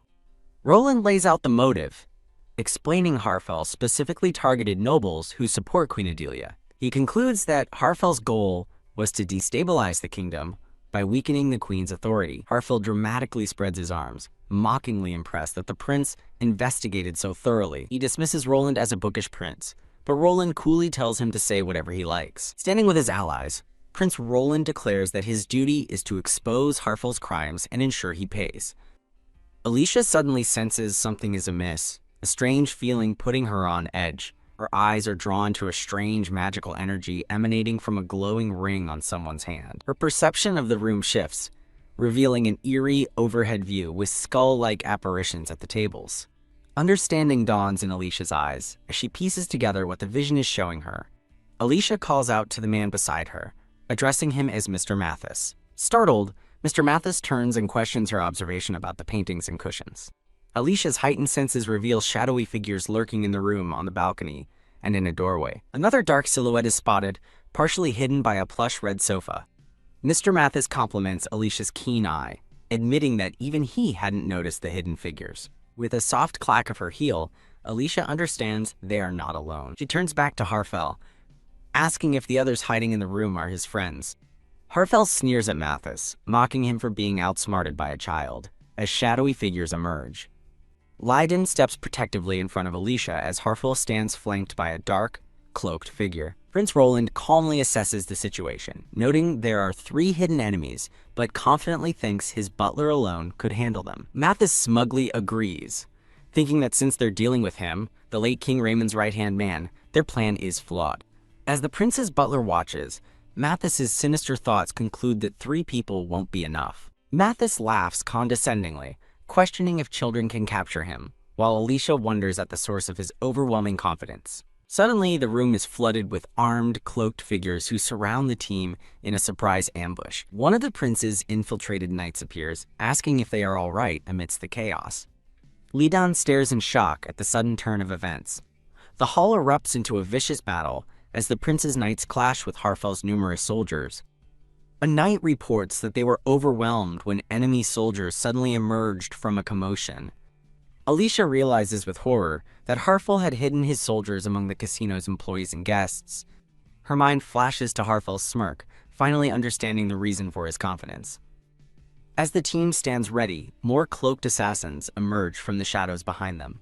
2 masked assassins draw their short swords, preparing to strike the group from behind. Lidan moves to shield Alicia, both bracing for the imminent attack. Prince Roland steps forward, his expression resolute as he declares he will handle the situation. The butler expresses concern for his highness, while Alicia begs Roland to step back. In his gloved hand, Roland reveals a shimmering silver cross pendant on a golden chain. He calmly surveys the raging battle down the hallway. Clutching the pendant tightly, his resolve hardens. He focuses his gaze on the chaos, preparing to intervene. A confused Alicia and Leiden question Prince Roland, wondering what he is about to do. Prince Roland stands his ground, the pendant held ready as his companions watch from behind. Whir! The pendant bursts into a brilliant flash of light as it begins to transform. Harfell watches in disbelief, exclaiming that it can't be possible. The light subsides to reveal Prince Roland in a new white uniform, wielding a magnificent glowing blue sword. Lidan and Alicia stare in astonishment, with Lidan asking if that is truly a sword. He takes a closer look, focusing on the blade's intricately designed hilt. Lidan wonders if the source of its power could be a magic stone. Brandishing the radiant blade, Prince Roland declares he will pass judgment on Douglas Harfell and all who follow him. Harfell flinches in alarm at the prince's declaration. Prince Roland raises the glowing sword high above his head. With absolute authority, he utters a single, powerful command. Obey me. He thrusts the sword into the floor, unleashing a blinding wave of magical energy. The radiant blue light explodes outward, engulfing the entire hall. In the blink of an eye, all of Harfell's soldiers are frozen in place, their fighting coming to an abrupt halt. Bam! The magical force slams into Harfell, sending him flying backward. He crashes to the floor, stunned and overpowered. The glowing magic ring on Harfell's finger cracks and shatters into pieces. A bewildered knight looks on as Harfell's forces lie moaning on the ground, wondering what just happened. From a balcony above, the butler observes the neutralized assassins below. Lidan and Alicia are awestruck, with Lidan remarking on the incredibly powerful magic. Alicia marvels that a magic stone with such a massive area of effect exists. The glowing sword dissolves back into its pendant form, which Prince Roland catches. He explains that the spell will keep their enemies immobilized for a while. Alicia looks at the prince, her thoughts racing as she processes what she just saw. Harfell sits defeated amidst the shards of his shattered magic ring. A slow, manic grin spreads across his face as he recognizes the weapon, the missing king's sword. The legendary king's sword is shown in its full, majestic glory against a royal crest. Staring up at the prince, Harfel cedes, realizing Roland possessed the national treasure all along, and mockingly praises the former king's generosity. In another part of the hall, the prince's knights finish securing the now helpless cloaked assassins. Defeated on the floor, Harfel scoffs, thinking a powerful magic stone is useless in the hands of a child. As Prince Roland watches, Harfel taunts him as a brat with no skill, laughing at the idea of being judged by them. Pointing an accusatory finger, Harfel shouts that neither the prince nor the lowly girl will get away with interfering. Alicia, Prince Roland, and Lidan stand united, their expressions firm in the face of his threats. A stern, caped knight tells the defeated Harfel that since his guards are down, he'd be wise to stop shouting. Alicia turns to the knight and gives a simple, authoritative command: restrain him. As the knight seizes him, Harfel sneers defiantly, boasting that even if they capture him, the king is still his puppet. Alicia calmly approaches, warning him not to underestimate the kingdom of Astrain. She directly accuses him of drugging the king, flashing back to an image of the ailing monarch. She continues, calling him a heinous criminal responsible for the deaths of many nobles as a grim funeral scene appears. With a determined gaze, Alicia prepares to list his final, unforgivable crime. She reveals he also harmed countless innocent citizens, recalling the pained faces of the common people. An image of protesters shouting in outrage flashes by as Alicia concludes her thought. Truly despicable, she declares with cold fury, as Lidan watches with concern, floating gracefully before him. Alicia announces that Her Majesty the Queen will punish him severely for his crimes. Ha! Harfel laughs maniacally, dismissing the Queen's power and asking what a woman like her can possibly do. He smugly challenges them, questioning if the Queen found any evidence of his crimes or his manipulation of the king. He screams that without proof, they can't judge a noble from another country. But Alicia remains perfectly calm. Alicia agrees that methods and motives are important, adding that if such details were uncovered, his fate would be sealed. Leaning closer, a faint magic glowing around her, she challenges him to tell her everything. As a ball of magical energy forms in her hands, she demands to know how he managed to drug the king. Stunned, Harfel refuses to answer, privately thinking he has disposed of all evidence and dealt only with Argus. He thinks that questioning a high-ranking noble like Argus is impossible, but Alicia simply responds, "Ah, I see." With a knowing smile, Alicia reveals his entire plan, correctly identifying Marquise Argus as his accomplice. WH what? A shocked Harfel stammers, demanding to know how she could have possibly known that. She towers over him, asking if he foolishly thought the country's chancellor was above suspicion. Too bad, she says. A glowing red gem materializes as Alicia reveals there is more to uncover, a matching ring shining on her finger. Leaning over the terrified Harfel, she states that she has many more questions for him. Her power intensifies as she demands to know his plots with a man named Withslow, vowing to expose all of it. Harfel's eyes widen in sheer terror as his deepest secrets are forcibly pulled from his mind. Alicia is shocked by what she discovers in his thoughts. Withslow was behind Serena's actions and gave instructions to Lillian. As Harfel collapses, Alicia reels, wondering why Serena and Lillian's names are linked, and realizing Harfel was backing Lillian. Prince Roland checks on her as Alicia, her face shadowed, realizes Harfel's connection to Lillian and questions the girl's true plot. Grabbing the unconscious Harfel, she furiously demands to know what he is planning to do with that girl. A close-up shows Alicia's eyes wide, with a mixture of shock and dawning horror. With red energy crackling around her, she again demands Harfel reveal his plans for the girl. Under her spell, Harfel begins to speak the truth, revealing his ultimate goal: to take over the entire kingdom of Astrain. A sudden burst of red energy erupts from a magic ring on Harfel's hand, throwing Alicia backward. Lidan and Prince Roland rush to her side, with Lidan shouting her name and telling her to get back. Alicia looks on in disbelief, processing the shocking revelation that a noble from Raymond intends to seize control of her country. As the immobilized assassins begin to stir, Prince Roland notes that the effect of his magic is wearing off. "Wait," Alicia protests, insisting she has more questions, but Lidan firmly holds her back. The caped knight steps in, apologizing and stating that their priority now must be to escort her to safety. He declares his intent to imprison Harfel before he recovers, as the other palace knights move to secure the assassins. The knight assures Alicia that his order will take over the investigation, using the statements she extracted from Harfell. Prince Roland gently tells Lady Alicia to leave the rest to them, his gaze falling on a ring on his own hand. Alicia falls silent, closing her eyes as she processes the flood of troubling new information. The palace knights lead a bound and defeated Harfell away from the scene, their mission complete. Harfell is unceremoniously loaded into the back of a barred prison wagon. And so, the scene shifts to a majestic estate, where a butler and maid await the arrival of a carriage. Reflecting on their survival after a long and dangerous night, a brown-haired woman warmly comforts a still pensive Alicia. A tender memory unfolds of a woman in a pink dress walking down a hall before warmly embracing a smiling younger girl. The narration confirms that Harfell and his soldiers have been captured as a guard stands watch in a dark stone dungeon. In a dark cell, a prisoner lies defeated. As the narration states, they will all face harsh questioning under the Queen's supervision.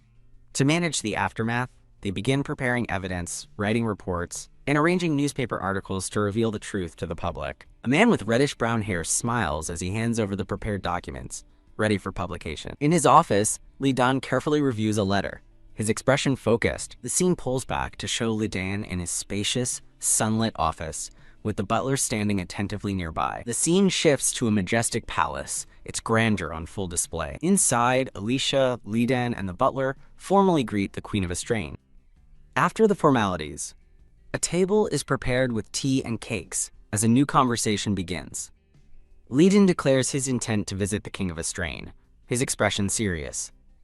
In a bright parlor, the Queen and her maid face Alicia, ready to begin their discussion. Alicia offers a gentle, understanding smile in return. Seated across from Alicia, the Queen thanks Lady Alicia for coming to meet with her. Alicia graciously accepts the thanks, dismissing any inconvenience. The Queen smiles warmly, noting that she is happy to help since this is a consultation requested by Alicia. Clink. As the Queen reaches for her teacup, she confirms that she has read the letter. Alicia looks at the Queen intently and simply confirms, yes. The Queen looks distraught, lamenting Harfell's attempt to drag the young Lillian into his crimes. As a maid serves tea, Alicia reports to the Queen that the investigation found no evidence implicating Lillian. Alicia quietly processes this information, thinking to herself. As an image of Lillian is reflected in her tea, Alicia confirms her private thought. She couldn't find any evidence of Lillian's involvement. The Queen recalls the extensive investigation, which frustratingly yielded no suspicious findings on Lillian. Recalling the information forced from Harfell, Alicia is certain of a connection between him, Lillian, and Serena. Alicia thinks of Lillian's cunning smile, frustrated that without crucial evidence, they cannot put her on trial. Clenching her fist, Alicia resolves that she cannot let Lillian remain free and decides there are other ways to handle her. The Queen reaches for Alicia's hand with a proposal, and Alicia confidently agrees to take on the task. Sunlight streams through an elegant window, symbolizing a new plan taking shape. The Queen outlines her plan. Bringing Lillian to the palace for etiquette training will keep her under strict security and away from Harfell's allies. With the plan set, the Queen formally asks Alicia to please take care of Lillian. Alicia knows she can't leave Lillian unsupervised, and accepts that under the Queen's constant watch, Lillian's life is about to get much harder. With hardened eyes, Alicia vows that she will not allow Lillian to act as freely as she did in her past life. The Queen sets her plan in motion, instructing a maid to send a letter to Lady Lillian. Turning back to Alicia, the Queen smiles and says she has something for her. She hands Alicia a document, explaining that it is official proof of her innocence and a full withdrawal of the execution order. With the King still incapacitated, the Queen hopes this official document will bring Alicia some much-needed peace of mind. Holding the document that secures her future, Alicia sincerely thanks Her Majesty for her consideration. The Queen smiles, formally thanking Alicia for her invaluable service as the Queen of Estrain. The Queen's thoughts turn to Douglas Harfell, who remains stubbornly silent in the dungeon, despite the Night Order's continued interrogation. The Queen apologizes for the lack of progress, but Alicia kindly reassures her that it is not her fault. Alicia asks to be informed of any new developments, and the Queen readily promises to do so. Alicia acknowledges that dealing with Harfell won't be easy, and, looking at her damaged ring, resolves to leave the matter to the Queen for now. Alicia looks up in surprise as a book is suddenly presented to her. The Queen, sitting with her maid nearby, asks Alicia if she could take a look at the book. Her eyes widen as she opens the book, revealing an ornate royal crest on the first page. A soft smile appears on her face as she continues to look through the book's contents. The queen begins to speak, formally addressing her as Alicia Branford. She declares that for her significant contributions as the acting head of her family, Alicia is now worthy of receiving a great honor. Alicia looks up, her eyes shimmering with unshed tears, completely taken aback by the queen's words. The Queen of Estrein's eyes are filled with resolve as she looks ahead.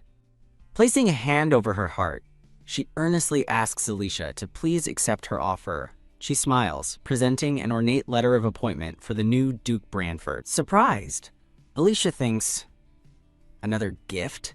As the queen explains, this appointment hasn't been announced yet. The queen recalls a recent meeting of the Nobles' Council, where the matter was discussed. A stunned Alicia addresses Her Highness, who confirms that after consulting with physicians and Prince Roland, it has been confirmed that the king is not expected to recover, and since Nathan is not ready to rule, a substitute is needed. Looking at a royal portrait, she explains the necessity of finding a temporary substitute. The queen appears on a balcony before her people, a symbol of stability. She thinks that since this substitute is admired throughout the kingdom, she will be accepted as the nation's new central figure. Returning to the present, the queen acknowledges to Alicia that she knows this must feel like a heavy burden. With a sigh, she admits she couldn't entrust this critical role to any of the other nobles. After thanking Alicia, the queen prepares to reveal the details of the second gift. The queen asks Alicia to become her closest confidant, offering guidance on all social and political affairs. Alicia is shocked, realizing this is a position of immense power, practically the chancellorship, a fact the queen's thoughts confirm. Composing herself, Alicia says she is honored by the queen's trust. However, she privately questions if it would be difficult for her to take on such a significant role. Her primary concern is that the other nobles will surely oppose the decision. The queen stands, acknowledging Alicia's busy schedule with her business and household. Alicia's hands rest on the official document, a weight of responsibility settling upon her. Taking Alicia's hands, the queen kindly suggests they could simply meet whenever Alicia has time. She gives Alicia an out, assuring her that she is free to refuse the offer if she wishes. The queen sincerely hopes Alicia will accept as the young girl thoughtfully considers the monumental proposal. Alicia raises a practical objection, questioning if the nobles will accept a 12-year-old being involved in politics. The queen smiles, revealing a document and explaining that she has already secured the personal approval of the senior officials. She watches Alicia with a warm, reassuring expression. A flashback shows a hand signing the document under the queen's watchful eye. A tender moment passes as their hands clasp, sealing the unspoken agreement. Alicia decides that since the queen has gone to such lengths, she has no choice but to accept. She realizes that by becoming the advisor, she will gain a powerful position. Her thoughts turn dark as she reflects on securing this role before her fated execution. She recalls the memory of Lillian's ecstatic joy upon her engagement to the prince. Remembering Lillian's desperate ambition to be queen, Alicia wonders how her rival would react to this news. A faint, cunning smile plays on Alicia's lips. With newfound resolve, Alicia looks at the queen and graciously accepts both of her majestic gifts. In her mind, she declares victory, thinking that she has once again taken something precious away. From Lillian, who appears in her thoughts, entangled in thorns, the discussion concludes as Alicia prepares to depart from the queen's chambers. Stepping outside, she's surprised to find Prince Roland waiting, who asks if her discussion is over. Prince Roland offers her a hand as she apologizes for keeping him waiting. He senses a change in her demeanor and asks if something significant happened during her meeting. Prince Roland reports that a message has arrived from King Raymond demanding a report on the Harfell incident. As they settle into a carriage, the butler informs them that the same letter has been sent repeatedly over the last few days. Concluding they can no longer delay, Prince Roland decides they will depart for Raymond tomorrow. He tells Alicia he will have Lidan and the others prepare for the journey, and she gratefully accepts his help. As the carriage rolls on, Prince Roland turns to Alicia, asking how her meeting with the queen went. Prince Roland holds a stack of official papers, his expression serious. After hearing her news, he expresses his relief, stating that with her appointment documented, the kingdom's stability is secure. He hands her a formal document, congratulating her on the Duchess appointment, and asking to attend her ceremony. Alicia holds the document, her expression unreadable as she contemplates the future. A young man with dark blue hair feels left behind, resolving to become the crown prince quickly. He recalls a memory of shaking hands with a young girl, marking a pivotal moment from his past. The white-haired girl reflects on the 5 years that have passed since that day. In a carriage, she tells the blue-haired young man she looks forward to his ceremony, and he promises to invite her. An older, mustached man thinks it's wonderful that the young master has found such a good friend in Lady Alicia. His thoughts turn wary, however, as he wonders how a powerful, shadowed figure on a throne will view their connection. The blue-haired young man asks for a moment to talk, sensing there's something she wants to know. Alicia admits her curiosity about the magic stone His Highness possesses. As she pictures his radiant, sword-shaped necklace, she thinks to herself how incredible it seems. He confirms her assessment, while a vision of his necklace and her own magic ring appears. The scene shifts to a grand, snow-dusted castle under a pale sky. Inside her lavish office, Alicia studies a book with diagrams of gems, turning the page with intense focus. Prince Roland and his butler appear at her door, as she asks if he's finished packing. From above, Roland confirms he's mostly ready, and Alicia offers him some tea for his hard work. The butler politely excuses himself, promising to wait outside and leaving the two of them alone. As the butler departs, Prince Roland apologizes to Alicia for taking up her time. He presents his sword-shaped necklace, explaining he thought she might know more about the magic stone. Alicia internally recalls the immense power she felt emanating from his magic stone. Facing him, she thanks him for his consideration and admits she did want to learn more. She hesitates, however, questioning if it's appropriate to ask about a valuable national treasure of the Raymond Kingdom. Prince Roland smiles reassuringly, telling her that since it's her, it's perfectly fine. He explains that the previous king, his grandfather, opposed the current king's ascension to the throne. His grandfather entrusted the magic stone to him as a child, telling him to hide it from that man. Alicia realizes he called his father that man, and silently wonders about their strained relationship. She asks if the current king is his father, which he confirms with a somber expression, calling him unworthy of praise. Prince Roland states that the magic stone holds the very power she witnessed that night. He looks down gravely, however, and reveals that its power is now almost completely depleted. Pointing out the faded color of the stone, he explains that a few more uses will extinguish its power forever. He then turns the question to her, recalling that she also used her powerful ring that night. Alicia quietly confirms his observation. He quickly reassures her, saying he won't pressure her to explain its abilities. He adds that he is simply curious about it. Recalling a passage from a book, Alicia asks if magic stones are typically useless once depleted.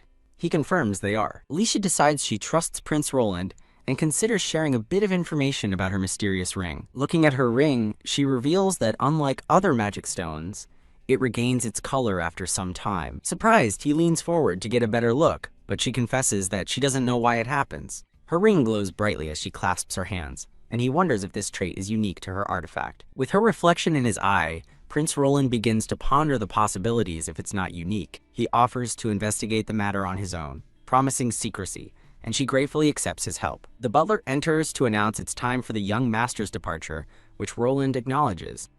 As the butler helps him with his coat, Roland sternly corrects him about the title, before turning back to Alicia. He asks Alicia to keep something safe for him until they can meet again. She looks on in surprise as he reveals the glowing sword necklace in the palm of his hand. He explains that his father would confiscate it if he found out it was used at the casino.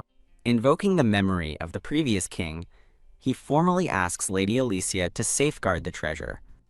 With a determined look, Alicia accepts his request without hesitation. He gently places the precious necklace into her waiting hands. Clasping it to her chest, Alicia makes a solemn promise to keep it safe. Outside, Alicia and her retinue watch as Prince Roland's carriage departs. In another location, a young woman with blonde hair and a blue dress reads a letter by a window. A blonde woman asks what's wrong, as a cloaked figure with glasses stands before a large door, thinking this is the final message. The blonde woman, receiving the message, addresses the cloaked figure as Harfel, noting his master's capture while lamenting her ally's incompetence. She coldly asks what Harfel will do now that his master is gone. With a determined glare, Harfel declares that he still has orders left to follow. A flashback shows Harfel's past, revealing he was raised as an assassin to obey with absolute loyalty and to carry out commands without question. His master's voice echoes an order from the past. Harfel's sister, a pink-haired girl, is a threat and must be killed. The blonde woman gives a dismissive smile, simply telling the subordinate to do what they can. The scene pulls back, showing the blonde woman sitting alone and isolated in the grand room. Now, at her desk, the blonde woman, Lillian, holds the letter with a hardened, serious expression. She scoffs at Duke Varad, thinking how cruel he was to simply discard his pawn, Harful. She wonders if this entire plot is merely for a special jewel that will allow her to become queen. Deciding it's not for, she concludes they can do as themselves to let them proceed, as long as they don't interfere with her own plans. Lillian rings a bell and instructs her maid to prepare for a trip to the royal castle. Elsewhere, a man reviews a letter mentioning Duke Varad and asks an associate if all of Harfell's people have been captured.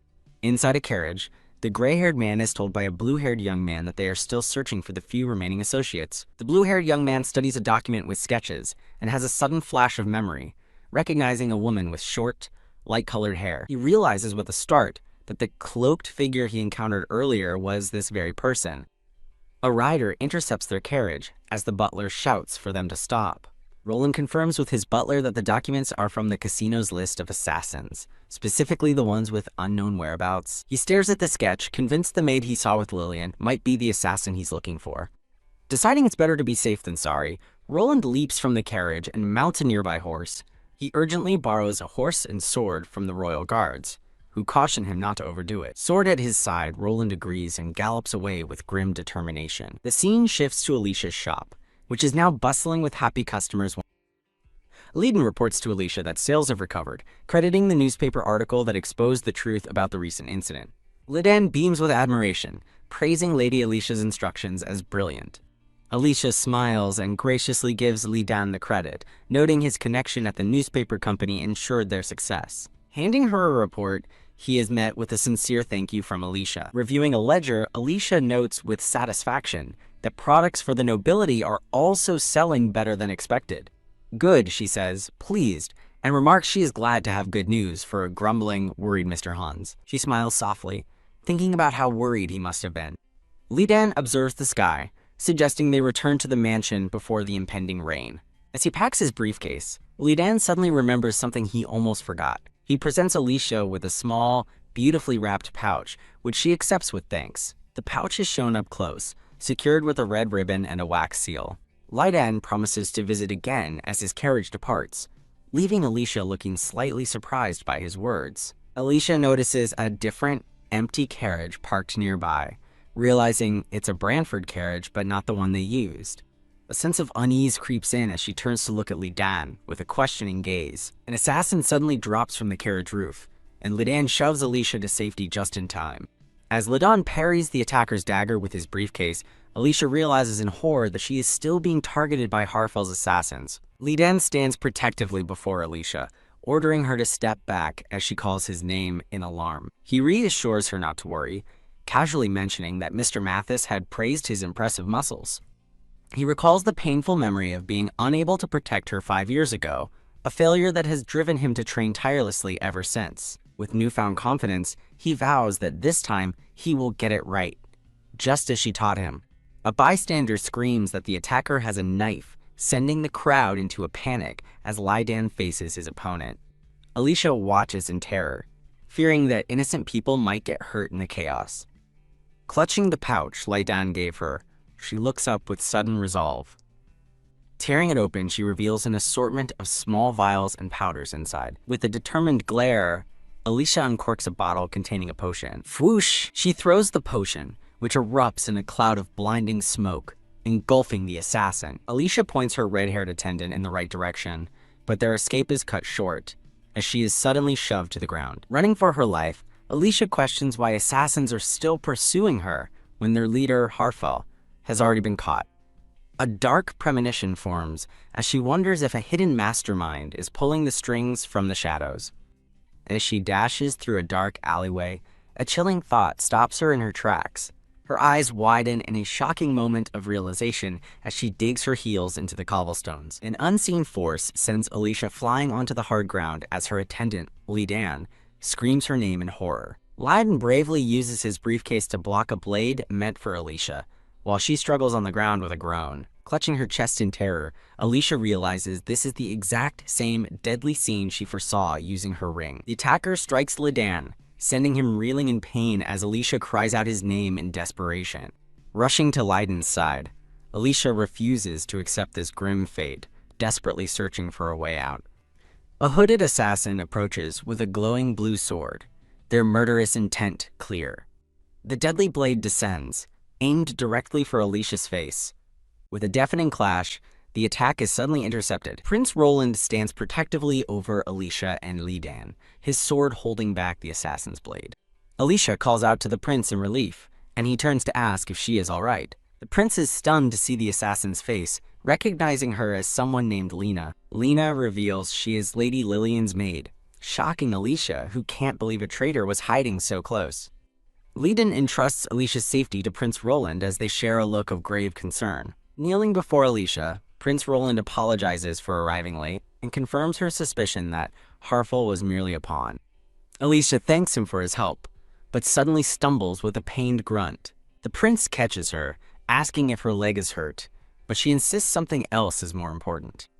As Lidan restrains the captured assassin, he asks the prince if he really called her Lena. Prince Roland declares the situation perfect, thinking that Lena, being close to Lillian, will be a much better source of information than Harfel. A cunning smile spreads across Alicia's face as she realizes this capture will provide her with very interesting stories. The scene shifts to a grand palace, its grounds bustling with elegant carriages. Inside a royal chamber, Prince Roland and an official stand over the captured and bound assassin, Lena. A maid gently tends to Alicia's hand, addressing her respectfully. An official presents Alicia with employment documents, for which she thanks him. Reading the papers, Alicia recalls hiring the maid 5 years ago and wonders if she was an assassin from the very beginning. She remembers the prince mentioning that Harfel's faction began targeting her after the debutante ball. Pondering the timeline, Alicia concludes it's more likely her original maid was replaced by this imposter recently. The scene returns to the chamber where the assassin kneels before Prince Roland and the official. Alicia sternly confronts the captive, demanding to know when she took the place of Lillian's personal attendant. She accuses the imposter of being the secret messenger between Harfel and Lillian. Noting the captive's dazed state, Alicia recognizes this as a golden opportunity to extract information. Her ring glows with power as she resolves to use its mysterious ability. Approaching the dazed assassin, Alicia informs her that her master is captured, and the truth will be revealed one way or another. The magic of her ring intensifies, a silent promise that the investigation will uncover everything. As dark energy swirls around the captive assassin, Alicia calmly watches the spell take effect. Her interrogation is suddenly cut short by an unexpected announcement at the door. A royal captain enters with his guards, stating he is there on the Queen's orders to take custody of the dangerous individual. The captain thanks Lady Branford for her cooperation and confirms the captive is the assassin mentioned in her report, to which she agrees. The royal guards surround the assassin, preparing to lead her away. Leaning close, Alicia whispers a sinister thank you to the captive for the valuable information she provided. With a final chilling goodbye, Alicia watches as the guards escort the assassin out of the room. The matter concluded, Alicia turns and gives Prince Roland a formal curtsy. She sincerely expresses her gratitude for his timely intervention. A maid informs Alicia that Lidan is resting comfortably, as his injuries were not serious. Alicia smiles, relieved to hear that her loyal attendant is safe. As a carriage departs, Alicia and her household stand together, watching it go. Alicia reflects on the fragmented information from her ring, realizing it allowed her to piece together the truth. Lena replaced the real maid a year ago. She orders her attendant, Hans, to reinvestigate all the servants' backgrounds before her thoughts turn to the assassin's other objective. Alicia recalls the assassin's second order, to kill her the moment the command was given. She confirms to herself that Lena did, in fact, receive the order to kill her and acted upon it. Wondering who gave the order, she dismisses the imprisoned Harfel as an unlikely source for such a swift command. With a look of sharp focus, Alicia considers the implications of this new possibility. She concludes the mastermind must be part of the royal opposition and, as the Queen's aide, vows to stop them. The maid and Hans stand waiting outside a set of ornate double doors. Turning back to her attendants, Alicia asks if she can inquire about one more thing. She recalls that the same name appeared in the minds of both Harfel and Lena, knowing it cannot be a coincidence. Facing her staff, Alicia finally asks them about her stepmother. She formally requests that they investigate the current whereabouts and condition of a woman named Serena. Elsewhere, a calculating nobleman swirls his wine, its surface reflecting two women, while an exquisite blue jewel glows in a box before him. A blonde woman in a veiled hat sits in a luxurious room, wondering aloud what happened to Madame Serena. Speaking to an older man, the veiled woman notes it's been a while and demands to know when she'll be allowed to see her. The man, Lord Varad, smiles cruelly, explaining that since Lady Lillian is now the Queen's aide, seeing her will be impossible for a while. The veiled woman reminds Lord Varad of the promise he made to her. A memory flashes of a beautiful tiara being placed upon a young blonde woman's head. Lord Varad assures the veiled woman he remembers their promise and is taking the necessary steps to ensure the plan's success.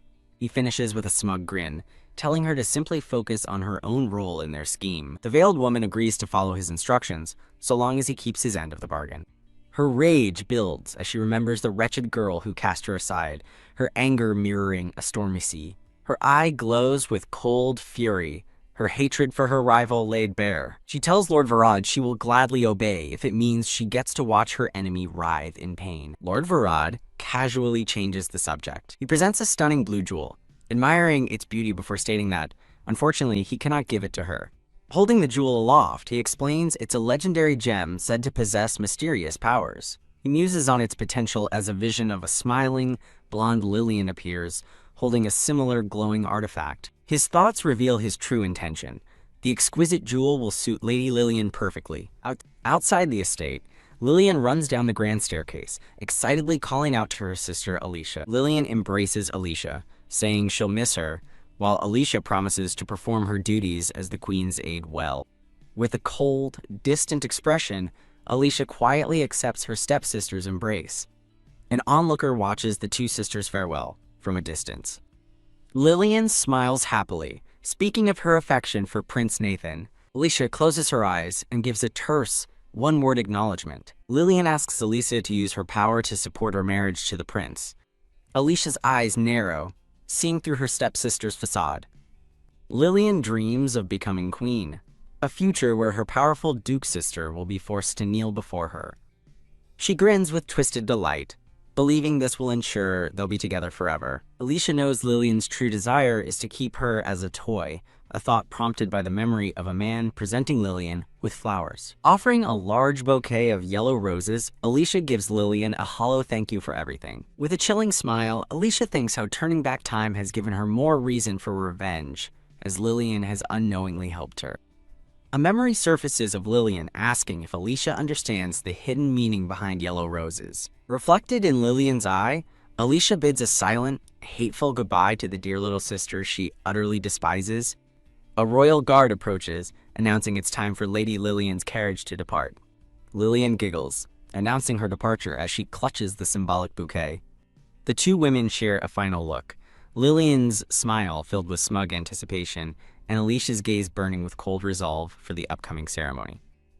As Lillian's carriage rolls away, a royal messenger approaches Alicia with a message from the Queen. He reports that the investigation into the assassin Lena is making steady progress, and Alicia thanks him for the update. A grand carriage drawn by 4 white horses departs from the palace grounds. With her attendant behind her, Alicia recalls the name of the assassin, Lena. She remembers the vision from her ring of a descending dagger, realizing the future it showed was real. Alicia examines her ring, noting it has turned black but survived the ordeal, thinking it should be usable again soon. She considers how magical stones are normally disposable, unlike her unique, reusable ring.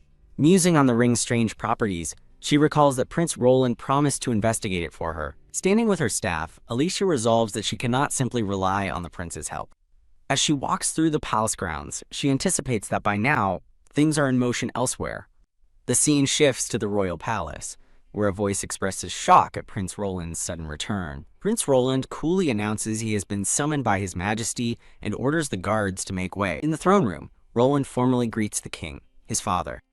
An aide asks the prince to wait, but the king dismisses the aide, saying there's no need. When the aide insists the matter is urgent, the king furiously orders him to leave under threat of beheading. The terrified aide quickly stammers his understanding and retreats. With a smug smile, the king greets his son at last. The king sarcastically apologizes for interrupting Roland's time with women, but the prince begins to report on the current situation. The king grins with a hint of malice, a bloody stain appearing over his face as he acknowledges the topic. He lets out an exasperated sigh, leaning his head on his hand. While his ministers chuckle, the king complains that another country dared to send a letter of protest. Prince Roland calmly explains that he responded by claiming the man's actions were personal and not sanctioned by their kingdom. The king angrily questions Roland for assisting in the arrest, instead of executing the man himself or bringing him back for punishment. He slams his fist down, declaring it absurd to let another country handle the punishment, as it will only make them arrogant. Roland observes his father, thinking the king lacks fairness, insight, and compassion. The king kicks out furiously, blaming Roland for the criticism he's facing from a, quote, feeble nation's queen. He grabs Roland by the collar, screaming that this is all his son's fault. Roland remains calm, stating he judged it best to leave the matter to the kingdom of Estrain. He then asks if the correct royal action wouldn't be to apologize to the other nation. The king sneers, reminding Roland that his grandfather is no longer here, and that he is now the sole king of Raymond. Bellowing with rage, he declares that this is his kingdom, and he will not tolerate anything that defies his will. Prince Roland listens to his father's tirade with a cold, unwavering gaze. He thinks that no one will stop this foolish man from tainting the throne and ruining the country his grandfather built, clenching his fist in resolve. The king asks if that's all Roland has to say after the prince tells him he and his grandfather are different. As onlookers watch, Roland states plainly that his father and grandfather are far too different for him to ever mistake one for the other. The king glowers at his son's defiance, while Roland meets his gaze with quiet contempt. Announcing he has urgent business, Roland turns to leave, prompting the outraged king to shout for him to wait. The king regains his composure and tells Roland he has something important to give him. Roland inwardly wonders if his father somehow knows about the king's sword and considers testing him. Startled by Roland's sudden turn, the king watches his son's reaction with suspicion. Thinking of a magic stone for magical defense, Roland decides it's safe to assume his father knows about the sword. With a swift move, Roland thrusts a document into the king's hands, catching him completely off guard. He coolly asks his startled father if something is the matter. The king stammers that nothing is wrong as he accepts the paper. Stating that he has made his delivery, Roland takes his leave from the throne room. In a fit of rage, the king throws the document to the floor and curses.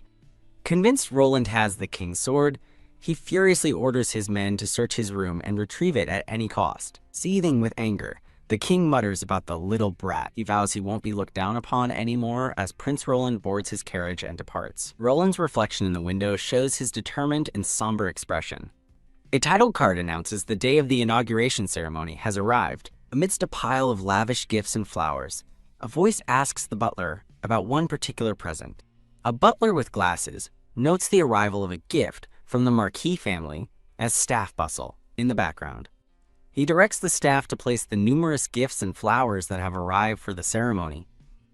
A staff member addresses a smiling woman with long, light pink hair and a purple dress as Madam. The woman thanks the butler, but insists she can't trouble him to manage the gifts. Taking his clipboard with a smile, she insists on doing at least a little something to help. With a playful laugh, she relents and hands the clipboard back to the amused butler. The woman happily joins her staff in organizing the bouquets and presents. She watches over the bustling room as her staff meticulously arranges the mountain of celebratory gifts. The butler fondly recalls how young Lady Alicia used to be. He reflects that since becoming acting head, Alicia's performance has been flawless, and her capabilities have truly shown. He's moved to see so many people celebrating Lady Alicia's official appointment to nobility.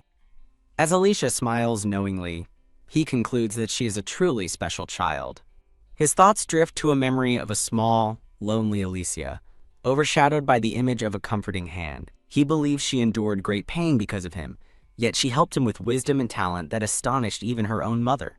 The woman in purple, her mother, tears up as he marvels at Alicia becoming a duke at the mere age of 12. The butler confidently thinks that after becoming a duke, Lady Alicia's growth will be even greater.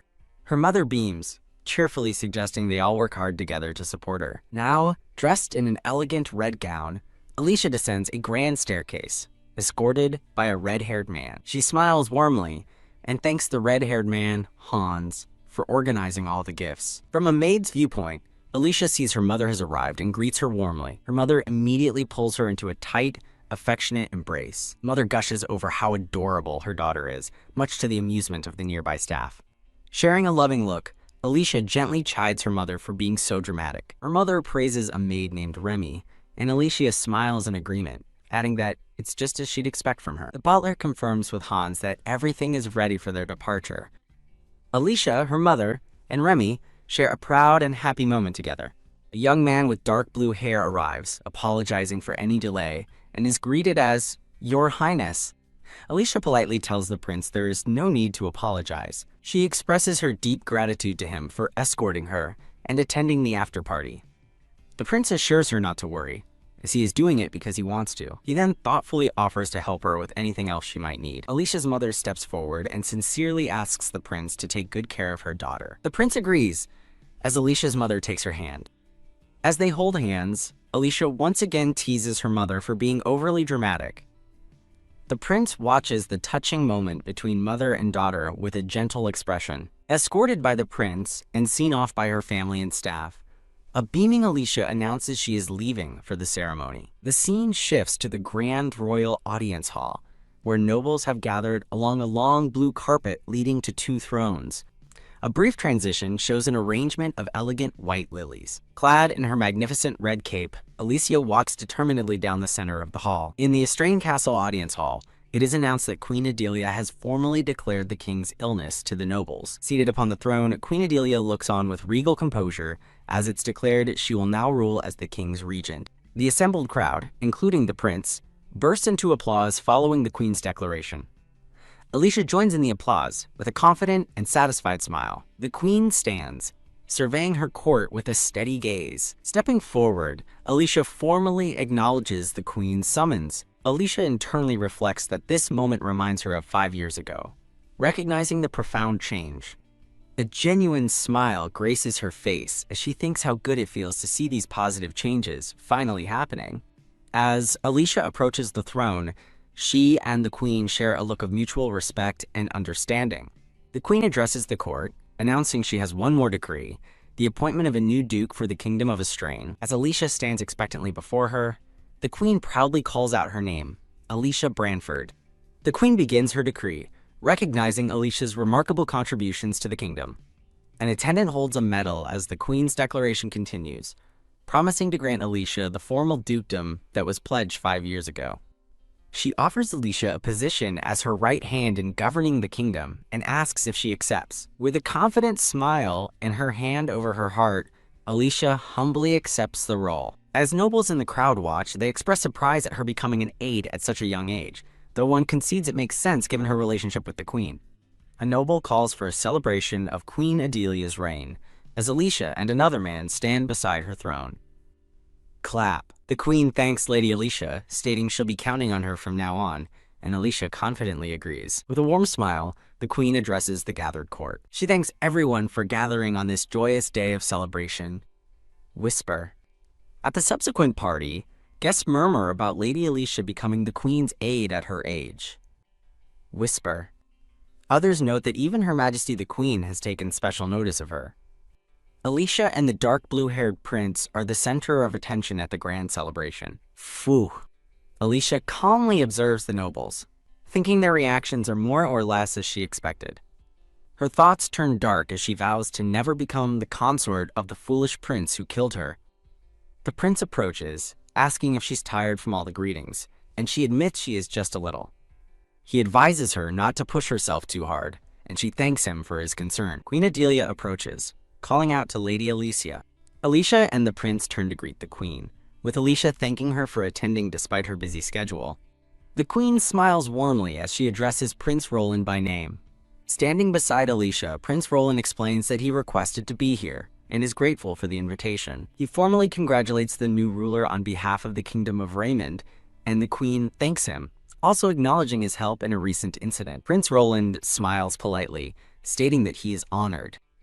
Alicia and the prince stand together, looking slightly startled by the exchange. Hee. The queen lets out a small, amused laugh as she looks at the two of them. The butler questions the queen's intentions. The queen explains that with Lady Alicia now an official duchess, it's only natural to consider a suitable partner for the future of her house. Alicia internally concedes that with her new title, she will have to think about marriage eventually. Looking flustered, Prince Roland begins to address the queen. After clearing his throat, he looks at them both and firmly says no. Prince Roland states his belief that a delicate matter like marriage should depend entirely on Lady Alicia's own will. He stands beside Alicia, affirming that this is what he thinks. The queen smiles and concedes that he's right, adding that while duty is important, Alicia quickly interjects, telling the queen she's thinking too far ahead as her work is still her main focus. The queen seems to sheepishly acknowledge her tendency to speak before thinking. Prince Roland internally wrestles with his feelings, acknowledging that while it's natural for someone in her position to become engaged, his heart feels unsettled.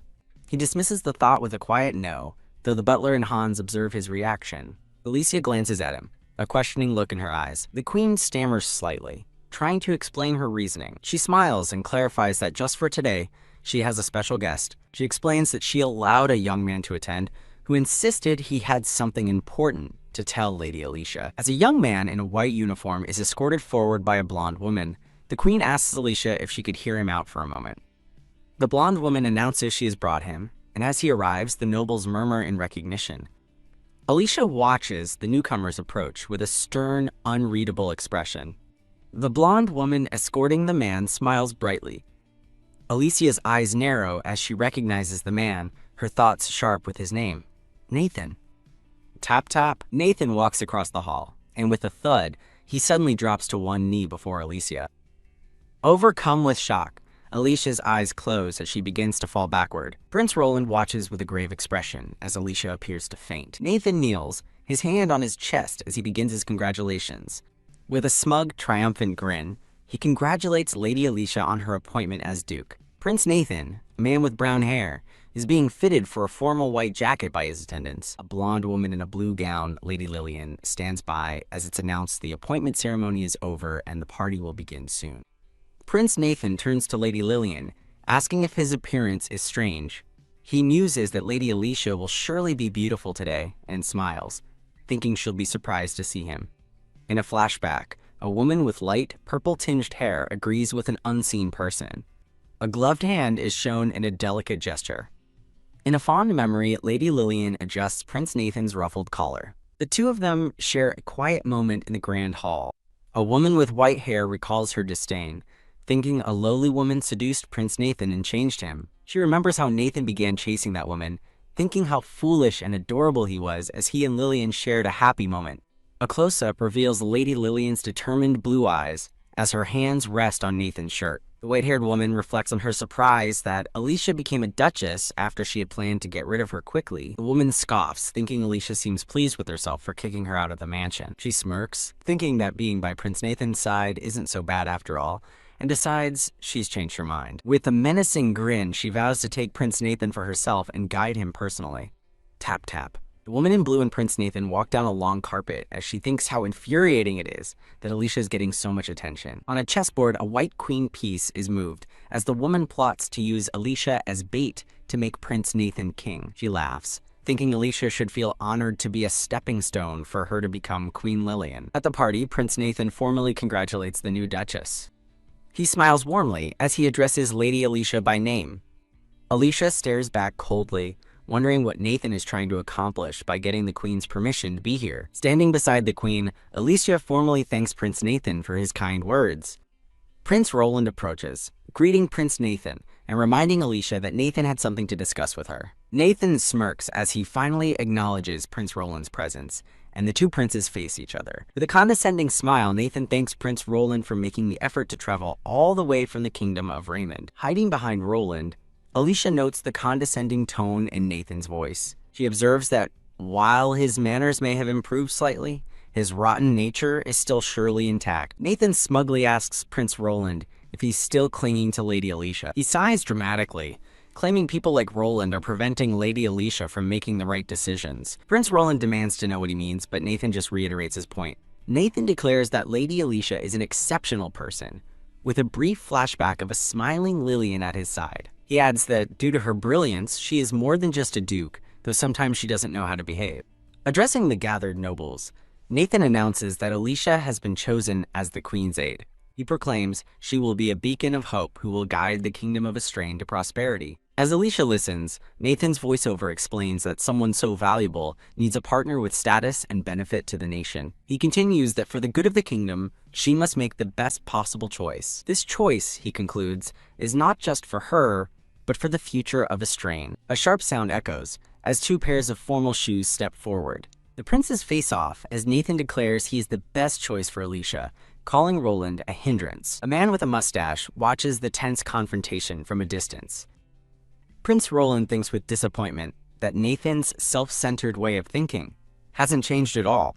Their eyes meet in a tense, silent clash. Prince Roland's thoughts assert that Lady Alicia has always made the best decisions on her own. Memory shows a younger, smiling Alicia being handed a document by her loyal staff. Prince Roland glares at Nathan and coldly tells him to keep his unnecessary comments to himself. Alicia silently observes the escalating tension between the two princes. Nathan looks surprised, wondering why Lillian is staying quiet during the confrontation. A gasp escapes as Lillian suddenly appears and embraces a shocked Alicia from behind. Lillian whispers to Alicia, asking why she isn't happy that Prince Nathan went to such lengths for her. Alicia stares forward, her expression a mask of pure shock and disbelief. With a chilling smile, Lillian thinks her sister's name with feigned affection. Alicia reels in shock as Lillian whispers, asking why she isn't happy that Prince Nathan made such an effort for her. As the party watches, Lillian embraces Alicia from behind, congratulating her on becoming a duke, while Alicia thinks her sister's name with dread. Onlookers murmur about what close sisters the two are, with a woman praising Lady Lillian for being so thoughtful. Tears welling in her eyes, Lillian tells Alicia she is genuinely happy for her. Lillian continues her performance, loudly remarking on the stark difference from Alicia's past when she only wore rags. Caressing Alicia's cheek, Lillian feigns sympathy, recalling how unbearable it was to see her in shabby dresses. Lillian blames Alicia's lowly birth for her past mistreatment, flashing back to a memory of a young girl cowering from a beating, before praising how dignified Alicia has now become. Over an image of a fallen rose, Lillian's inner thoughts lament that if not for their mother, Alicia would have found happiness sooner. With tears streaming down her face, Lillian cries out that birth is a cruel fate. The gathered nobles begin to gossip, with one woman recalling that Alicia's mother was the former duke's commoner mistress. Alicia understands Lillian's true motive, to publicly shame her by bringing up her painful past and reminding her not to forget her humble origins. Alicia's sharp thought cuts through the pity party. Too bad for her, twitch. Alicia gently lifts Lillian's chin, thinking to herself that she's grown strong enough that such words can no longer hurt her. With a calm smile, Alicia gently tells her crying sister that tears don't suit a celebration. The party guests watch the sisters exchange with rapt attention. Alicia fixes her gaze on Lillian, pointedly asking, "You know it too, don't you?" She reminds Lillian of a time she brought flowers to cheer up their mother, pointing out how much Lillian used to admire her. Alicia's thoughts darken as she recalls her mother's suffering and how Duke Edgar used his power to commit a despicable act. She feels a pang of regret, realizing that, despite his cruelty, he was still Lillian's father. Changing the subject, Alicia publicly vows to do her best as the Queen's aide. She then looks directly at Lillian, adding that as a duke, she will watch over her. Lillian gives a faint, enigmatic smile in response to Alicia's declaration. As Alicia takes Lillian's hand, she internally admits that she can't keep up with the facade. A red-haired man named Liden tactfully interrupts, reminding Alicia of a scheduled business meeting and suggesting she should return to the mansion. Alicia agrees, inwardly praising Liden for his perfect timing. Prince Roland steps in, asking if the meeting will require any documents. Playing along with the excuse, Alicia turns to Prince Roland and thanks him for his concern. Alicia thinks to herself that even His Highness is helping her with the act. She notes with appreciation how perceptive and observant Prince Roland is. The four of them, Alicia, Roland, Lillian, and Nathan, stand together for a final moment. Alicia bids a cool farewell to Prince Nathan and Lillian, turning to leave. Lillian tries to stop them, but Prince Nathan looks flustered as she subtly restrains him, murmuring that she understands. Prince Nathan calls out to Alicia, promising they will meet again, as Lillian smiles sweetly at his side. With a placid smile, Alicia agrees, bidding them farewell, until then, as she and Roland depart. Alicia and Prince Roland walk away from the party, followed closely by their aides. Once clear, Alicia sincerely thanks Liden for the timely rescue, and Prince Roland for his quick thinking. She then stops, telling the prince she has something for him. Alicia presents a small wooden box to Prince Roland, who looks at it with confusion. As their attendants wait, Alicia looks up expectantly at the silent prince. Prince Roland asks if she would be willing to hold onto the box for him a while longer. Startled, Alicia realizes the gravity of his request as a memory of a grim king's services, and Roland confirms the king has discovered the Kingsword's location. He explains it's too dangerous for him to carry it now, and apologetically asks her to bear the burden. Alicia smiles graciously, accepting the task by saying she can't refuse a request from him, and he thanks her. She looks at the box with a delighted expression, her mind already racing with plans. Prince Roland watches her, his expression serious and thoughtful. The two part ways, their attendants following as they head off on their respective paths. At the royal palace, the queen is warned that massive damage from heavy rain requires immediate action. Her council pressures her for instructions on the nationwide crisis, and the queen calmly calls for the duke. A pair of elegant shoes step forward as Alicia's voice answers the summons, "Yes, your majesty, the queen." With a confident smile, Alicia holds a document and declares she will explain her plans herself. A nobleman is impressed, noting her disaster plan is even tailored to the finances of each territory. Another man laughs with relief at her thoroughness as Alicia stands by the queen. The queen smiles, thinking that the noble council has honestly been getting too complacent lately. Alicia suggests that perhaps their complacency is just fine for now. Delighted, the queen tells Alicia she absolutely loves that cunning side of her. Alicia beams, replying that it is an honor to receive Her Majesty's praise. The two women share a moment of mutual admiration and understanding in the Queen's office. Alicia advises the Queen to rest, reminding her she's been working hard on preparations for the founding festival.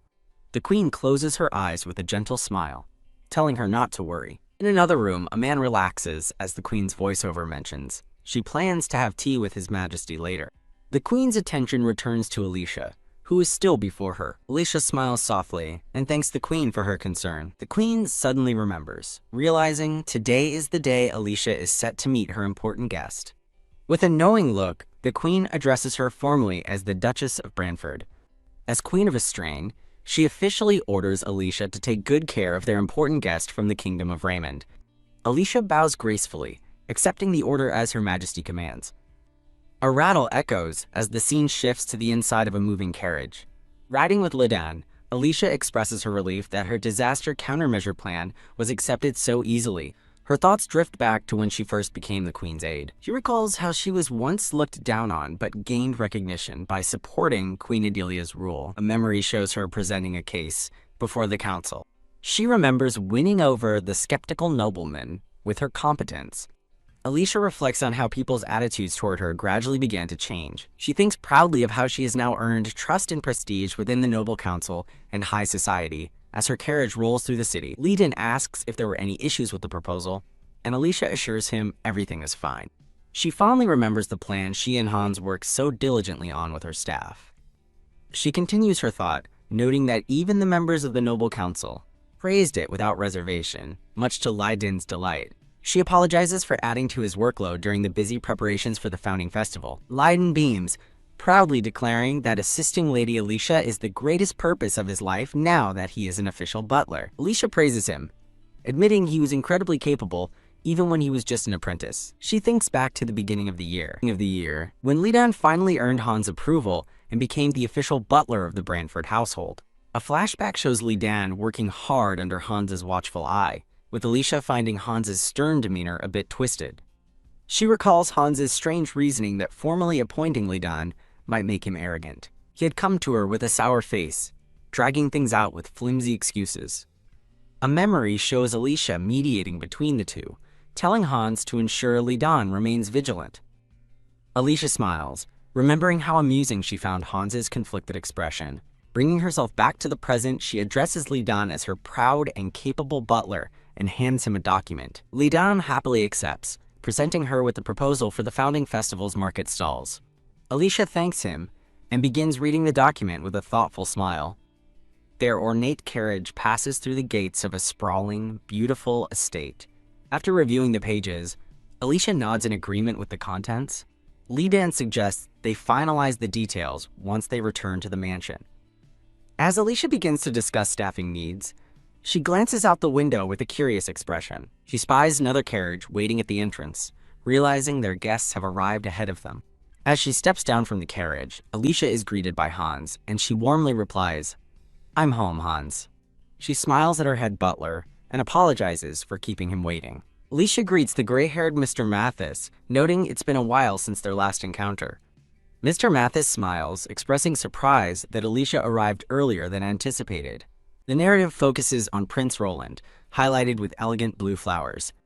Alicia states they've arrived earlier than expected, as Prince Roland and his group make their entrance. Prince Roland greets Lady Alicia, remarking that it's been a while and that he will be in her care once again. Prince Roland, while kissing Alicia's hand, questions when he last visited, adding that it doesn't feel like much time has passed. An off-panel speaker expresses happiness that Mr. Mathis is doing well, to which the gray-haired man sincerely thanks them for their concern. An off-panel voice politely asks them to make themselves comfortable, confirming the annex has been prepared for their stay. Alicia smiles, suggesting Leiden guide them, even though it might no longer be strictly necessary given their familiarity. Alicia invites Prince Roland to join her for tea later, addressing him respectfully.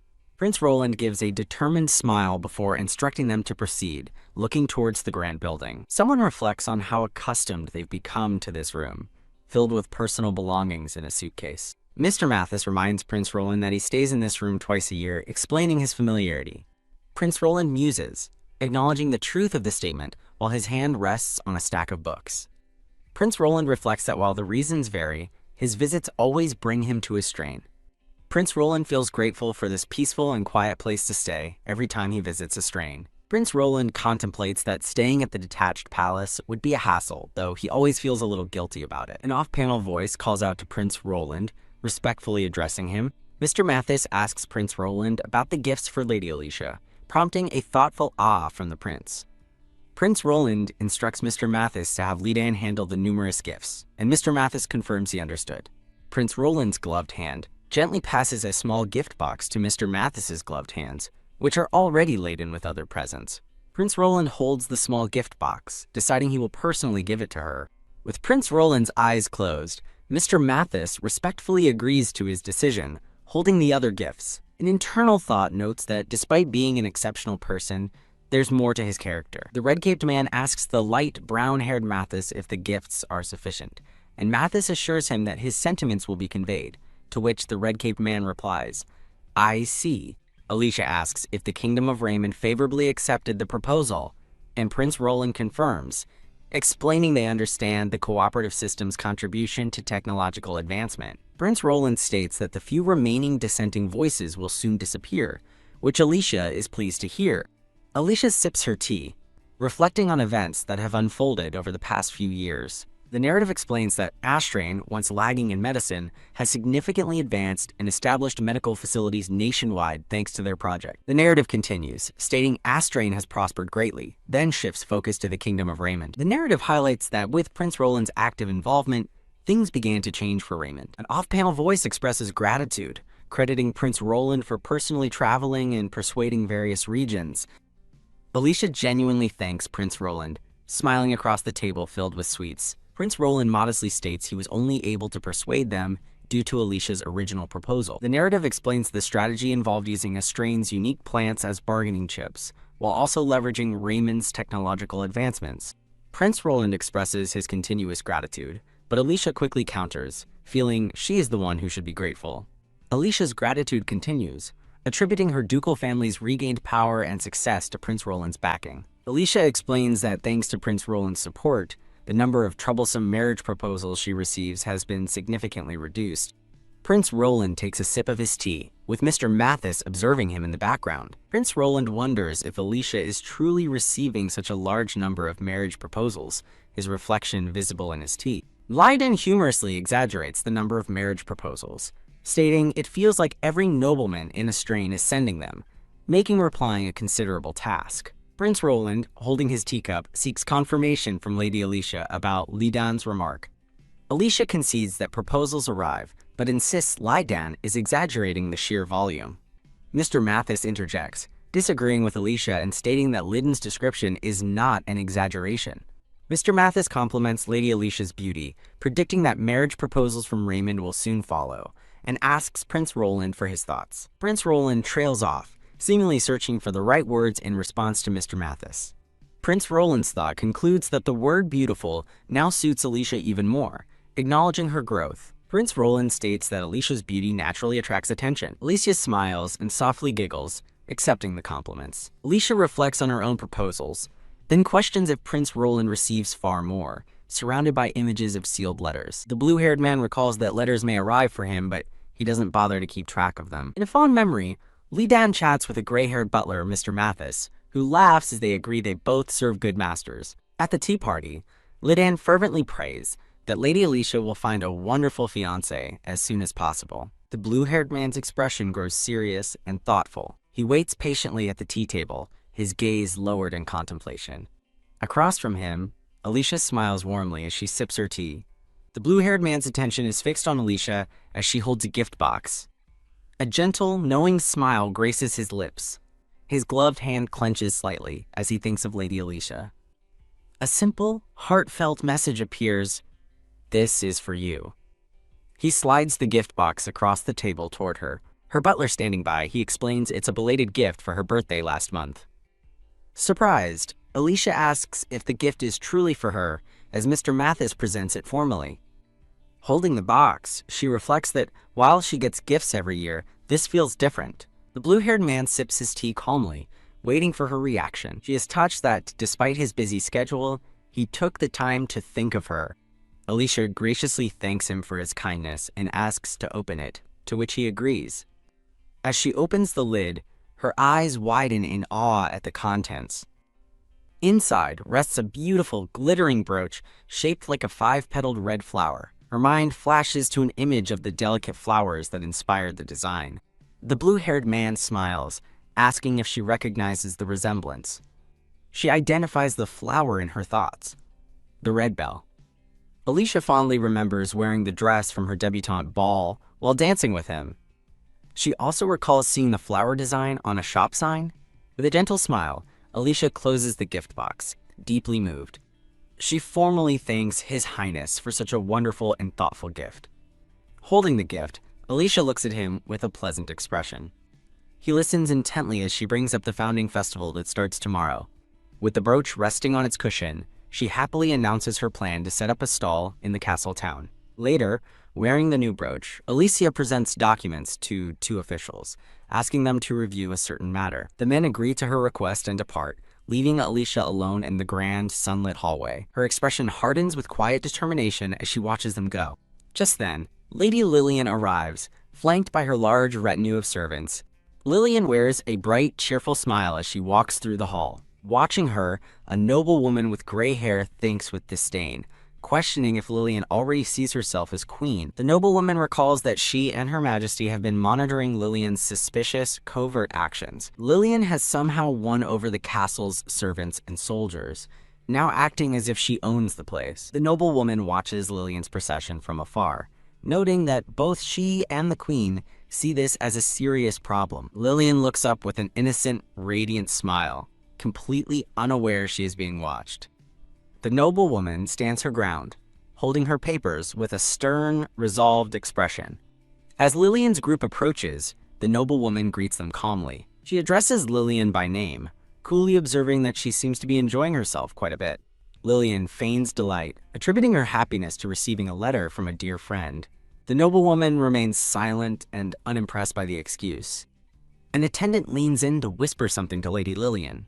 Her expression brightens with sudden realization as she exclaims, "Ah, that's right!" Lillian apologizes to her dear sister, explaining she must leave to prepare Her Majesty's tea. The noblewoman curtly tells her to give the queen her regards. As Lillian and her entourage depart, the noblewoman watches them go with a steely gaze. Elsewhere, Lillian instructs another maid to be careful while preparing the queen's tea tray. A maid rushes in, calling for Lady Lillian to announce that a package has arrived from her usual bookstore. A book is formally presented from one person's hands to another's. A smiling blonde woman, Lillian, enters a room with the book, announcing she'll take a rest. 2 maids gush over Lady Lillian, impressed she has bought another difficult-looking book. As maids work in the kitchen, one remarks that Lillian is already such a refined lady. Clutching the book, Lillian listens, thinking about her desire to become the prince's wife. Hee. She smiles deviously, thinking that they all understand her suitability perfectly. Her confidence swells as she declares herself the one most suited to be the prince's wife. Alone in a vast, empty hall, she opens the book, revealing a letter tucked inside. Tisk. Reading the letter, she scoffs, calling her own mother a persistent and despicable woman. Lillian thinks with frustration about the constant, love-filled letters her mother sends, declaring she's had enough. She slams the letter down, wishing her mother would just stay quietly locked up in the northern monastery. Well, she muses, certain her big sister Alicia has already found out about this letter too. Looking at her reflection, she dismisses the letter as a mere decoy. She decides it would be better to wait for a letter from Duke Varad instead. Finally, a sinister smile plays on her lips as she touches her chin in anticipation. She holds a gleaming crystal pendant hanging from her neck. With a confident smirk, she declares that it will be a wonderful founding festival. A message on the letter confirms, all preparations are complete. The scene shifts to a vibrant, bustling city celebrating the founding festival. Petals fall over the festive streets, crowded with people enjoying the day. Gazing out a window, a smiling Alicia is glad that everyone is enjoying themselves. With private parties being held in the castle, she reviews a document. She considers if today would be a good day to show Prince Roland the city, as the grand ceremony is the day after tomorrow. Knock, knock, knock. Her thoughts are interrupted by a sound at the door, where a blonde woman in a tiara and a man have just arrived. The blonde woman, the queen, apologizes for being late. In the meeting, a red-haired man reports another contact with Lady Lillian and presents the latest copy. Alicia takes the report, her expression turning serious as she examines the document. She recalls Lillian's method of receiving messages, buying at a bookstore instead of just one book. Alicia concludes that every letter arriving from her mother, Serena, seems to be a smokescreen to conceal their real communication method. A man with a goatee sighs, noting that they foolishly keep using this method, unaware that they are being watched. The queen notes that Serena has become a well-known figure, making it odd for her to send such meaningless letters. Alicia reaffirms her conviction that the letters themselves are merely a decoy. The queen acknowledges that Alicia has raised this possibility before, and Alicia confirms they must have another communication method. Alicia recalls that even while working in the castle, she rarely had opportunities to encounter Lillian. She remembers that using the power of her ring to obtain targeted information was extremely difficult. Even so, she was certain of another communication method besides Serena's letters, but the real method was still unknown. The red-haired man apologizes for the slow investigation, though he notes significant progress has been made. The queen says it can't be helped. The queen tells them not to worry. Alicia smiles, adding that Prince Roland is also assisting with the investigation. The red-haired man promises to report immediately, as the man with the goatee thanks Alicia for her efforts. The queen smiles warmly, saying she relies on the two of them. With a confident smile, Alicia looks up from her papers. Yes, Your Majesty. She accepts the queen's trust. Later, Alicia and her attendants leave the room and walk through the grand palace. She is met by the blue-haired Prince Roland, whom she addresses as Your Highness. She informs him that she told the queen and the others they are close to uncovering the communication method, and he acknowledges her report. As they walk down a sunlit hall, the prince asks about the progress of a task he gave her. She asks him to wait a little longer. Alicia remembers seeing him yesterday and thinking he looked exhausted. Turning toward him as they walk, she asks how he is feeling. He turns to her with a gentle smile, assuring her that he is getting proper rest. The blue-haired prince, Roland, thinks about the chaos in Raymond, reflecting that he can never relax lest his lab be ransacked again. He wonders if his father's desperation to find the king's sword is due to his illness, which has worsened over time. Prince Roland closes his eyes, thinking that, at least for now, things should be safe. Alicia tells him that his need for vigilance is all the more reason for him to take a break. She places a hand on his shoulder and smiles, promising to change quickly so they can go out. Alicia suggests they visit the plaza and tour the castle town together. During the festival, Alicia narrates how she guided a cheerful Prince Roland through the bustling city streets. As they enjoyed the festival sights and discussed various cultures, she recalls that the time flew by. As a carriage waits, an attendant calls their visit insightful. Prince Roland agrees, thanking Alicia for the tour. Alicia looks back at him with a warm, gentle smile. The prince explains that while he's been to Estrane before, experiencing the festival with her was a fresh, new adventure. Standing with their companions, Alicia's expression turns curious as she spots someone approaching. Alicia happily calls out, "Mother!" and rushes to embrace the queen, who is waiting for them. The queen and Alicia share a warm, smiling embrace. The queen holds the beautiful red flower brooch she gave to Alicia. She thoughtfully remarks that if the gift is from Raymond, she might know something about the flower it depicts. Wearing the brooch, Alicia curiously asks if the flower is a Branford. The queen explains that it's a special flower that only grows in the Branford territory, so Alicia wouldn't recognize it. She adds that the flower has beautiful red petals, just like the brooch Alicia is wearing. Prince Roland's expression turns serious as he asks if it's the flower that produces white seeds. Surprised by his knowledge, the queen confirms that it is. The prince is inwardly shocked, never expecting to hear about that specific medicinal herb in this place.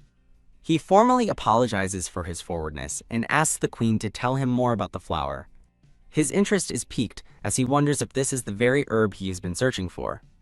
Alicia and the queen listen intently, with Alicia thinking this herb might be able to heal King Estrain. She recalls the king suffering in bed, still plagued by the lingering after effects of a past incident. As they stand on the balcony, Alicia considers the profound implications of finding the herb.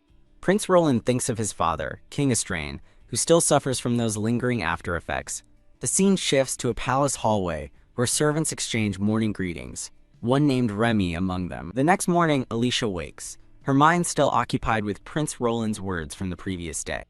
She remembers the king's long illness and realizes with newfound hope that he could finally be treated. Sitting up in bed, she regrets that it was too late last night to discuss the matter in detail. With a determined look, she considers sending a letter to her territory depending on the situation. Her maid, Remy, enters the sunlit room with a smile, noticing Alicia is already awake. Remy wishes her a good morning as Alicia sits at her vanity table.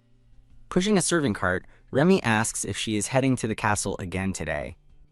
Alicia covers a yawn, feeling the effects of a restless night. She admits to Remy that she couldn't sleep well and is a bit tired. As Remy brushes her hair, she frets that Alicia is working too hard and not enjoying her youth. Alicia just smiles warmly as her maid sighs with concern over her well-being. On her vanity, the brilliant red flower brooch sits displayed in its box.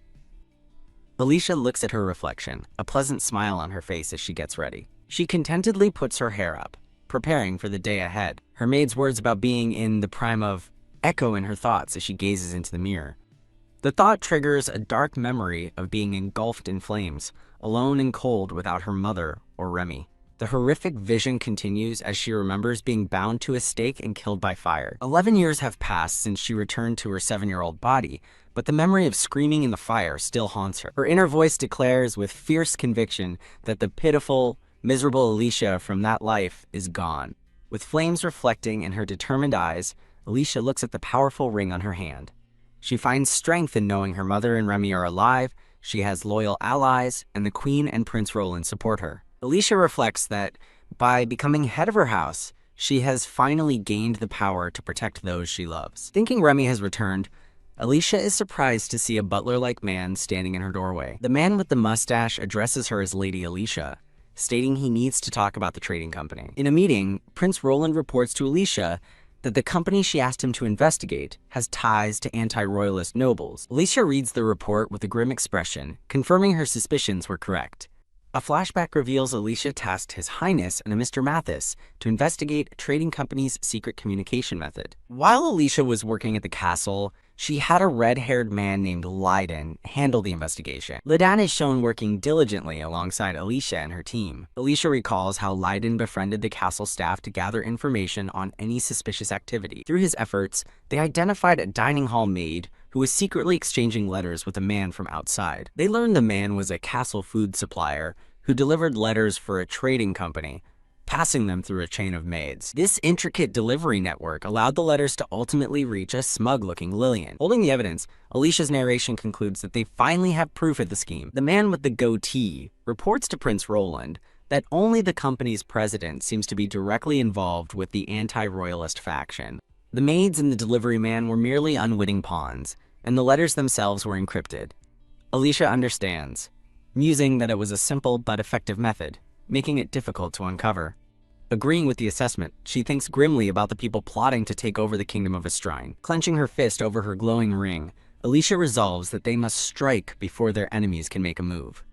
She orders Hans to immediately write and deliver a letter to Her Majesty the Queen, As Hans agrees, Alicia turns to the red-haired Li Dan and tells him he's coming with her to the trading company. Leiden beams, enthusiastically accepting his new assignment. Li Dan turns to Alicia, asking if His Highness Prince Roland will be joining them as well. Alicia smiles confidently, holding the prepared letter. She turns to Prince Roland, who simply acknowledges her unspoken question. With the festival underway, Prince Roland agrees they must handle this situation before anything can disrupt the peace. The scene shifts to Lillian, who looks up with a knowing smile as someone enters her room. A caped man enters, bows, and addresses her as Lady Lillian. Having delivered his message, the man in the cape turns and promptly leaves the room. Lillian watches him go, thinking to herself that her enemies have finally caught on. She rushes to a seated man, calling out to Prince Nathan that the situation is serious. Lillian reports that a trading company plotting rebellion against the royal family has been discovered, shocking the prince. Leaning in close, she whispers that this is the perfect opportunity for him to assert his authority as the future king. With a cunning smile, Lillian proposes they seize the company themselves and turn the discovery into his personal achievement.